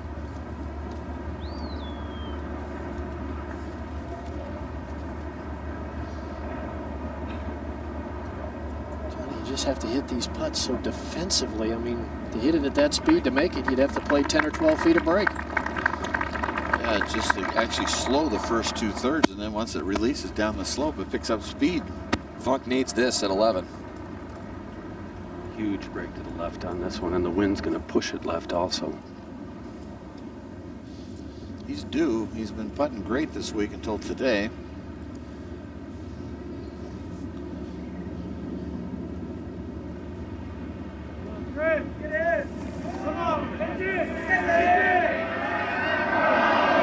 That's been the kind of day, Mark. It's up till today. He's been number 1 in putting for the week, and just nothing's gone right. 19 putts so far already. Wow. Back to 10.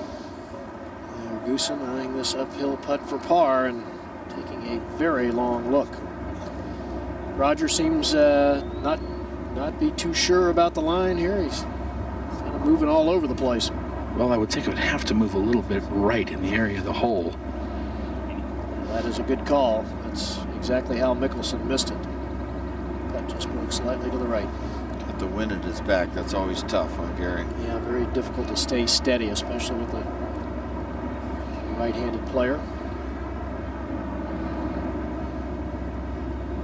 Nope. Just ran out of speed.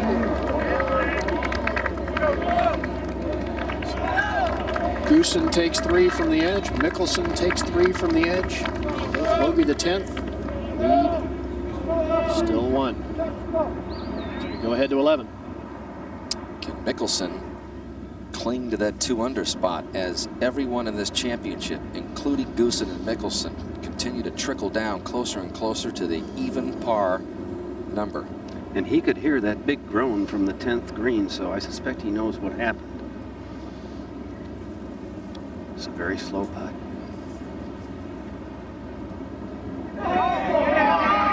Mickelson rams it home.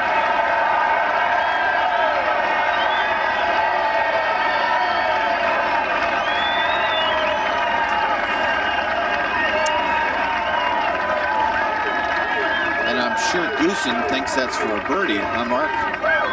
It really was, Johnny.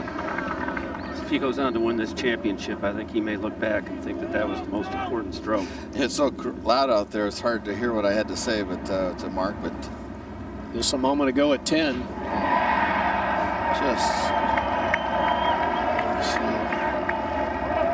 is all coming unraveled for Ernie Els. Tap that in for double bogey, and now at +5, so he is 8 over par after 10 holes. And the magical ride, Gary, continuing from Mickelson. Can he do it? Again, after going 0 for 46 in major championships, can he win 2 in a row? It's almost inconceivable. It's been 63 years since a player followed his first major championship win with a victory in the very next major. Craig Wood, 1941 Masters, 41 U.S. Open. There's the man with the best chance of standing in Phil's way. Goosen looking things over at the par 3 11th, coming off the bogey at the toughest hole in the golf course. Such a large contrast. I mean, Retief Goosen, one of the more reserved and shy players in all of golf. Frankly put, isn't the best of interviews in the PGA Tour, as far away from Phil Mickelson as you can possibly get, at least in popularity. And there is Mickelson over at the 12th.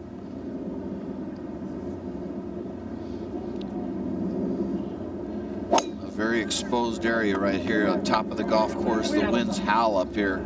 This one's headed well left. And even a strong wind, I don't think will bring that one back. Nope, and that's on a down slope, and looks like it's sitting down.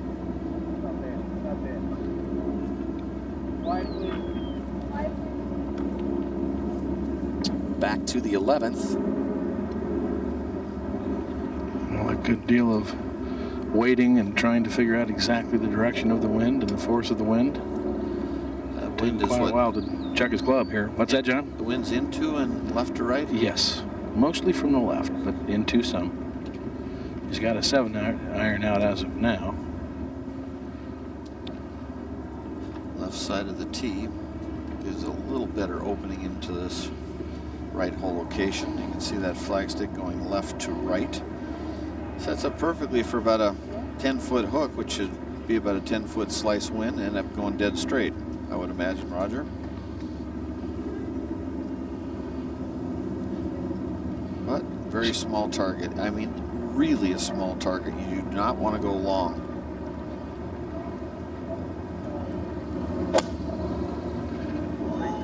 He's hit this ball high. He's turning it right to left.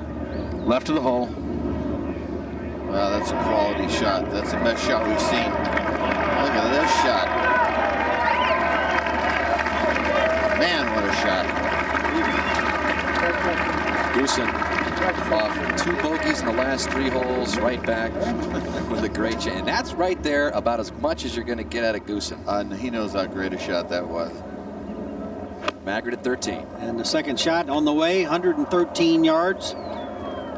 This whole location is just incredible. There's a mound between the hole and that bunker, and that is a wonderful shot right there. Jeff Maggard 1 over par with that birdie opportunity. Retief Goosen has just hit it close. This tournament, the championship, is not over. A lot of golf, a lot of shots that they'll be praying for him as they fly away. You can see the scores have gone up incredibly today. We'll be right back.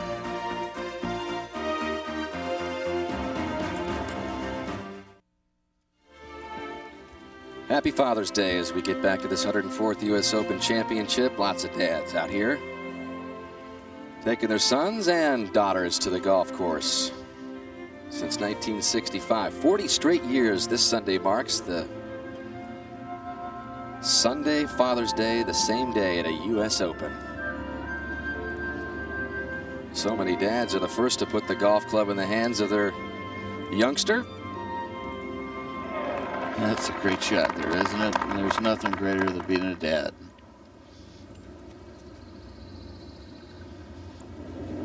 out to 13. Well, this just earlier, this is a U.S. Open round. Jeff Maggard has hit 5 fairways, 5 greens. He's had 16 putts in 12 holes. Happy Father's Day. That one goes in. Moves Jeff back to even par. Well, Jeff and his wife, Michelle, expecting twins, Murph, in September. In fact, Michelle flew in last night, 6.5 months pregnant with twins, and the doctor says the due date is even a little earlier than September. That's a great putt there. He's doing some wonderful things today around the greens. Else at 11. Just about 10 feet uphill. Should wiggle a little bit to his right.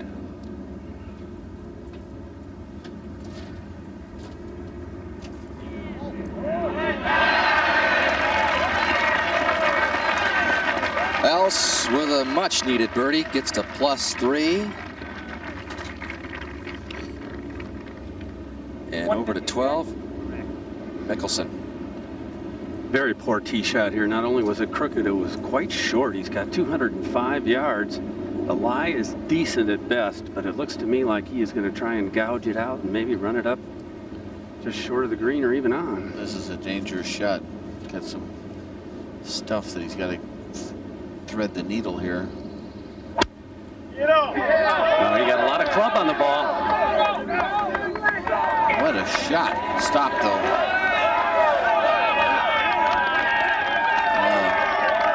It's not what he wanted. You always want to keep the ball in front of the green when you're in trouble. Always try to keep it in front if you can't get on.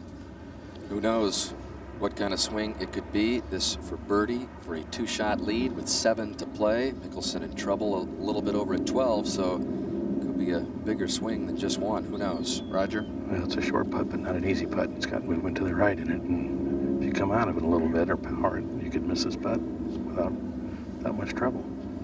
The shadow that'll be over the hole or the edge of it.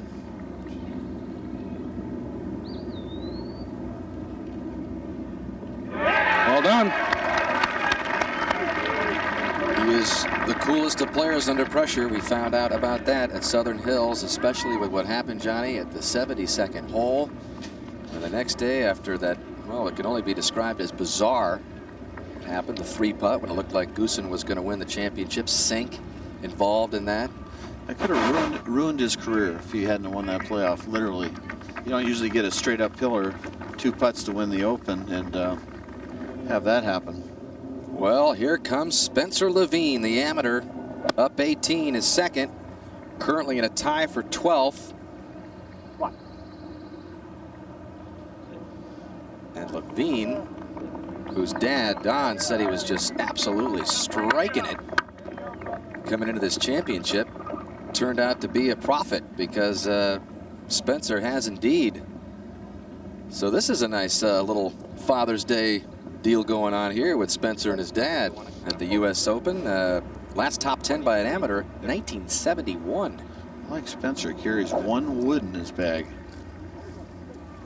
Goosen, the leader by 2 now at the 12th. Got the driver out. Wind blowing left to right.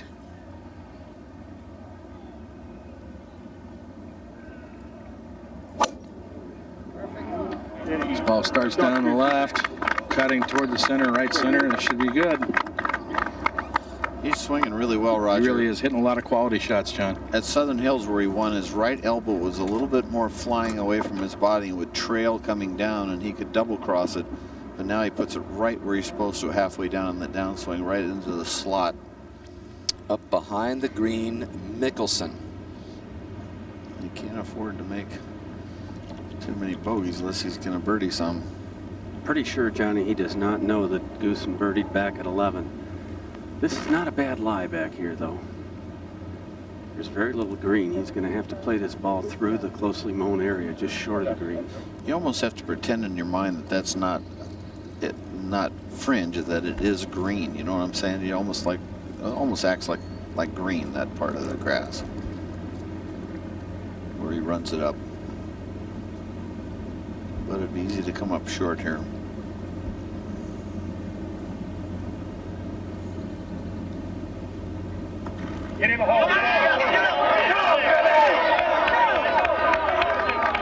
Just gets up on top.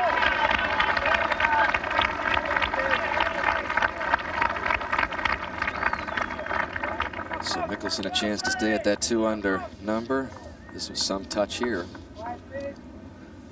Well, let's take a look at this. It's a nice little shot here, close up. So it keeps that left, well, in his case, right hand firm, doesn't break down. Blessed with such good hands in this sport. Done things from short game perspective that just no one else in the game simply has ever done. Earlier this month, American gymnast Courtney Kupets capped off her amazing comeback from that Achilles tear suffered last summer by capturing a share of the national championship next Saturday, part of the field there at 8 Eastern time for the U.S. Olympic Gymnastics Trials. A little pressure in that venue. If I try to do one of those, I'd be in traction the rest of my life. Fred Funk for birdie at 12. 6 over today. +4 for the championship. Yeah.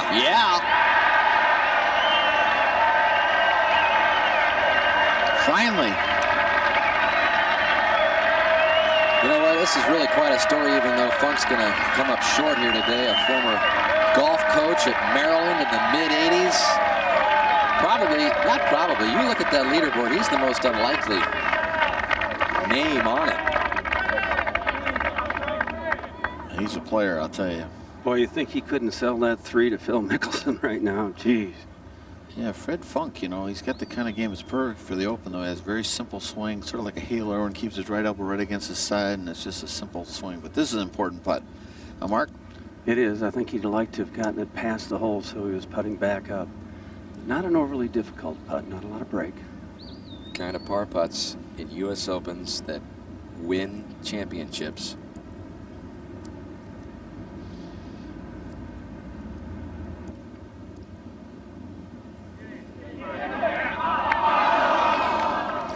Well, I think he read it like you did, Mark. It started inside right, and it broke all the way across the hole. And we talked about that swing that would occur perhaps between Goosen on 11 and Mickelson in 12, and it's happened. The lead is now 3. I think he hit a perfect putt for what he read, and it really broke for some reason. So Mickelson 2 bogeys in the last 3. Just 1 under par. Let's go to 18, pick up Spencer Levine. And how big has this performance been for this 20-year-old amateur? Top 15 exempt into next year's U.S. Open. As his dad looks on, by the time it shakes out, he's currently tied for 12, top 8, get invited to next year's Masters. What a week it has been for Spencer Levine. That's great stuff. That's a heck of a round today, I'll tell you that. Dusted a lot of pros, I can tell you that. Spencer will see at Pinehurst #2 next year. Yeah. 14. Jeff Maggart from the right rough. Cannot shoot at the hole location today. It's right front. Just wants to put it over to the left. This is going to be real good. It's going to actually be on the green. And we haven't seen many of those here. That whole location just to the right of it is a big slope to the left. Back to 12. Else. 166. Decent lie in the rough. Wants to go. Came out soft. Didn't jump at all. Bounce.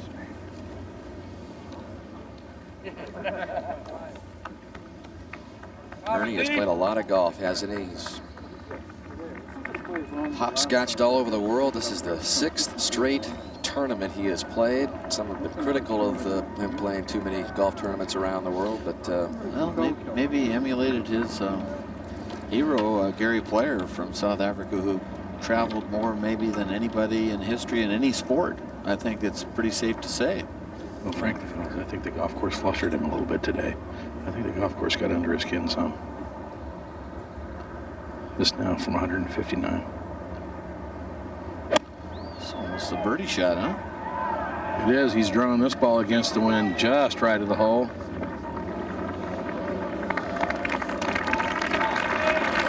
You can play these shots. They're not impossible, but you got to hit really quality shots. That's all there is to it.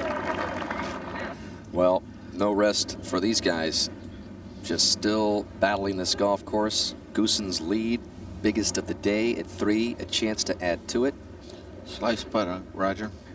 Yeah, a little bit. Not a lot in it, John. Phil's broke pretty good at the hole. Coming the other way.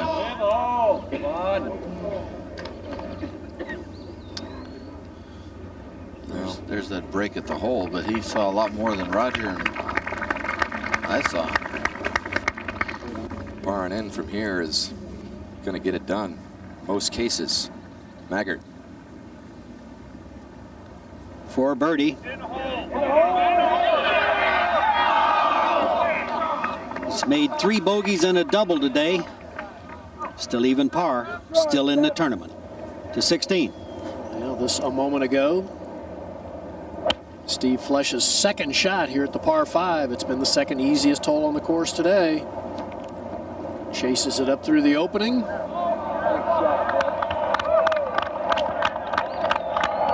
And he would go on to make that putt for an eagle 3 to move to 6 over par for the championship. Go to 13. And Fred Funk in the fairway, 137 yards. This has been such a difficult shot. Mark, they get the ball up in the air. If it lands in the front, it goes dead backwards. Phil's going to be watching this one closely, I think, Murph, to see how it reacts up there. Whoa. Whoa. Wasn't a very good shot to judge by, though. No, that's a very difficult shot, ideally. And Phil said, I've been thoroughly prepared now. Ideally, put the ball out to the left of the hole, maybe even a little long. It will come back. There's a steep rise to the left you can see over Phil's shoulder. I think he has a little advantage in that he's on the upslope. He's just 121 yards. He can draw it back toward this whole location. A round mound between himself and the hole.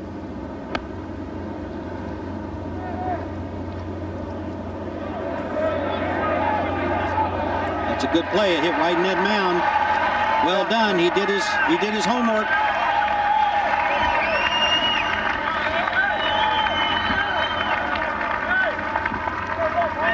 Phil said this is not going to be like Augusta where somebody can shoot 67, come from behind and win the tournament. Boy, was he right. Yeah, man. Yeah, a little spot like the last one. Jeff Maggart, tee at 14. Elevated tee coming down the hill. And he is still in this championship at Yes, he even is. par. But that's not going to help. That's right behind that tree, maybe just okay on a downslope. Well, Johnny, we like to think of your commentary as pretty unique. This guy's commentary has been pretty unique through the years, and his show, McEnroe, will be premiering Wednesday, July 7th at 10 Eastern Time at Pacific on CNBC. The outspoken American tennis superstar, of course, brings that unique view and, of course, fiery approach. He's going to talk about everything from politics to, yeah, sports, a little bit of everything. July 7th, the premiere. Good luck.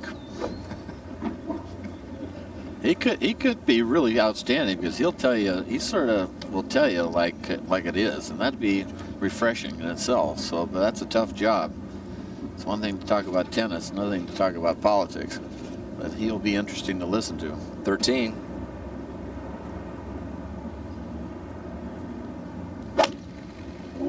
On there, and starts right, going right. Not good here. Nope. That's trouble. Shake of the head. The wind blowing right across him today there, Roger. Come forward to the green. Funk's bunker shot.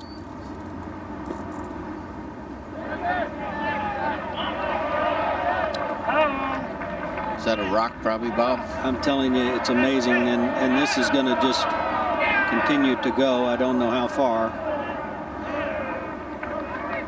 Look at his club. He got a little powder burn on that one, I think. The players can't imagine that they can hit a bunker shot as high as he hit that and have it land and you could hear it up in the grandstands when he hit the green. Let's go to 18. And the two-time U.S. Open champion Lee Janzen finishing up here. This for birdie. And to break 80.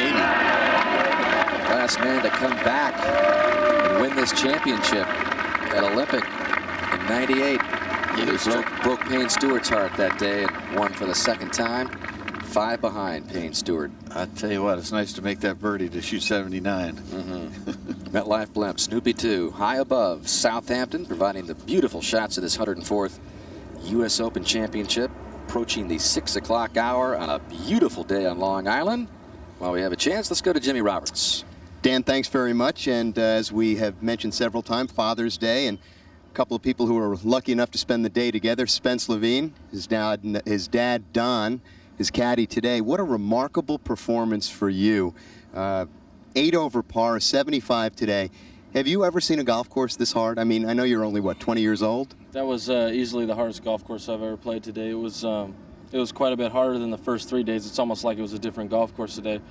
I played Oakmont last year in the U.S. Amateur, and this was actually harder than that golf course. And I've never seen greens this fast. These were the fastest greens I've ever seen by about 3 or 4 feet. I mean, you're hitting putts uphill that roll 5 feet by and you just tap them. I mean, I've never seen, it's literally like putting on like a hardwood floor. Almost, it is. Did you surprise yourself a little bit this week? I know you're obviously a very confident young man, but still to shoot 75 on a day like today, when the numbers are much, much higher than that, it's pretty good work. Yeah, it's kind of weird when you see a 75 by your score and you feel like you played pretty good. That doesn't usually happen very often, but I'm very pleased with my week. It's great. I had a great time. This is great first Open. It's awesome. All right, well, congratulations to the both of you, and we'll see you at next year's Open. Let's go out to the 13th hole. Thank you, Jimmy. Phil Mickelson having a good look. This is a very makeable putt, but it does rip off to the right, just at the last. It's hard to believe, Murph, but Levin's round was one of only 11 rounds of 75 or better today. Wow. Well, you know it. I mean, the folks at home certainly have got a feeling now as the day has progressed that it's just bewildering trying to figure out even 3 and 4 footers. My goodness.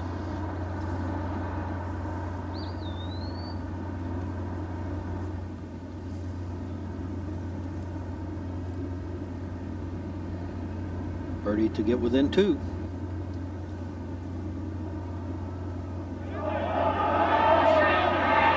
Yes, sir.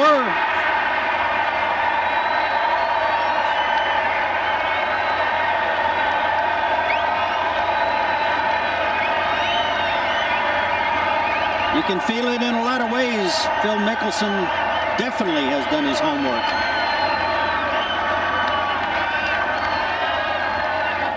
Fred Funk, by the way, holed it from the back of the green for his par. How about that? What's the crowd in the background? That's neat, huh?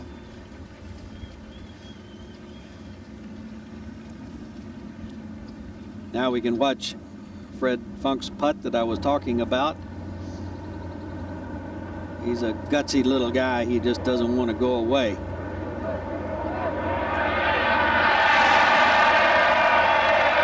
Thank you very much.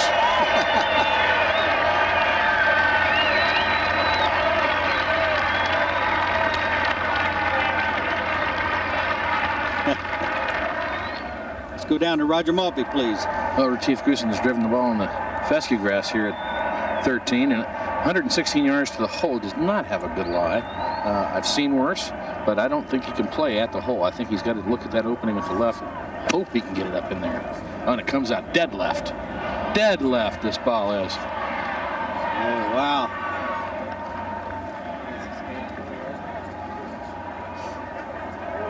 Wow.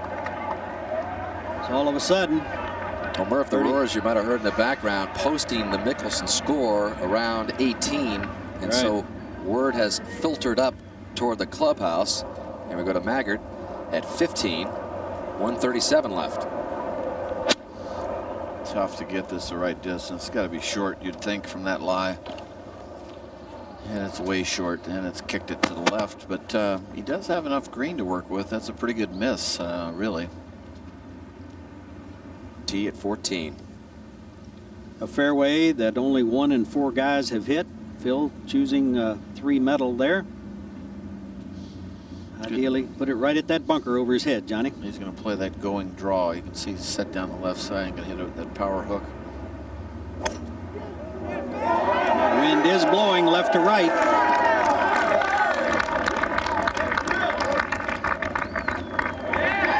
That is a beauty.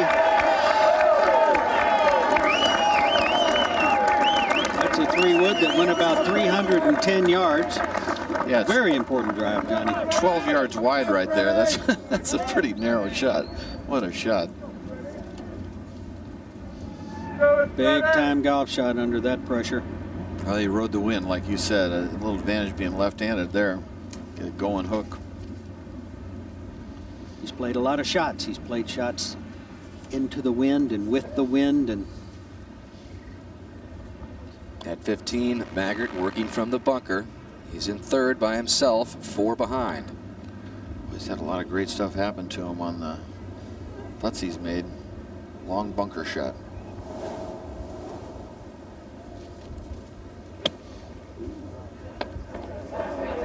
Came out a little hot. That ball was definitely a rock. Did you hear the click it made? And it came off with actually overspin.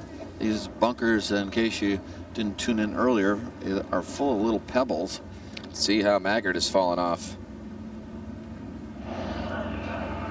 Roger Mulvey, what do we see? Well, we could have a situation that Retief faced back on the 5th hole where he doesn't try to put the ball on the green.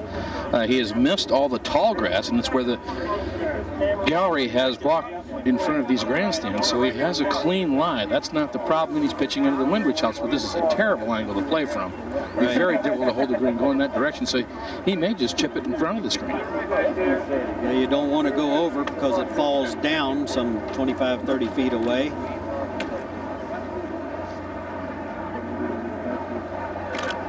As we pull back, just over that bunker there is a slope that goes pitching straight down to the hole.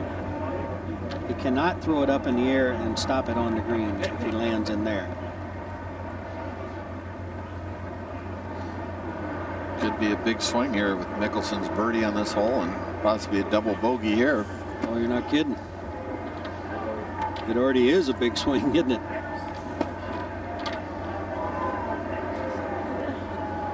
He's taking a short, choppy little swing there, Roger, and he's looking straight at the hole.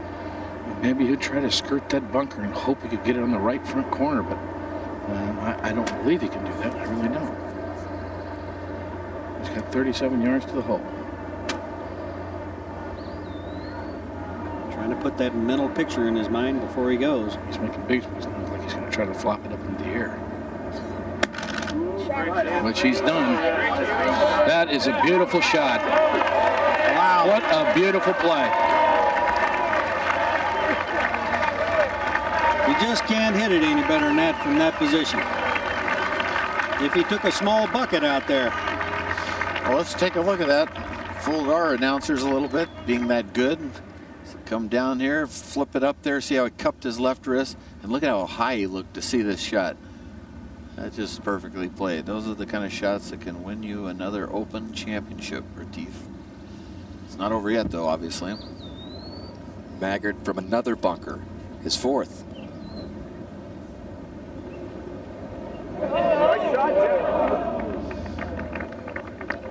And a ways away for bogey. He's had a wild round, hasn't he? Ernie over at 13. The second shot just came up short, as so many have today. And Ernie is just not in the shop today. He's having a rough time.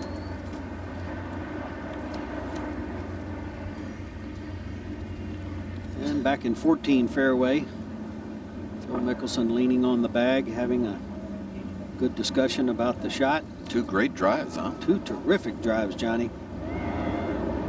To reset here, the whole location is right front, and to the right of that is a pitch that goes, there you see it, It'll go to the viewer's right. Just kicks dead right. Just right here, it goes this way. Yes, goes right to the right, down to the hole. So you want to stay away from that because it's just so firm over there. I've seen a lot of shots just pitch right over the green. Hey, Murph, by the way, Maggard made that bogey at 15. Wow. Yeah, he's at +1.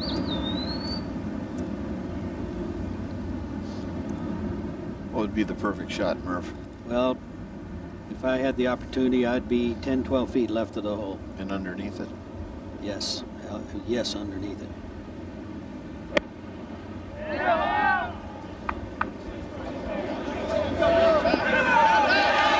Big hop. That's a wonderful shot. He can make it from there. He's probably worried that it backed up more than that, but it's okay. Well, they're cheering so much, you know, you can't tell really where it is. I mean, anything airborne, they're going to get excited. Well, they're cheering because they've been sitting here for a long time and haven't seen many good ones. Fred now got a good look, good feel, good lesson from that shot.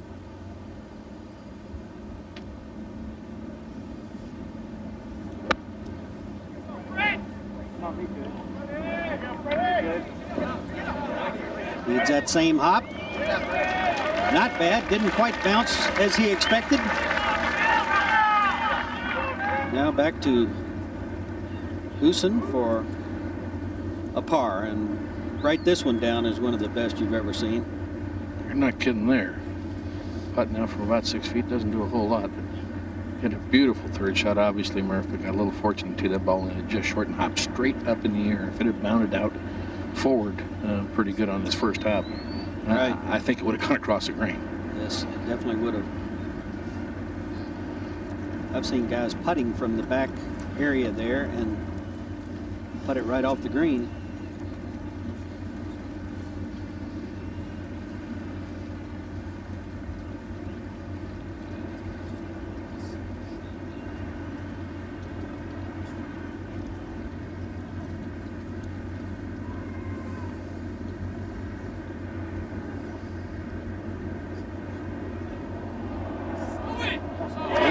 In that left edge. What a par. What a par. At no time did that look like a par. It never looked like a par. In the rough, in the gallery. And watch how this ball just finds the edge. Whew. But it's okay now. And up by 14 green. Fred Funk now marked from the front, taking away a few pebbles off the putting surface there. Well, this will be a putt I think Phil Mickelson will have a good look at, Murph. On a similar line.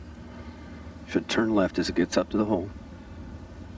Yeah, it really does. As a matter of fact, most of the shots I've seen from here, or putts if you will, they have gone up, and then all of a sudden about 2 feet from the hole, it really starts to slow down and it just rips off to the left. Big sigh of relief there from Fred.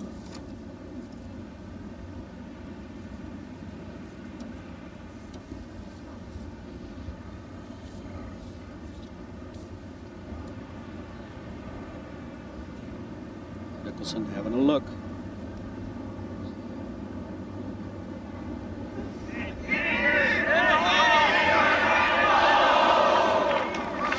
Well, he saw just how much that broke, and Fred hit it pretty firm, Murph. Yes, he did. He tried to take a little to break out, but he's left himself some 5 feet now for par from a position that I've yet to see a person make a putt.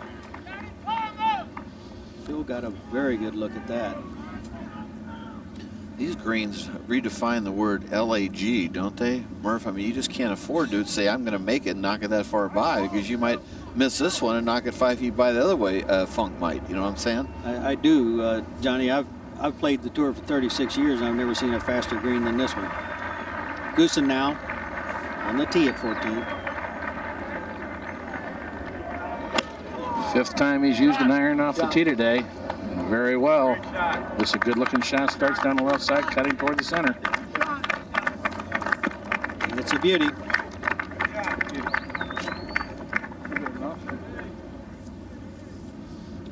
Johnny, I've always felt like Phil Mickelson was a better putter on putts that had a lot of break to him than he was actually a straight putter. Well, he's looking out to the right. Feed it in there.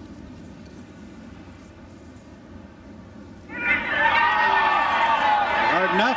Yeah. Oh, my goodness. Don't you know he thought he made that one? Look, just like Goossen's putt on the last hole, and his went in, and Phil's lipped out. Wow, let's take another look at that as it rolls up. And Phil says, I can't believe this doesn't go in. See how far out he plays it, and it is dying. Tilts a little to the left, but refuses to go. Mickelson has been so close in this championship through the years. Close today, and also close a couple of years ago at Bethpage. Remember this putt down the hill at the par 3 17th? And the noise they made for Phil, one of 2 second places in this championship. Is today his day in the U.S. Open, as you saw his birdie putt roll in there at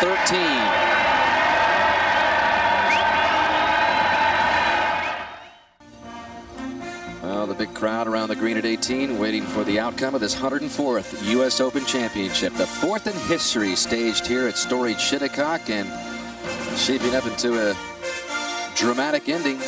Goosen on top by 2. Mickelson just barely missed, making his 2nd straight birdie to perhaps pull within 1, but they remain the only 2 players under par as we get back out to 14. And Ernie Els is in trouble. DED dead. This is just a pitch out. A hack out, actually. Sit down.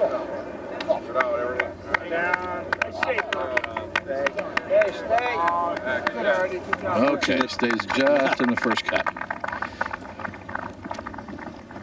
What a big turn of events, Roger, when Retief was able to make that par back on 13 after Phil made birdie. You know, Bob and Roger, Goosen's only hit 5 greens out of 13. It's not like, but the nice thing he's done is his good ones have been real good. Have you noticed that, Raj? The ones he's hit good have been birdies. I agree, and his bad ones have been pretty manageable. Yeah. You know, he's managed his ball well. He hasn't really put it in places that you just can't do anything. Just 2 times, what, 5 and number 13? Right. There we see greens in regulation 14 first round, 11, 11, and 5 out of 13 today. I think that's why Kirk Triplett stuck his tongue out, because if you're not right on the top of your game, you might only hit 3 or 4 or 5 greens in regulation out here. Yeah, it's so abnormal because even when you hit a good shot, it's so hard to capitalize on it. Right in between. You just got to think about where you want to be.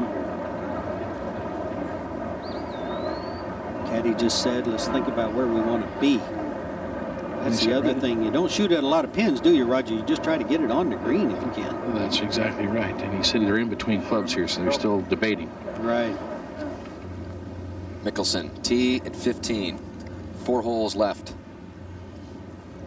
Gotta hit this fairway into the wind. Very high shot. Going to come down real soft, but at least in the center. Oh man, just right dead center. Great shot there, because that fairway drops down 58 feet from the tee, and that wind's got plenty of time to gobble it up and do something nasty to it. Back to Goosen at 14. He selected a 9-iron here. Wind is left to right, slightly down the hole.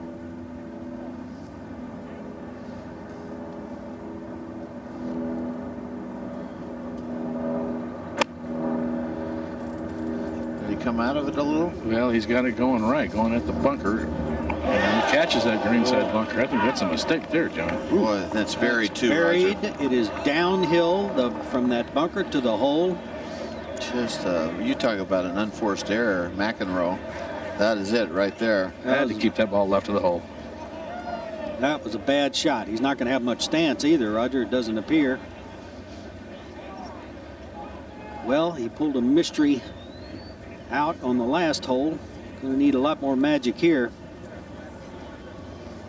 You talk about that little gift to Phil. That was it. That was a mental error, even going anywhere around that hole. Ernie next. That's from 124. Bringing it in a little right to left. There you see the kick that we're referring to. That landed, of course, 5 or 6 yards short of the green.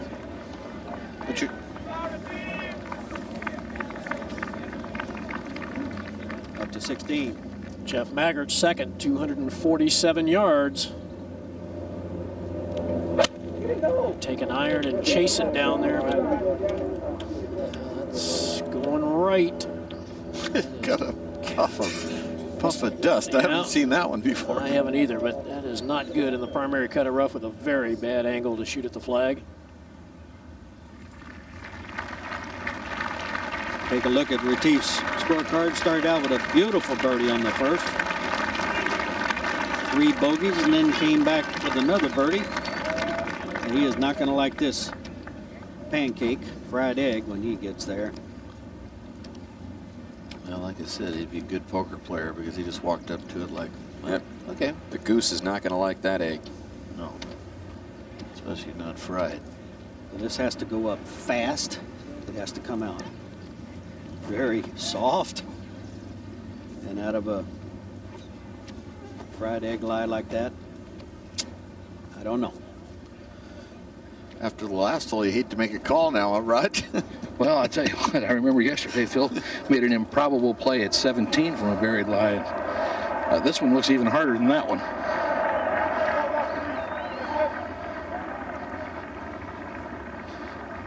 Ernie now going to chip it up and putt it up.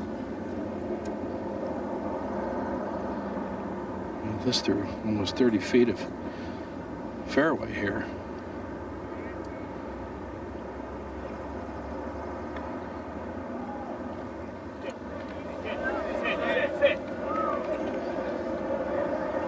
There's an idea of the speed, so you can really imagine just how difficult this bunker shot will be. Roger, I asked Gary about an hour ago what he thought these greens were running, and he did a little bit of a Bill Clinton. I was just curious what you think they're running. Let's say they're up over 13, in my opinion. It's certainly in spots, well over. Certainly this green is. Yeah, you bet. One thing I noticed about Retief, when he does miss a green, he looks at all options. You can see his eyes looking, oh, where do I land it? What if I put it over here? He's thought about where I want to miss it, where I want to putt from.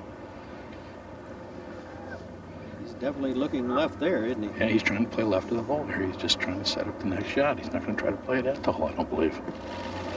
Uh-oh. What was that? Didn't even take any time once he got over the ball. Wow. He was just trying to pop it out and just let it run and scoot to the front left part of the green, but didn't carry it far enough, obviously. Oh, and he's left the same terrain right in front of him. Over to Mickelson. Maybe an opening here from 120. Gotta be careful. It's tough front right hole location. Oh, yeah. Oh, yeah. Birdie time. And with the troubles that Goosen is having at 14, it just got really interesting. Yeah, he could have the lead after this hole. Back to Goosen at 14. Well, Roger, he's taking a look at 2 or 3 options here. Yeah, kind of a nasty little line ball above his feet. Yeah. And of course, he's going to have to land this well short and well right and just hope it creeps onto the green. Definitely has to pitch it 6-8 feet out to the right of the hole.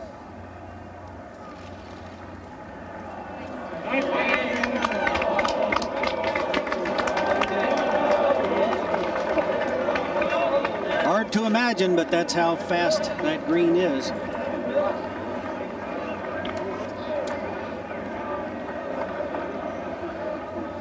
Let's go back and take a look at the 3rd shot here, Johnny. Watch this. Just picks it up, and when he just sticks it in the ground, no follow through whatsoever, and just caught that last little bit of rough. He's playing it to the left to be smart, but he hit way too far behind it. He hit like 6 inches behind the ball on that little explosion. You want to hit about 3 if you can, so it'll pop up and out. Yeah, if you're going to hit that far behind it, you need to have a lot more speed than he had there. Yeah, you can't quit on it. Well, it's gotten very interesting real quick. It was already interesting. Yeah, but 2 putt here for double, and then Mickelson would just 2-putt for par, and we'd have a tie game here. Yeah, but Mickelson's got a very easy birdie putt. Just he played the hole perfectly. That would give him the lead, maybe, but let's not get too far ahead of ourselves here. There are some birdie holes. There's some real exciting exchanges that are going to go on here, and then the next hole, and then the 5-par, which you can make eagle on.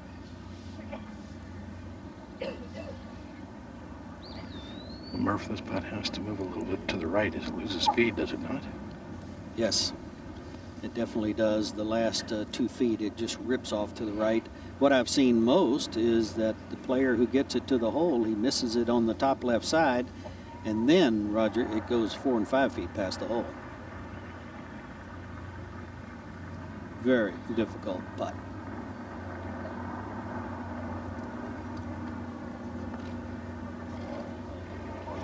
Oh, this looks good. Oh, my. What a save. How about those 2 saves at 13 and 14? 14, albeit a bogey.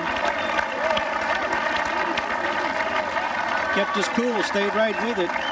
Boy, oh boy.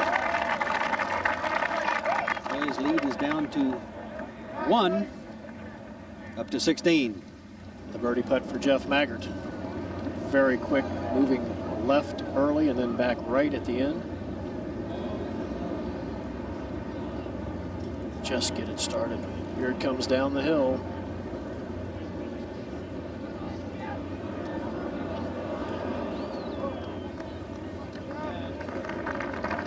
So Maggart with some work left to remain at 1 over. Back to 15. Where Mickelson has a birdie putt to tie for the lead. He has looked at it from every conceivable angle, Johnny. There is not much break to it. I mean, you can't get a much better spot than where he is right now to make a, what is it, about a 8-foot birdie putt, 7 foot? Yeah, I'd call it about 8 feet. Had a birdie at 13, barely missed the one at 14. Another good look here. When I first saw him come out today, Johnny, I wondered if it was a coincidence that he wore a green shirt today. Well, remember that little circle drill that he did and does every day? This is the same length that he practices.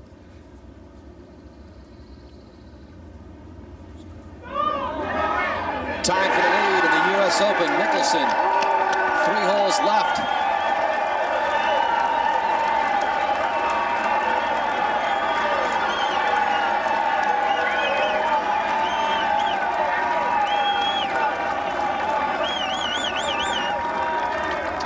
It very easily could have been 3 straight birdies here in this stretch, but Mickelson 2 in the last 3 holes.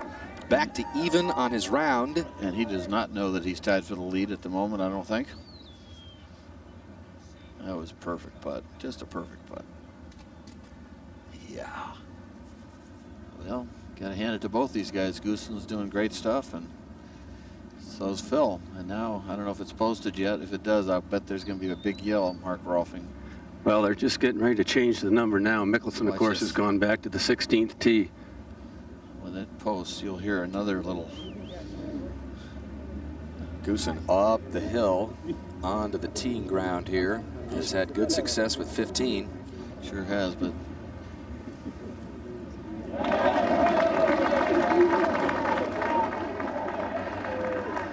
well, might be a tee shot going down the right side. It's going to miss right. And that is not a good spot on the downslope with this right hole location. He's got no chance from there, really. I don't even know if he can hit the green. He's had amazing recovery skills today, but how much longer can you just keep going to it? Mickelson continuing the high-fiving around Shinnecock. On his way to a hole, Gary Koch, which got the best of him 9 years ago in his intention in this championship, playing it in +6, but it's a new Phil Mickelson, isn't it?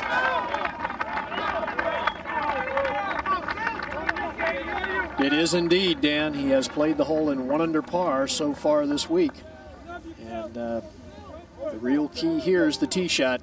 As we look down at the hole, got to avoid that big bunker down the right-hand side, very deep rough on the left. Has been the most difficult fairway on the entire golf course to hit. And they just posted the score at 18, Gary.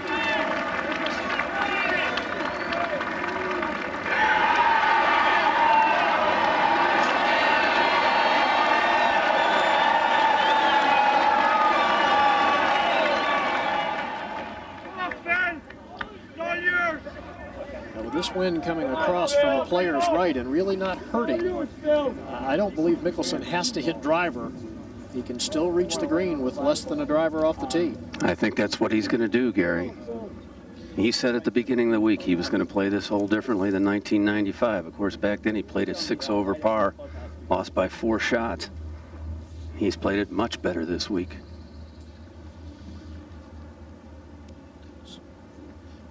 Mark, so Phil does know he's tied for the lead? He heard the roar back here at 15 when they changed the board, so he must think that.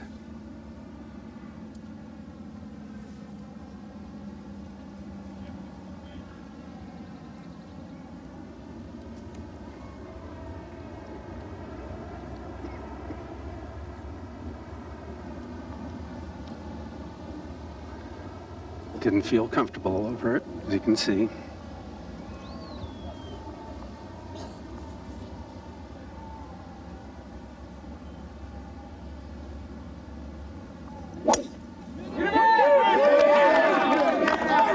This one is headed down the left-hand side, just needs a soft bounce is all.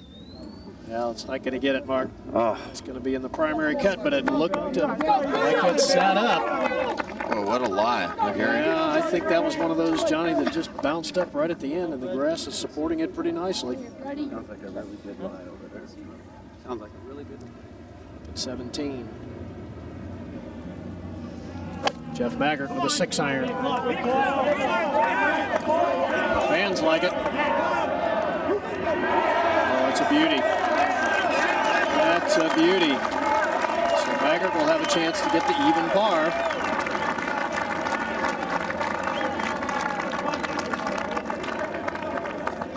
Head to 18. A moment ago, Corey Pavin, the champ from '95, is third to this par 4. Pavin began the day at +1, +9 today. A tough trip around Shinnecock in 04 this final day. But that might come back. Yep.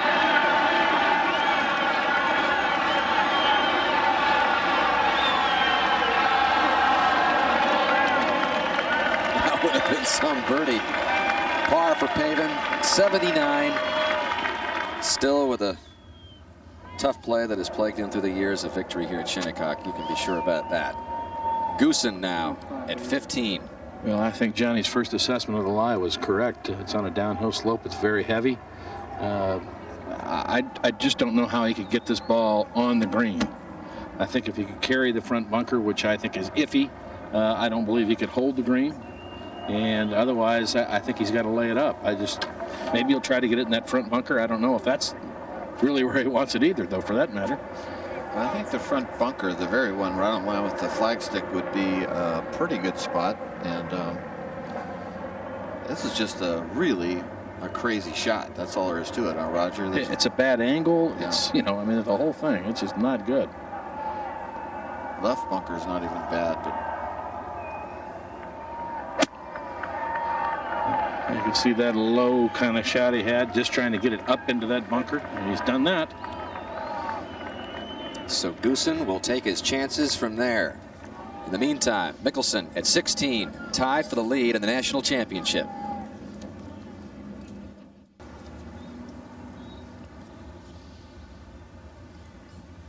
At the 17th, while we were away, Jeff Maggart for birdie 2. Should turn to his right. Oh, Maggart with his 5th birdie of the day. 4 bogeys, a double bogey. He's at even par for the championship. Maggart Shinnecock adventure. Oh, man. How about 5 birdies today? That's incredible. it is, because there's only been 87 birdies and there's 66 players, Gary. So average guy's making like 1.3 birdies or something. So he's run the table. All right, decision time, Mark, for Phil Mickelson. Yeah, definitely, Gary. This, I think, is going to be a defining moment in the championship. He's got a tremendous lie over here in the rough. Actually, a better lie than if he were in the fairway to go for the green. He does have 258 yards, though, and I think he may just decide to lay it up. Well, he's got out what appears to be a relatively long iron, so I'm wondering if he thinks he can chase the ball. Landed about 30 yards short of the green and try to chase it up into the front bunker. I think Fred Funk is actually away in the rough on the right-hand side. Well, Funk is away. We will move back to 15. And remember, Goosen laying up in that bunker. This is third. A little bit up on the upslope, so a good lie. Got it to the best place he possibly could. Interesting, this is the bunker that Raymond Floyd holed it from in '86. He didn't like that, came out soft. It's also the hole, Roger, where in '95 Corey Pavin birdied in the final round to take the outright lead for the first time that day 9 years ago. Well, he's not making it easy on himself, I can tell you that, in the last hour. Back to 16. Well, Phil Mickelson called Jim Mackay, the caddy, back over, and they reconsidered here.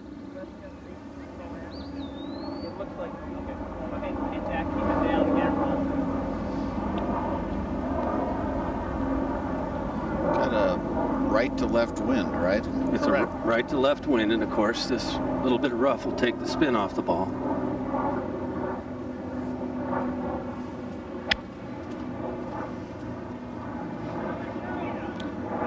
Now this one is high and left. Right, that is fine. Wow, good friendly kick. That'll be fine, although he'll have to pitch across that bunker, and we've seen guys have success by throwing it past the hole and letting the slope bring it back. Back to 15. Goosen prowling around a par attempt to try and stay at 3 under and tied with Mickelson. Roger? Well, I don't see a whole lot in this putt. I really don't from this angle. It may die a little left, but I don't see much. This green really looks brown.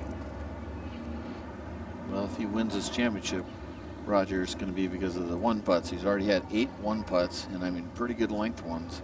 That's another one.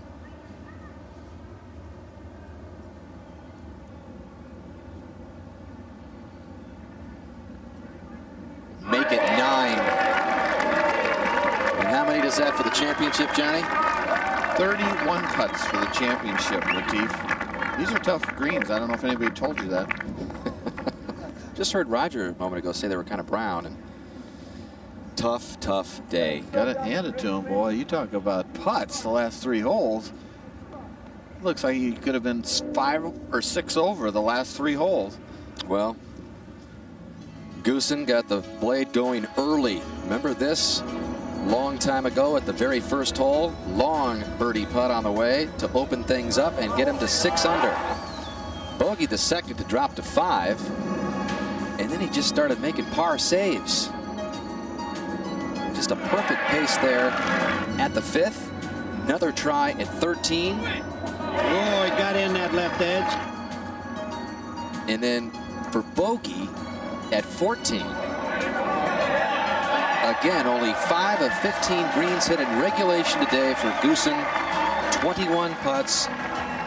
And the 9th 1-putt he added to the list at 15 just a moment ago to stay tied for the lead with 3 holes left. Looking for his 2nd Open title, the champion from Southern Hills in 01. Man. Well, I said when we started the show, it looked like maybe 3 under would do it, but I'm not so sure it isn't going to go to 4. But of course, they got to play 17 and 18 after they possibly birdie 16, huh, Gary? Well, it is the hole to do it, Johnny. No question about that. 2nd easiest hole on the golf course today, playing under par, 4.84 stroke average. Actually seen a couple of eagles, Mark Calcavecchia and Steve Flesh. Oh, we got a 3-hole tournament, you know, 3-hole championship here. A small little 3-holer. Goosen a little more aggressive than Mickelson going with the driver. Wind coming from the right, maybe against slightly. Aiming down the right side, huh, Gary? Take it right over that bunker with a little draw. Well, he's taking it across that bunker, but it is not turning much. Well, it also finds the primary cut of rough. Just have to see about the lie. That wasn't a very good lie. Didn't look like it. Looked like it settled down.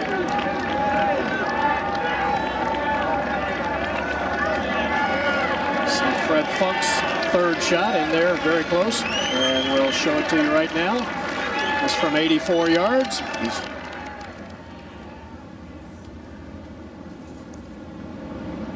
It's just a moment ago. So sand wedge, he likes it all the way, and he should.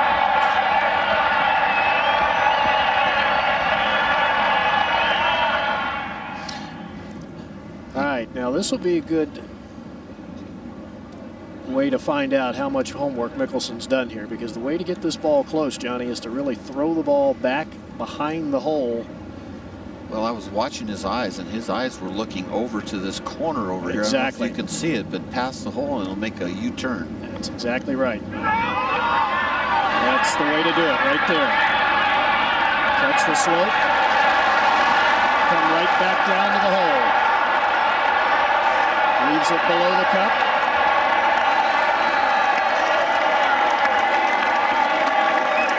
I would say he's very well prepared. Well, Gary, we've said it.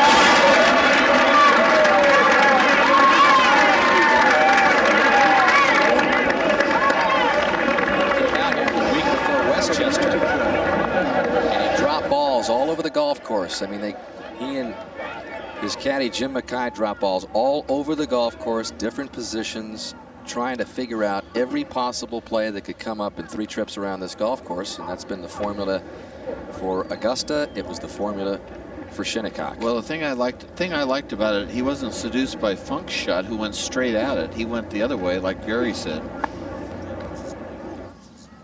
Well, this is Maggard at 18 and solo third. Needs a kind of like a tiger eagle landing here to get it to 2 under and maybe have a shot, but it appears it's Mickelson and Goosen fighting it out by themselves. I tell you, you have 2 guys out there out of 3, and the 3 guys on the leaderboard. Teef Goosen is 1 putt and everything, and this man here, Jeff Maggard, 23 putts through 17 holes, which if you'd have told that to the rest of the field, they'd say, no way. Well, back to 16.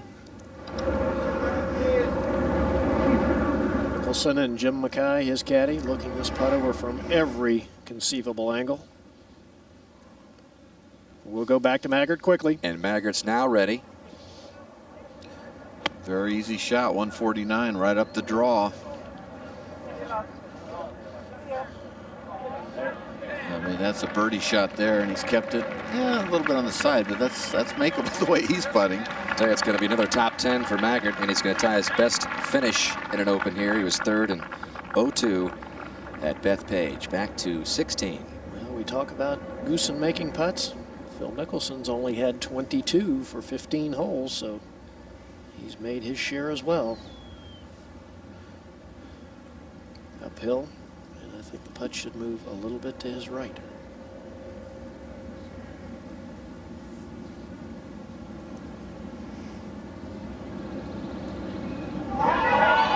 Yes! Mickelson to 4 under par. That's 3 birdies in his last 4 holes. A little reminiscent of the back 9 at Augusta.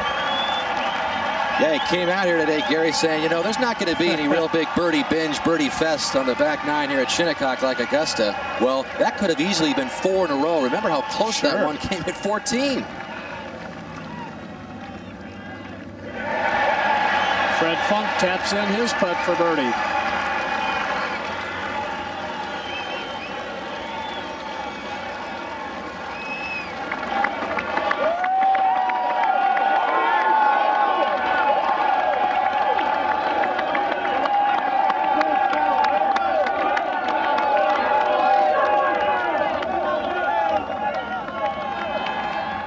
Take one more look at it. Just catches the right corner and drops. Very good decision making. Put the second shot in the right place. Made the 3rd shot perfectly and converts the putt. Watch the crowd reaction. They are behind Mr. Mickelson. Well, just an hour ago, Phil Mickelson had dropped a shot, was 1 under, and had a 3-stroke deficit to Goosen, and it looked like, well, it's not going to happen. Not going to make those birdies on those tough holes. He was even the guy that said, you're not going to make those birdies on the finishing holes, and guess what? He's played them 3 under par, and he has a 1-shot lead, but Goosen has got a tough lie on 16. Not that he can't knock it out to a good yardage and make birdie himself with a sideboard there. But it's all about finishing with 2 strong holes. Yesterday, if you remember, he bogeyed 17 and 18. He hit it in the left bunker on this hole and made a weak bogey at 18, and so he needs to get that out of his head, obviously. Oh, really? Okay. Has struggled on the par 3s too, Johnny. He's +4 for the week. Yeah, I do. Okay. Listen, Wednesday, so What's the best shot, Gary? Well, ideally, just to the very front right of the green, and everything will kick left, right toward the hole. 174, right? 174, back against the wind. Which way should he be pushing it? There are so many people around the tee back here that they tend to block the wind a little bit, Gary, especially where Phil is standing. But if anything, it's maybe a little from the left, pushing it a little right. He's looking right out in this area here, playing a draw. All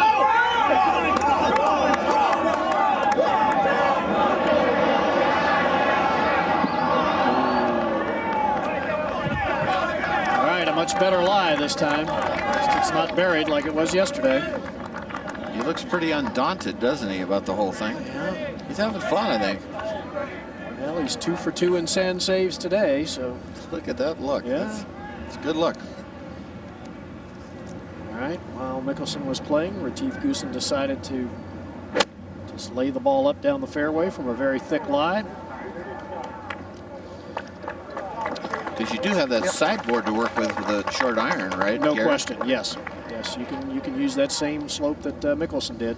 So we go back to 17T and Fred Funk.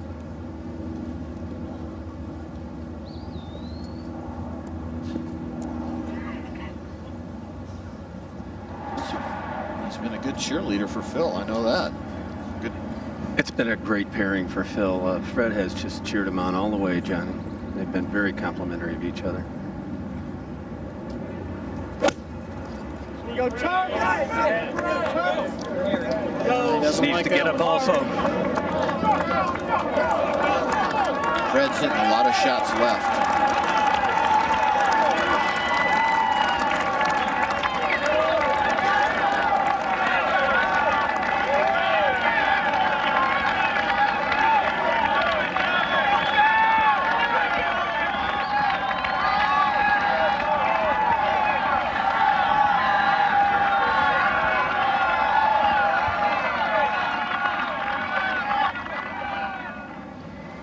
Back at 16, Retief Goosen ready with his third. Roger? 112 yards left of the hole. Had really a very good lie, I thought. Was very fortunate.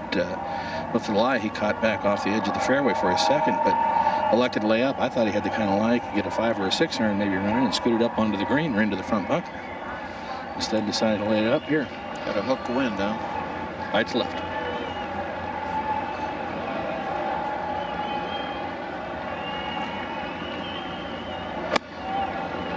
Sand iron here, starting right, turning left toward the hole. Pretty good looking shot.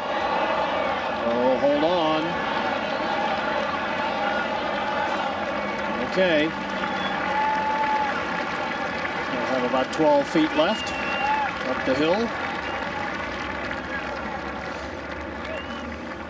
And 18.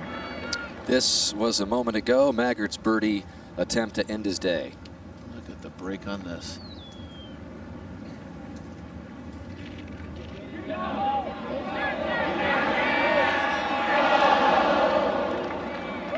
Would have gotten him to 1 under. But now his par putt.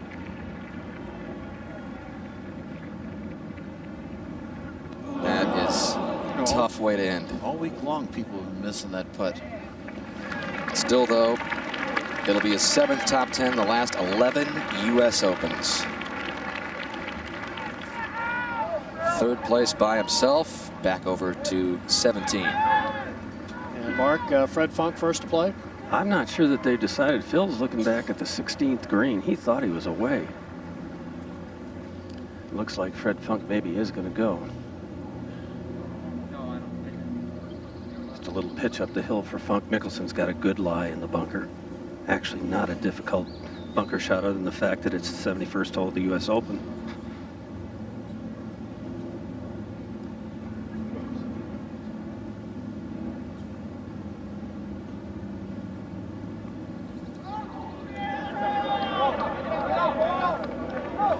came out very softly.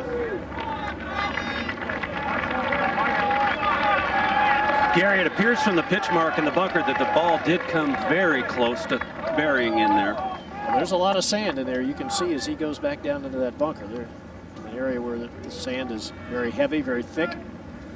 I think because it is on the upslope and because you mentioned there is a lot of sand, the only tendency here would be to leave it short.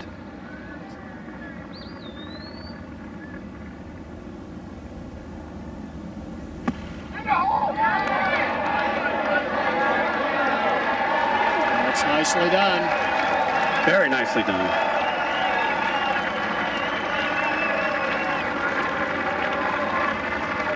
Look at it, textbook form. Takes the club nice straight back, picks it up a little quickly, and really accelerates through the sand. See how deep the bunker is. You really see the top of Phil's head, and he's over 6 feet tall. That's a great Isn't that shot. something? Look at all the little sand granules coming out of there. All right, back at 16. Huge putt, Roger, for Retief Goosen. And certainly a makeable putt uphill. Move to the right. No question, he knows what happened ahead of him as he walked up the fairway. The roar was tremendous. Man, the golf world's been lucky at the Masters, and they're being lucky again at the Open. It's a great finish, 2 in a row. Goosen has birdied this par 5 16th each of the last 2 rounds. This to share the lead at 4 under.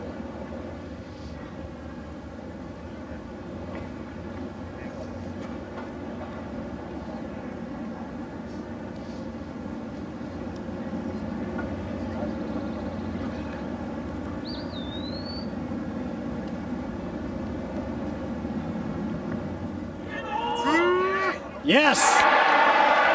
Man, are these guys making some putts. Crucial putts. Wow. Goosen's putter just remains on fire. 10 one-putts. It's one thing to one-putt them when you're in 10th place, but it's another thing to one-putt them when they're for the lead. Well, Phil certainly knows what happened. Gary, he was watching that 16th green very intently. He's got about 4.5 feet now, a little bit on the quick side. Should turn just a little to his right. Gary, can he putt this with authority? Yeah, I think he can. It's a little bit downhill, but it's not dramatically downhill, Johnny.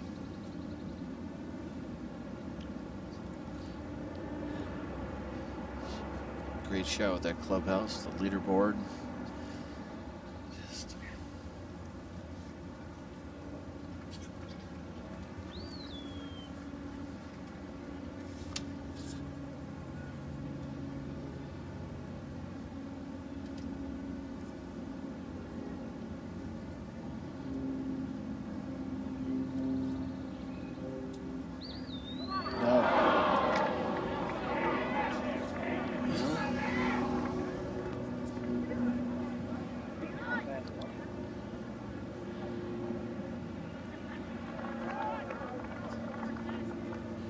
There's not much you can say about that, Gary, but he's got not a gimme coming back. No, certainly not.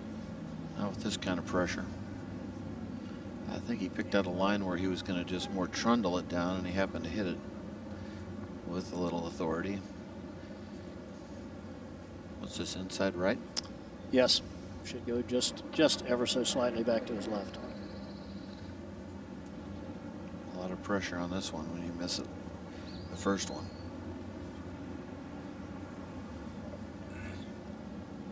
How quiet did it just get here at Shinnecock?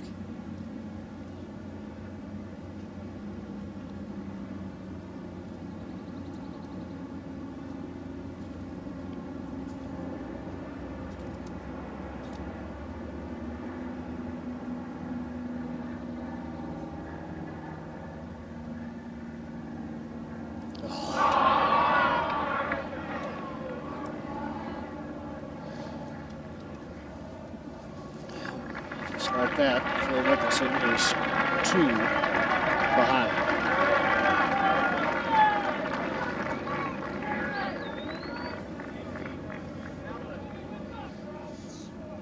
This is the par attempt. Thinking it's going to break to the right, and I think, Johnny, you're correct. I think he picked out a line that he was just going to try to ease it down there, and he hit it too hard. Now coming back, trying to keep it inside the hole.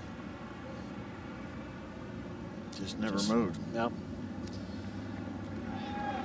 You know, just when you thought the short putts, he was making them all. He did it at the Masters, and it's always been his bugaboo in these major championships, and all of a sudden it comes back to haunt him. A lot of people in shock right now, but it's not over. Goosen could bogey 17 without any problem, and Mickelson could birdie 18.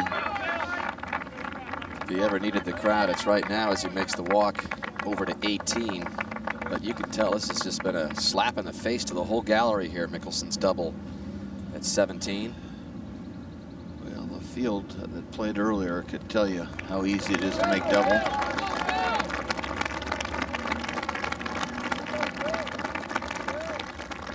As Mickelson walks to the tee at 18, back to 17. Makes par here, and he's got a great cushion, doesn't he, Gary? Yeah, 2 shots with 1 to play would be pretty sweet. 7-iron here. You better get all of that, Roger. He's got it turning a little left of the hole. You better get all of that. Oh, this looks like it's bunker bound, maybe. Oh, yes, it is. Well, Goosen in the bunker. Mickelson with double. He's got the 2-shot lead. We'll be right back. Mickelson now suddenly behind by 2 off the tee at the home hole. Dead downwind. Getting a 3 medal. 450-yard par 4. Needs a good one, and he's got it. He's going to have to birdie this hole. Only 4 birdies at 18 today. 2 months ago, a birdie in the 72nd hole at the Masters got him his first major. He birdied 5 out of the last 7 at Augusta. But he needs a little help from Retief Goosen out of this bunker, and Retief hasn't been too successful out of the bunkers. Today, has he, Gary? No, he hasn't. He's been in 4. He's only gotten it up and down once. Roger, the lie appears to be good. It is good. It's a deep bunker, but he's missed it on the right side of the green, obviously. He has the room to get this ball close. I think if he plays a good shot.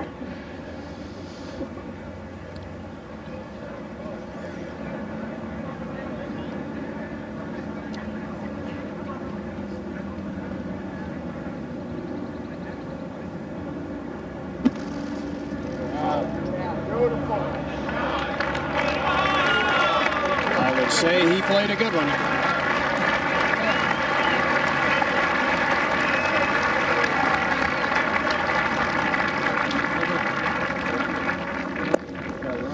He's been clutch, Gary. That putt he made on the last hole, all that pressure for the United States Open. Well, again, guys, good management. Hands behind the ball, just picks it up very rhythmically and released it beautifully at the bottom of Gary. Yeah, he did, and I think he had a little luxury that Mickelson didn't have. He could land it just out of the bunker and let it release down to the hole. Mickelson, it seemed, had to carry the ball farther. So, yeah, he's a cool customer. Up to 18. Fred Funk, his second. Phil will get a good look. Fred's 194, Mickelson 192.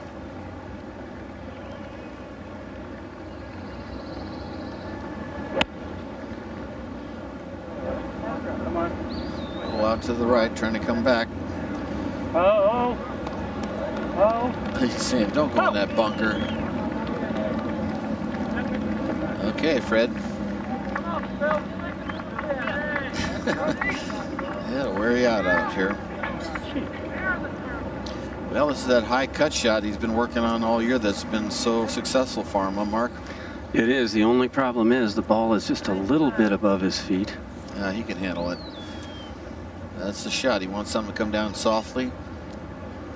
Really, to get it close, Johnny, you pretty much have to land it left of the flag, don't you? You can see Mackay, his caddy, saying, hit that fade. You see that little hand gesture, little fade gesture?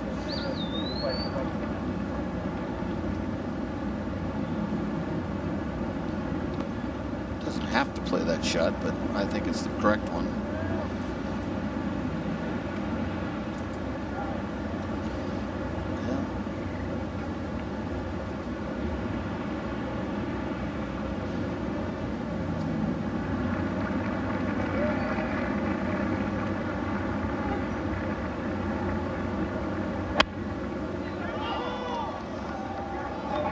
Beautiful flight. That might come back. Nope. Just going to get hung up a little. Let's see if it comes back. Boy, that was a good shot. If that would have been just a few feet shorter, or rolled back like Corey Pavins. Close. 17. Goosen for his par to remain ahead by 2.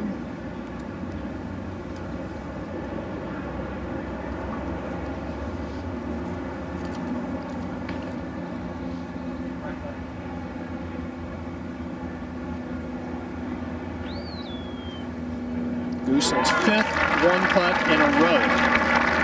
Back 9, U.S. Open. 11 one-putts for the day. Goes to the final hole with a 2-shot lead. Well, the MetLife Blimp Snoopy 2 is under the command of Captains Matthew St. John and Chad Palmer with a little help from co-pilot Snoopy. They've been working hard to provide these aerial shots of today's U.S. Open Championship. And great job by our guys up there high in the sky.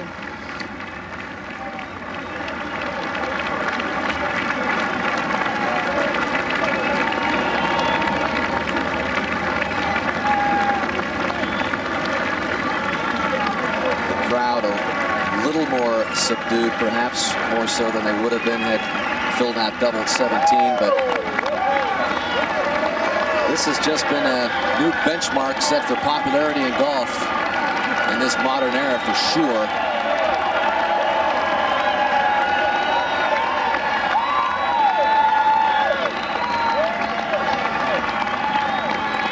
And maybe the U.S. Open Championship on Father's Day for Phil Mickelson will have to wait another year.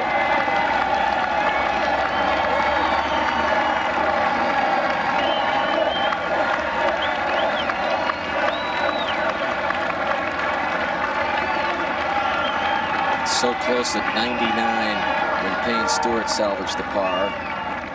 You all remember Payne grabbing the face of Phil Mickelson saying, "You're going to love being a father," as his first child came the next day. In the meantime, Goosen, the man of the moment, on the tee at 18. A little surprising with this club. I think he's going with the driver.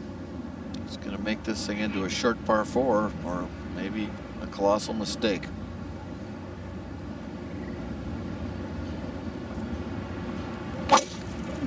He just killed it as hard as he could swing. This ball going down the center of the fairway, John. It's just a matter if it'll stay there. That's a pretty gutsy shot there. It'll go off the fairway, but in the light stuff, I think. Perfect angle to this back left flag. Couldn't place it out there any better. Up to the green. Funk and Mickelson await. Funk to play first here.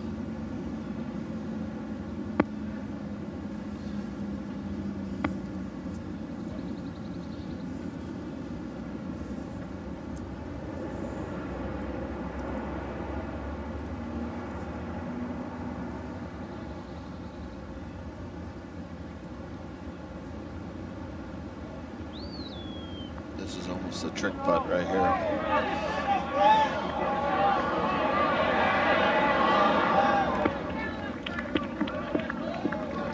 Just can't get it close from there. Once it makes its left turn, Phil's got the same thing. Very quick once it takes a left turn. Last 2 holes, Johnny, have been in such contrast to what we've been seeing in this championship and the crowd support of Mickelson. It's almost like a feeling we saw just down the island here west when Smarty Jones got caught by Birdstone at the Belmont. I mean, there was just so many people pulling for that horse to pull off the Triple Crown, and here Mickelson with a chance at the Grand Slam. It's been a similar type of feeling, but it's not over yet. If he can knock this in some improbable way, You never know. It's got to hit it way out in this area here.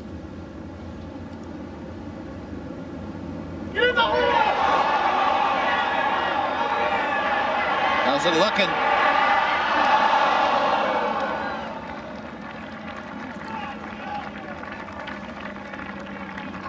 So there will be no birdie at this major championship in the Open like there was at Augusta a couple of months ago. It's a great putt, just a foot too hard. If it would have been a little easier to have taken the break, and you'd have heard one of the loudest roars ever. I think the crowd wasn't looking good at hoping. halfway. Look at the crowd in the back. Oh.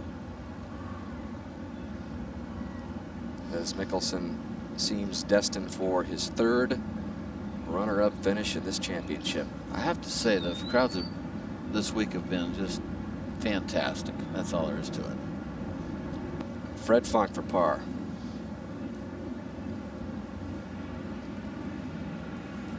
It's a great scene, isn't it? It is. That's a wonderful shot with our limp up overhead.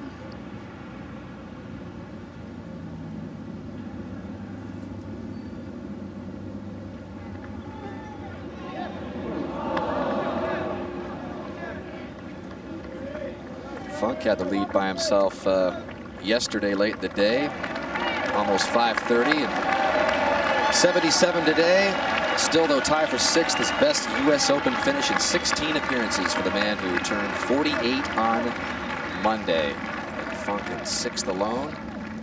Now Mickelson for his par.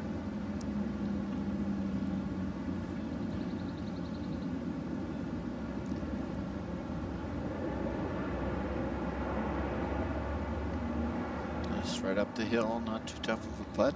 Maybe inside left.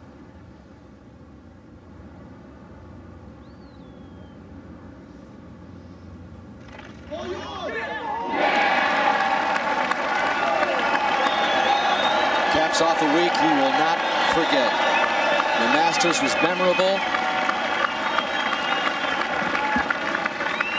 This was just something we've never seen a golfer treated like Phil Mickelson was from the very first time he went to the first tee on Thursday.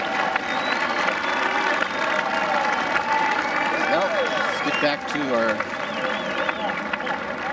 seems like champion. Well, remember Southern Hills 3 years ago where things got wacky?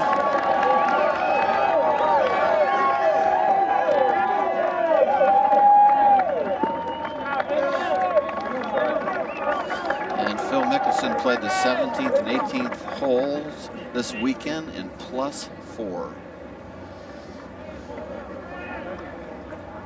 So a bogey 5 will get the job done for Goosen. I'll tell you, that's a great feeling, but if you're the player, you don't think it's that easy until you get this on the green somewhere. Well, he's got 153 to the hole. Wind helping. Good lie. I guess if you keep it short of the hole and right, you win, don't you, Jim? Pretty much. You'd think so, unless you blow that first putt by. You would Ford jingle it real quick. All I'm saying is he can't be aiming back in there. I wouldn't imagine. Point you want to hit it. There's nothing behind it, so the pin is 46.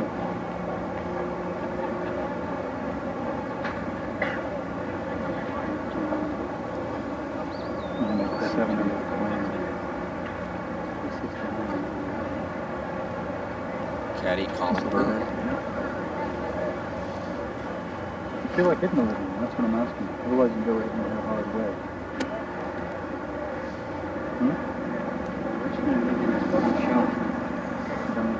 The wind is really laid down in the last 10 minutes. I don't think you needed to get back there. I'm just saying, okay? Time you're doing the right thing.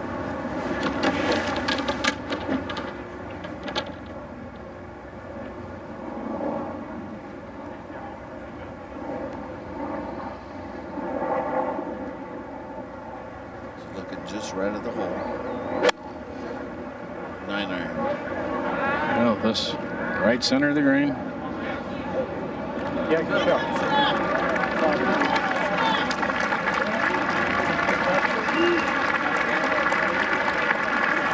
Surprised he took it in there that deep, Johnny. Didn't have much spin on that ball. Seems like he sort of just didn't pinch it, but it's not bad. Well, he played a little 9 and elected to keep it down as opposed to hitting a hard wedge and getting it up in the air, which his caddy preferred. Well, he's chewing on something there. Goosen a 3-putt away from winning another title. Ernie Els has been with his fellow countrymen every step of the day. It's not been Ernie's day. 136. Yeah, Ernie's looking at the big 8-0 if he doesn't birdie. A couple of major championships that'll be tough to stomach for Ernie in totally different ways. Yeah, it wasn't his day. That start.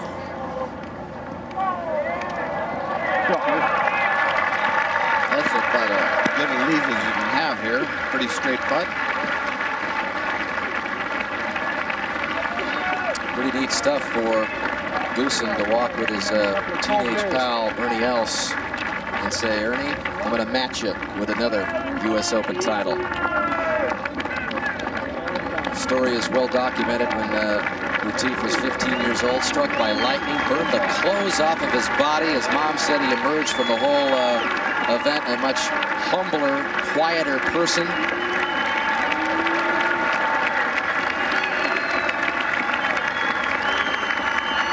But there was a man watching back in South Africa named Theo Goosen, Retief's father, who was the first to put a club in his hands. He said, I never made life easy for my kids. I never spoiled them. In fact, he put a contraption on Retief's head when he was practicing golf and said, your head's not going to move. And he still says today, watch Retief's head. It never moves. I mean, very involved in the cultivation of his son's golfing career. And it was at Southern Hills where they shared a tear together on the phone. His dad cried like a baby, he said, when Retief finally put that championship away at Southern Hills. And what a difference the 3 years does make. Remember the unexpected 3-putt by Goosen on the 72nd hole. The funny thing is the next day, he one putts 11 times. So he did same kind of putting today as he did in that playoff. Mark Brooks.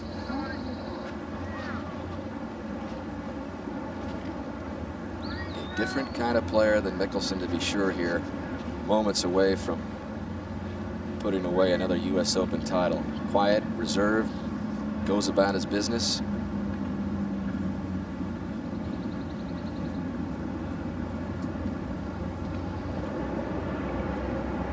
Trying to become just the 4th foreign-born player to win multiple U.S. Open titles. His good friend Ernie won. Willie Anderson at the turn of the century, who won 4, and then Alex Smith right around the same time. This is pretty good company here that Goosen is about to join. This putt is a putt that they can hardly get it inside of 6 feet, so he's going to have to cozy that 6-footer up there, which is what you want to do, and just win by 1 if that's what it takes.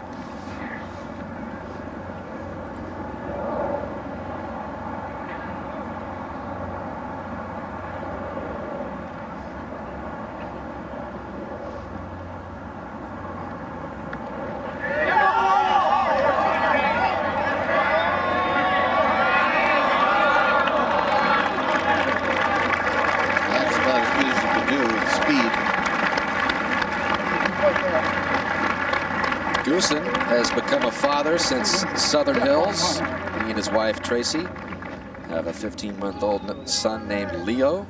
Tracy's parents are here. And again, his dad Theo and his mom Ann watching back in South Africa. There were 3 South Africans in the final 3 groups in the final round of this championship. And this championship is televised, I think, in 120 countries. So golf has gotten pretty big.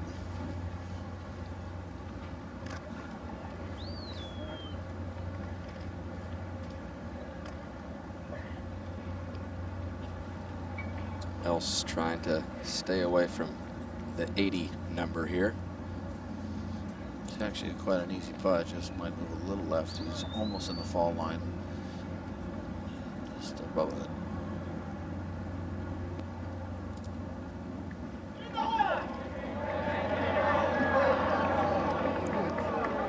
be the highest round for Ernie ever in a U.S. Open. And it'll be higher by 3 shots. As Ernie, who began the day just 2 behind Goosen, now has slipped down into a tie for ninth, 11 behind. So 2 putts to win the championship and put it away for another South African here.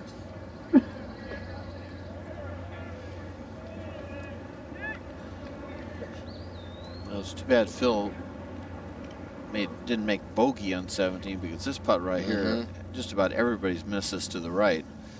And if this was to win it, it would have been a tough 2-putt.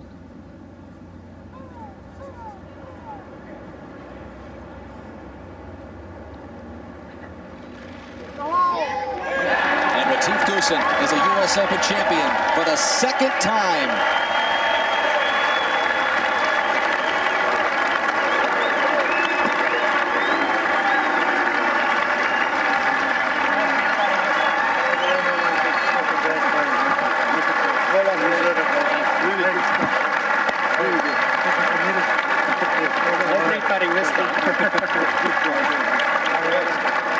And there she is, Tracy, with son Leo. Happy Father's Day to Retief.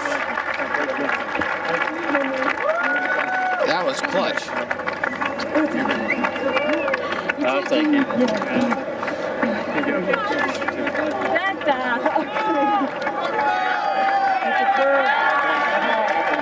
Sometimes it's not the man who gets the loudest ovations or makes the most noise, but Retief Goosen made plenty of noise with his putter today. Just an amazing display of putting by Goosen to put away the 2nd title.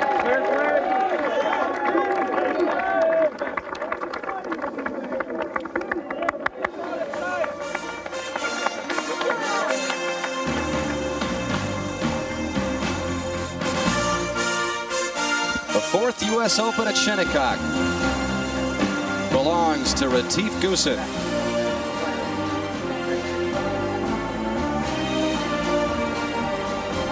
Stay with us as Goosen goes up to the scoring trailer, just congratulated by Phil Mickelson, who finishes 2nd in this championship for the 3rd time. So many close calls for him.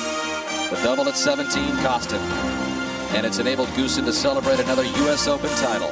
Just 2 players finishing under par, Goosen and Mickelson. Maggart solo 3rd. Weir Maruyama tie for 4th. Else, tough day, 80. Jay Haas played well this week at age 50. And Tiger Woods, 0 for 8 in major championships the last 2 years. Plenty more from Shinnecock Hills coming up. Final putt for Goosen. Only needed 2 putts from there. Finishes with a par this time on the 72nd hole. No 3-putt at Shinnecock. It's down all right. Back to hear from the champion, plus get some comments from Phil Mickelson in just a moment. Stay with us. Welcome back to the 104th U.S. Open. Phil Mickelson, it was an amazing day at Shinnecock Hills. Describe your emotions right now. Well, Mark, obviously I'm disappointed. I fought hard all day. I played some of the best golf I've ever played and still couldn't break par. But I thought if I could stay under par for the tournament, I really thought that might do it, the way guys were reeling back. But boy, did Retief play well, play solid, and deserve to win. Your thoughts on what happened out at 17? Well, that's just, I really don't know what to say there. I hit the putt pretty easy, and it was downwind, and when the wind gets a hold of a ball on these greens, it just rolls it quite a ways by. And I thought I hit a pretty good putt coming back, and thought that it might move a little left, and I think the wind brought it a little right, and just missed them both. But I didn't think I hit the first one very hard. I just trickled it down there, just didn't stop. In a couple of hours, when things settle down, you've answered all the questions. What will you take away from this championship? Well, I had a great week. I had a lot of fun. Certainly, this is my 3rd second now, and as thrilling as it was at Augusta, it seems like it's that much of a kind of wind taken out of you when you end up coming so close and playing so hard for 72 holes and coming up short. But it was, I'm certainly not. What's the word? I guess I'm proud of the way I played. Just a little disappointed it wasn't enough. Congratulations on a great week. Thanks, Mark. Well, the record books, of course, will show that Retief Goosen won this championship, his second. But the actual winner may have been Shinnecock Hills. For the first time in 41 years, not a single player was under par in the final round of an Open Championship. What a week. Dan? Thank you, Jimmy. And just to expand on that, the highest single round average in a U.S. Open today since the final round in the 1972 U.S. Open at Pebble Beach 32 years ago, nearly 79, the average today. There it is, the foreign-born U.S. Open champions, Retief Goosen with 2 now, Ernie Els also with 2, Graham, Jacklin, and Player, and here comes the champ down the hill with the president of the USGA, Fred Ridley, moments away from the presentation for the second time. This time on a Sunday for Retief. It was on a Monday playoff in Tulsa in 01. On a gorgeous day on Long Island. And after what he went through this week on this golf course, this is going to be especially sweet. Ladies and gentlemen, please join me in welcoming the 104th United States Open champion, Retief Goosen.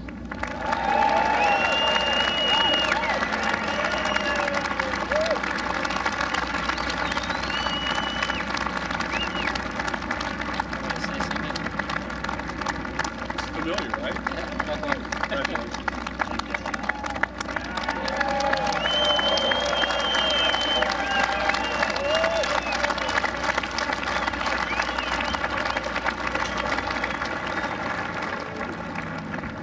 Retief, first of all, congratulations. Back in 2001 at Southern Hills in Oklahoma, you won the U.S. Open for the first time in a playoff with Mark Brooks. On that occasion, your putter was almost your undoing. It saved you today. Yeah, I putted well, hold a few good putts coming down the stretch, and once Phil got it to 4 under, I thought, yeah, here we go again. I'm going to come out again on Monday to give myself a chance. But unfortunately, he made that 5 on 17, and I made a good up and down on the bunker, and I just didn't want to 3-putt the 18th again. That's all. The adjective that's often applied to you is unflappable. It certainly was apt today. You hit only 6 greens in regulation, but you had 12 one-putts and only 24 putts overall. Well, I knew it was going to come down to that. The way the course was starting to dry out, and I knew it was going to come down to chipping and putting, and I was just grinding out, and I was just kept trying to leave myself in places where I can have a chance of making my par putts, and everybody struggled. The course wasn't easy, as we know, and I'm just lucky to be on top. You started the day as the leader. You didn't relinquish it until Mickelson birdied on 16. You fell 1 back at that point. Were you even for a moment slightly disheartened? Well, no, I knew that these last 2 holes are going to be the key holes, and I made a good putt on 16 to get even with him, and like I say, from there he made a mistake, and I was just lucky to hang on.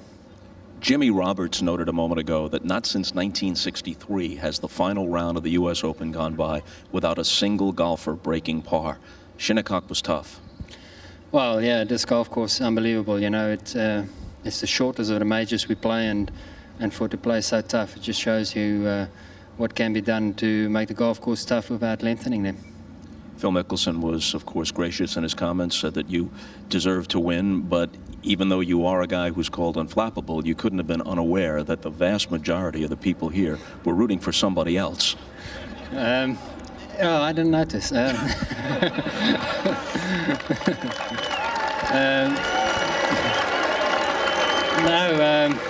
I knew it was going to come down to really Ernie and Phil. Those are going to be the 2 guys I'm going to need to beat, and I'm just very lucky to stand here with this trophy again. It's a great feeling.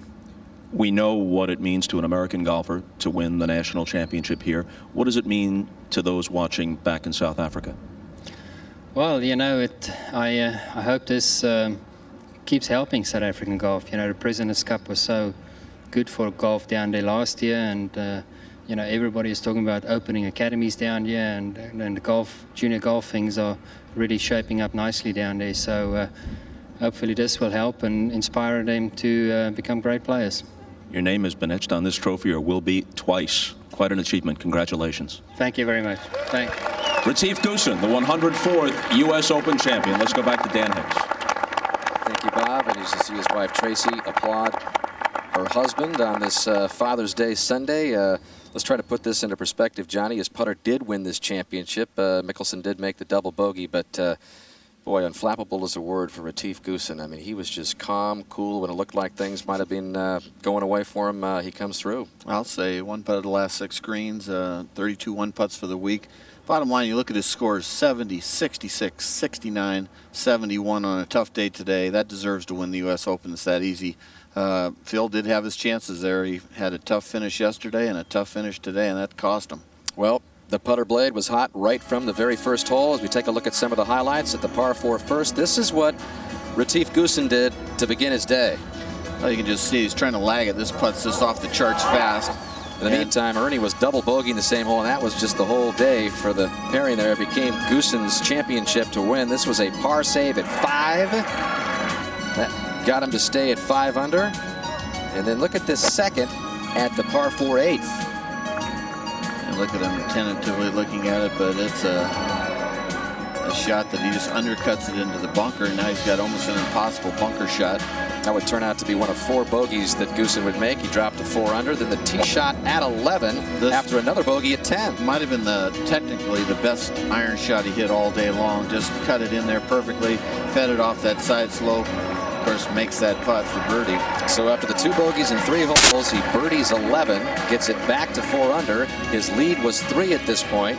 And then at 13, well, what can you say? Another one of those par savers. It was, and then at the 14th hole, for bogey, looks like he's going to double it. Be a 3-shot swing with Phil, who just birdied a hole ahead of him. Falls back to +3. The lead was 1, and then he was tied with Mickelson because Mickelson was birding 15. And out of right the bunker. here again, another par save at 15 to remain at 3 under. And this putt to me was hit. I mean, all the pressure in the world's on him. An uphill putt. He hits it hard with the right hand and jars it. That got him to 4 under. And then all he needed was 2 putts from that distance to win the championship. A par this time at Shinnecock for Retief Goosen on the 72nd hole to put it away. Again, a 71 for Goosen on a golf course that averaged near 79. And what does he get? Well, he gets some cash, better than 1.1 million. Exemptions into the next 5 U.S. Opens, 5 British Opens, and all the things that go along with this championship. Goosen, the 9th ranked player in the world. But there are things that that are just speak for themselves, that are priceless. On Father's Day Sunday, winning this championship, his son Leo handed to him earlier, and this is what the 15-month-old son said. Hey, Harry. Awesome. Dada. I'll tell you, a lot of players would have liked that pacifier today. So one last look at some of the scores. Goosen on top. Mickelson and Goosen the only players under par. 3 lefties in the top 7 with Mickelson, Weir, and Steve Flesch, who grinded out a 74 today. And Spencer Levine, the big story from the amateur list. 4 amateurs of 8 made the cut this weekend. Tie for 13th for the man that just turned 20 years old and now exempt for Pinehurst. What a week it's been for him. We'll see him at number 2 next year as Levine gets the best finish by an amateur since Jim Simons tied for 5th in 71. And there is Tiger Woods, and well, major championship at least struggles continue for now, Johnny. Tie for 17th, but hopefully he'll figure out how to get the ball on the fairway off the tee. Well, how about some final thoughts not on Goosen, but on this championship at Shinnecock, the 4th time here in 04. Well, just had a great feel. This is maybe the best championship venue course in the U.S., possibly even in the world. And you can see from this course, it's under 7,000 yards. He had guys that basically bringing them to their knees, and every hole had its own challenge. There weren't any sort of patty cakes. Maybe number 5 a little bit, even though the leader struggled on that hole. But besides that, every hole is sort of takes your breath away. And it was a beautiful spot here. And if you ever get a chance to play out here, this is quite the place.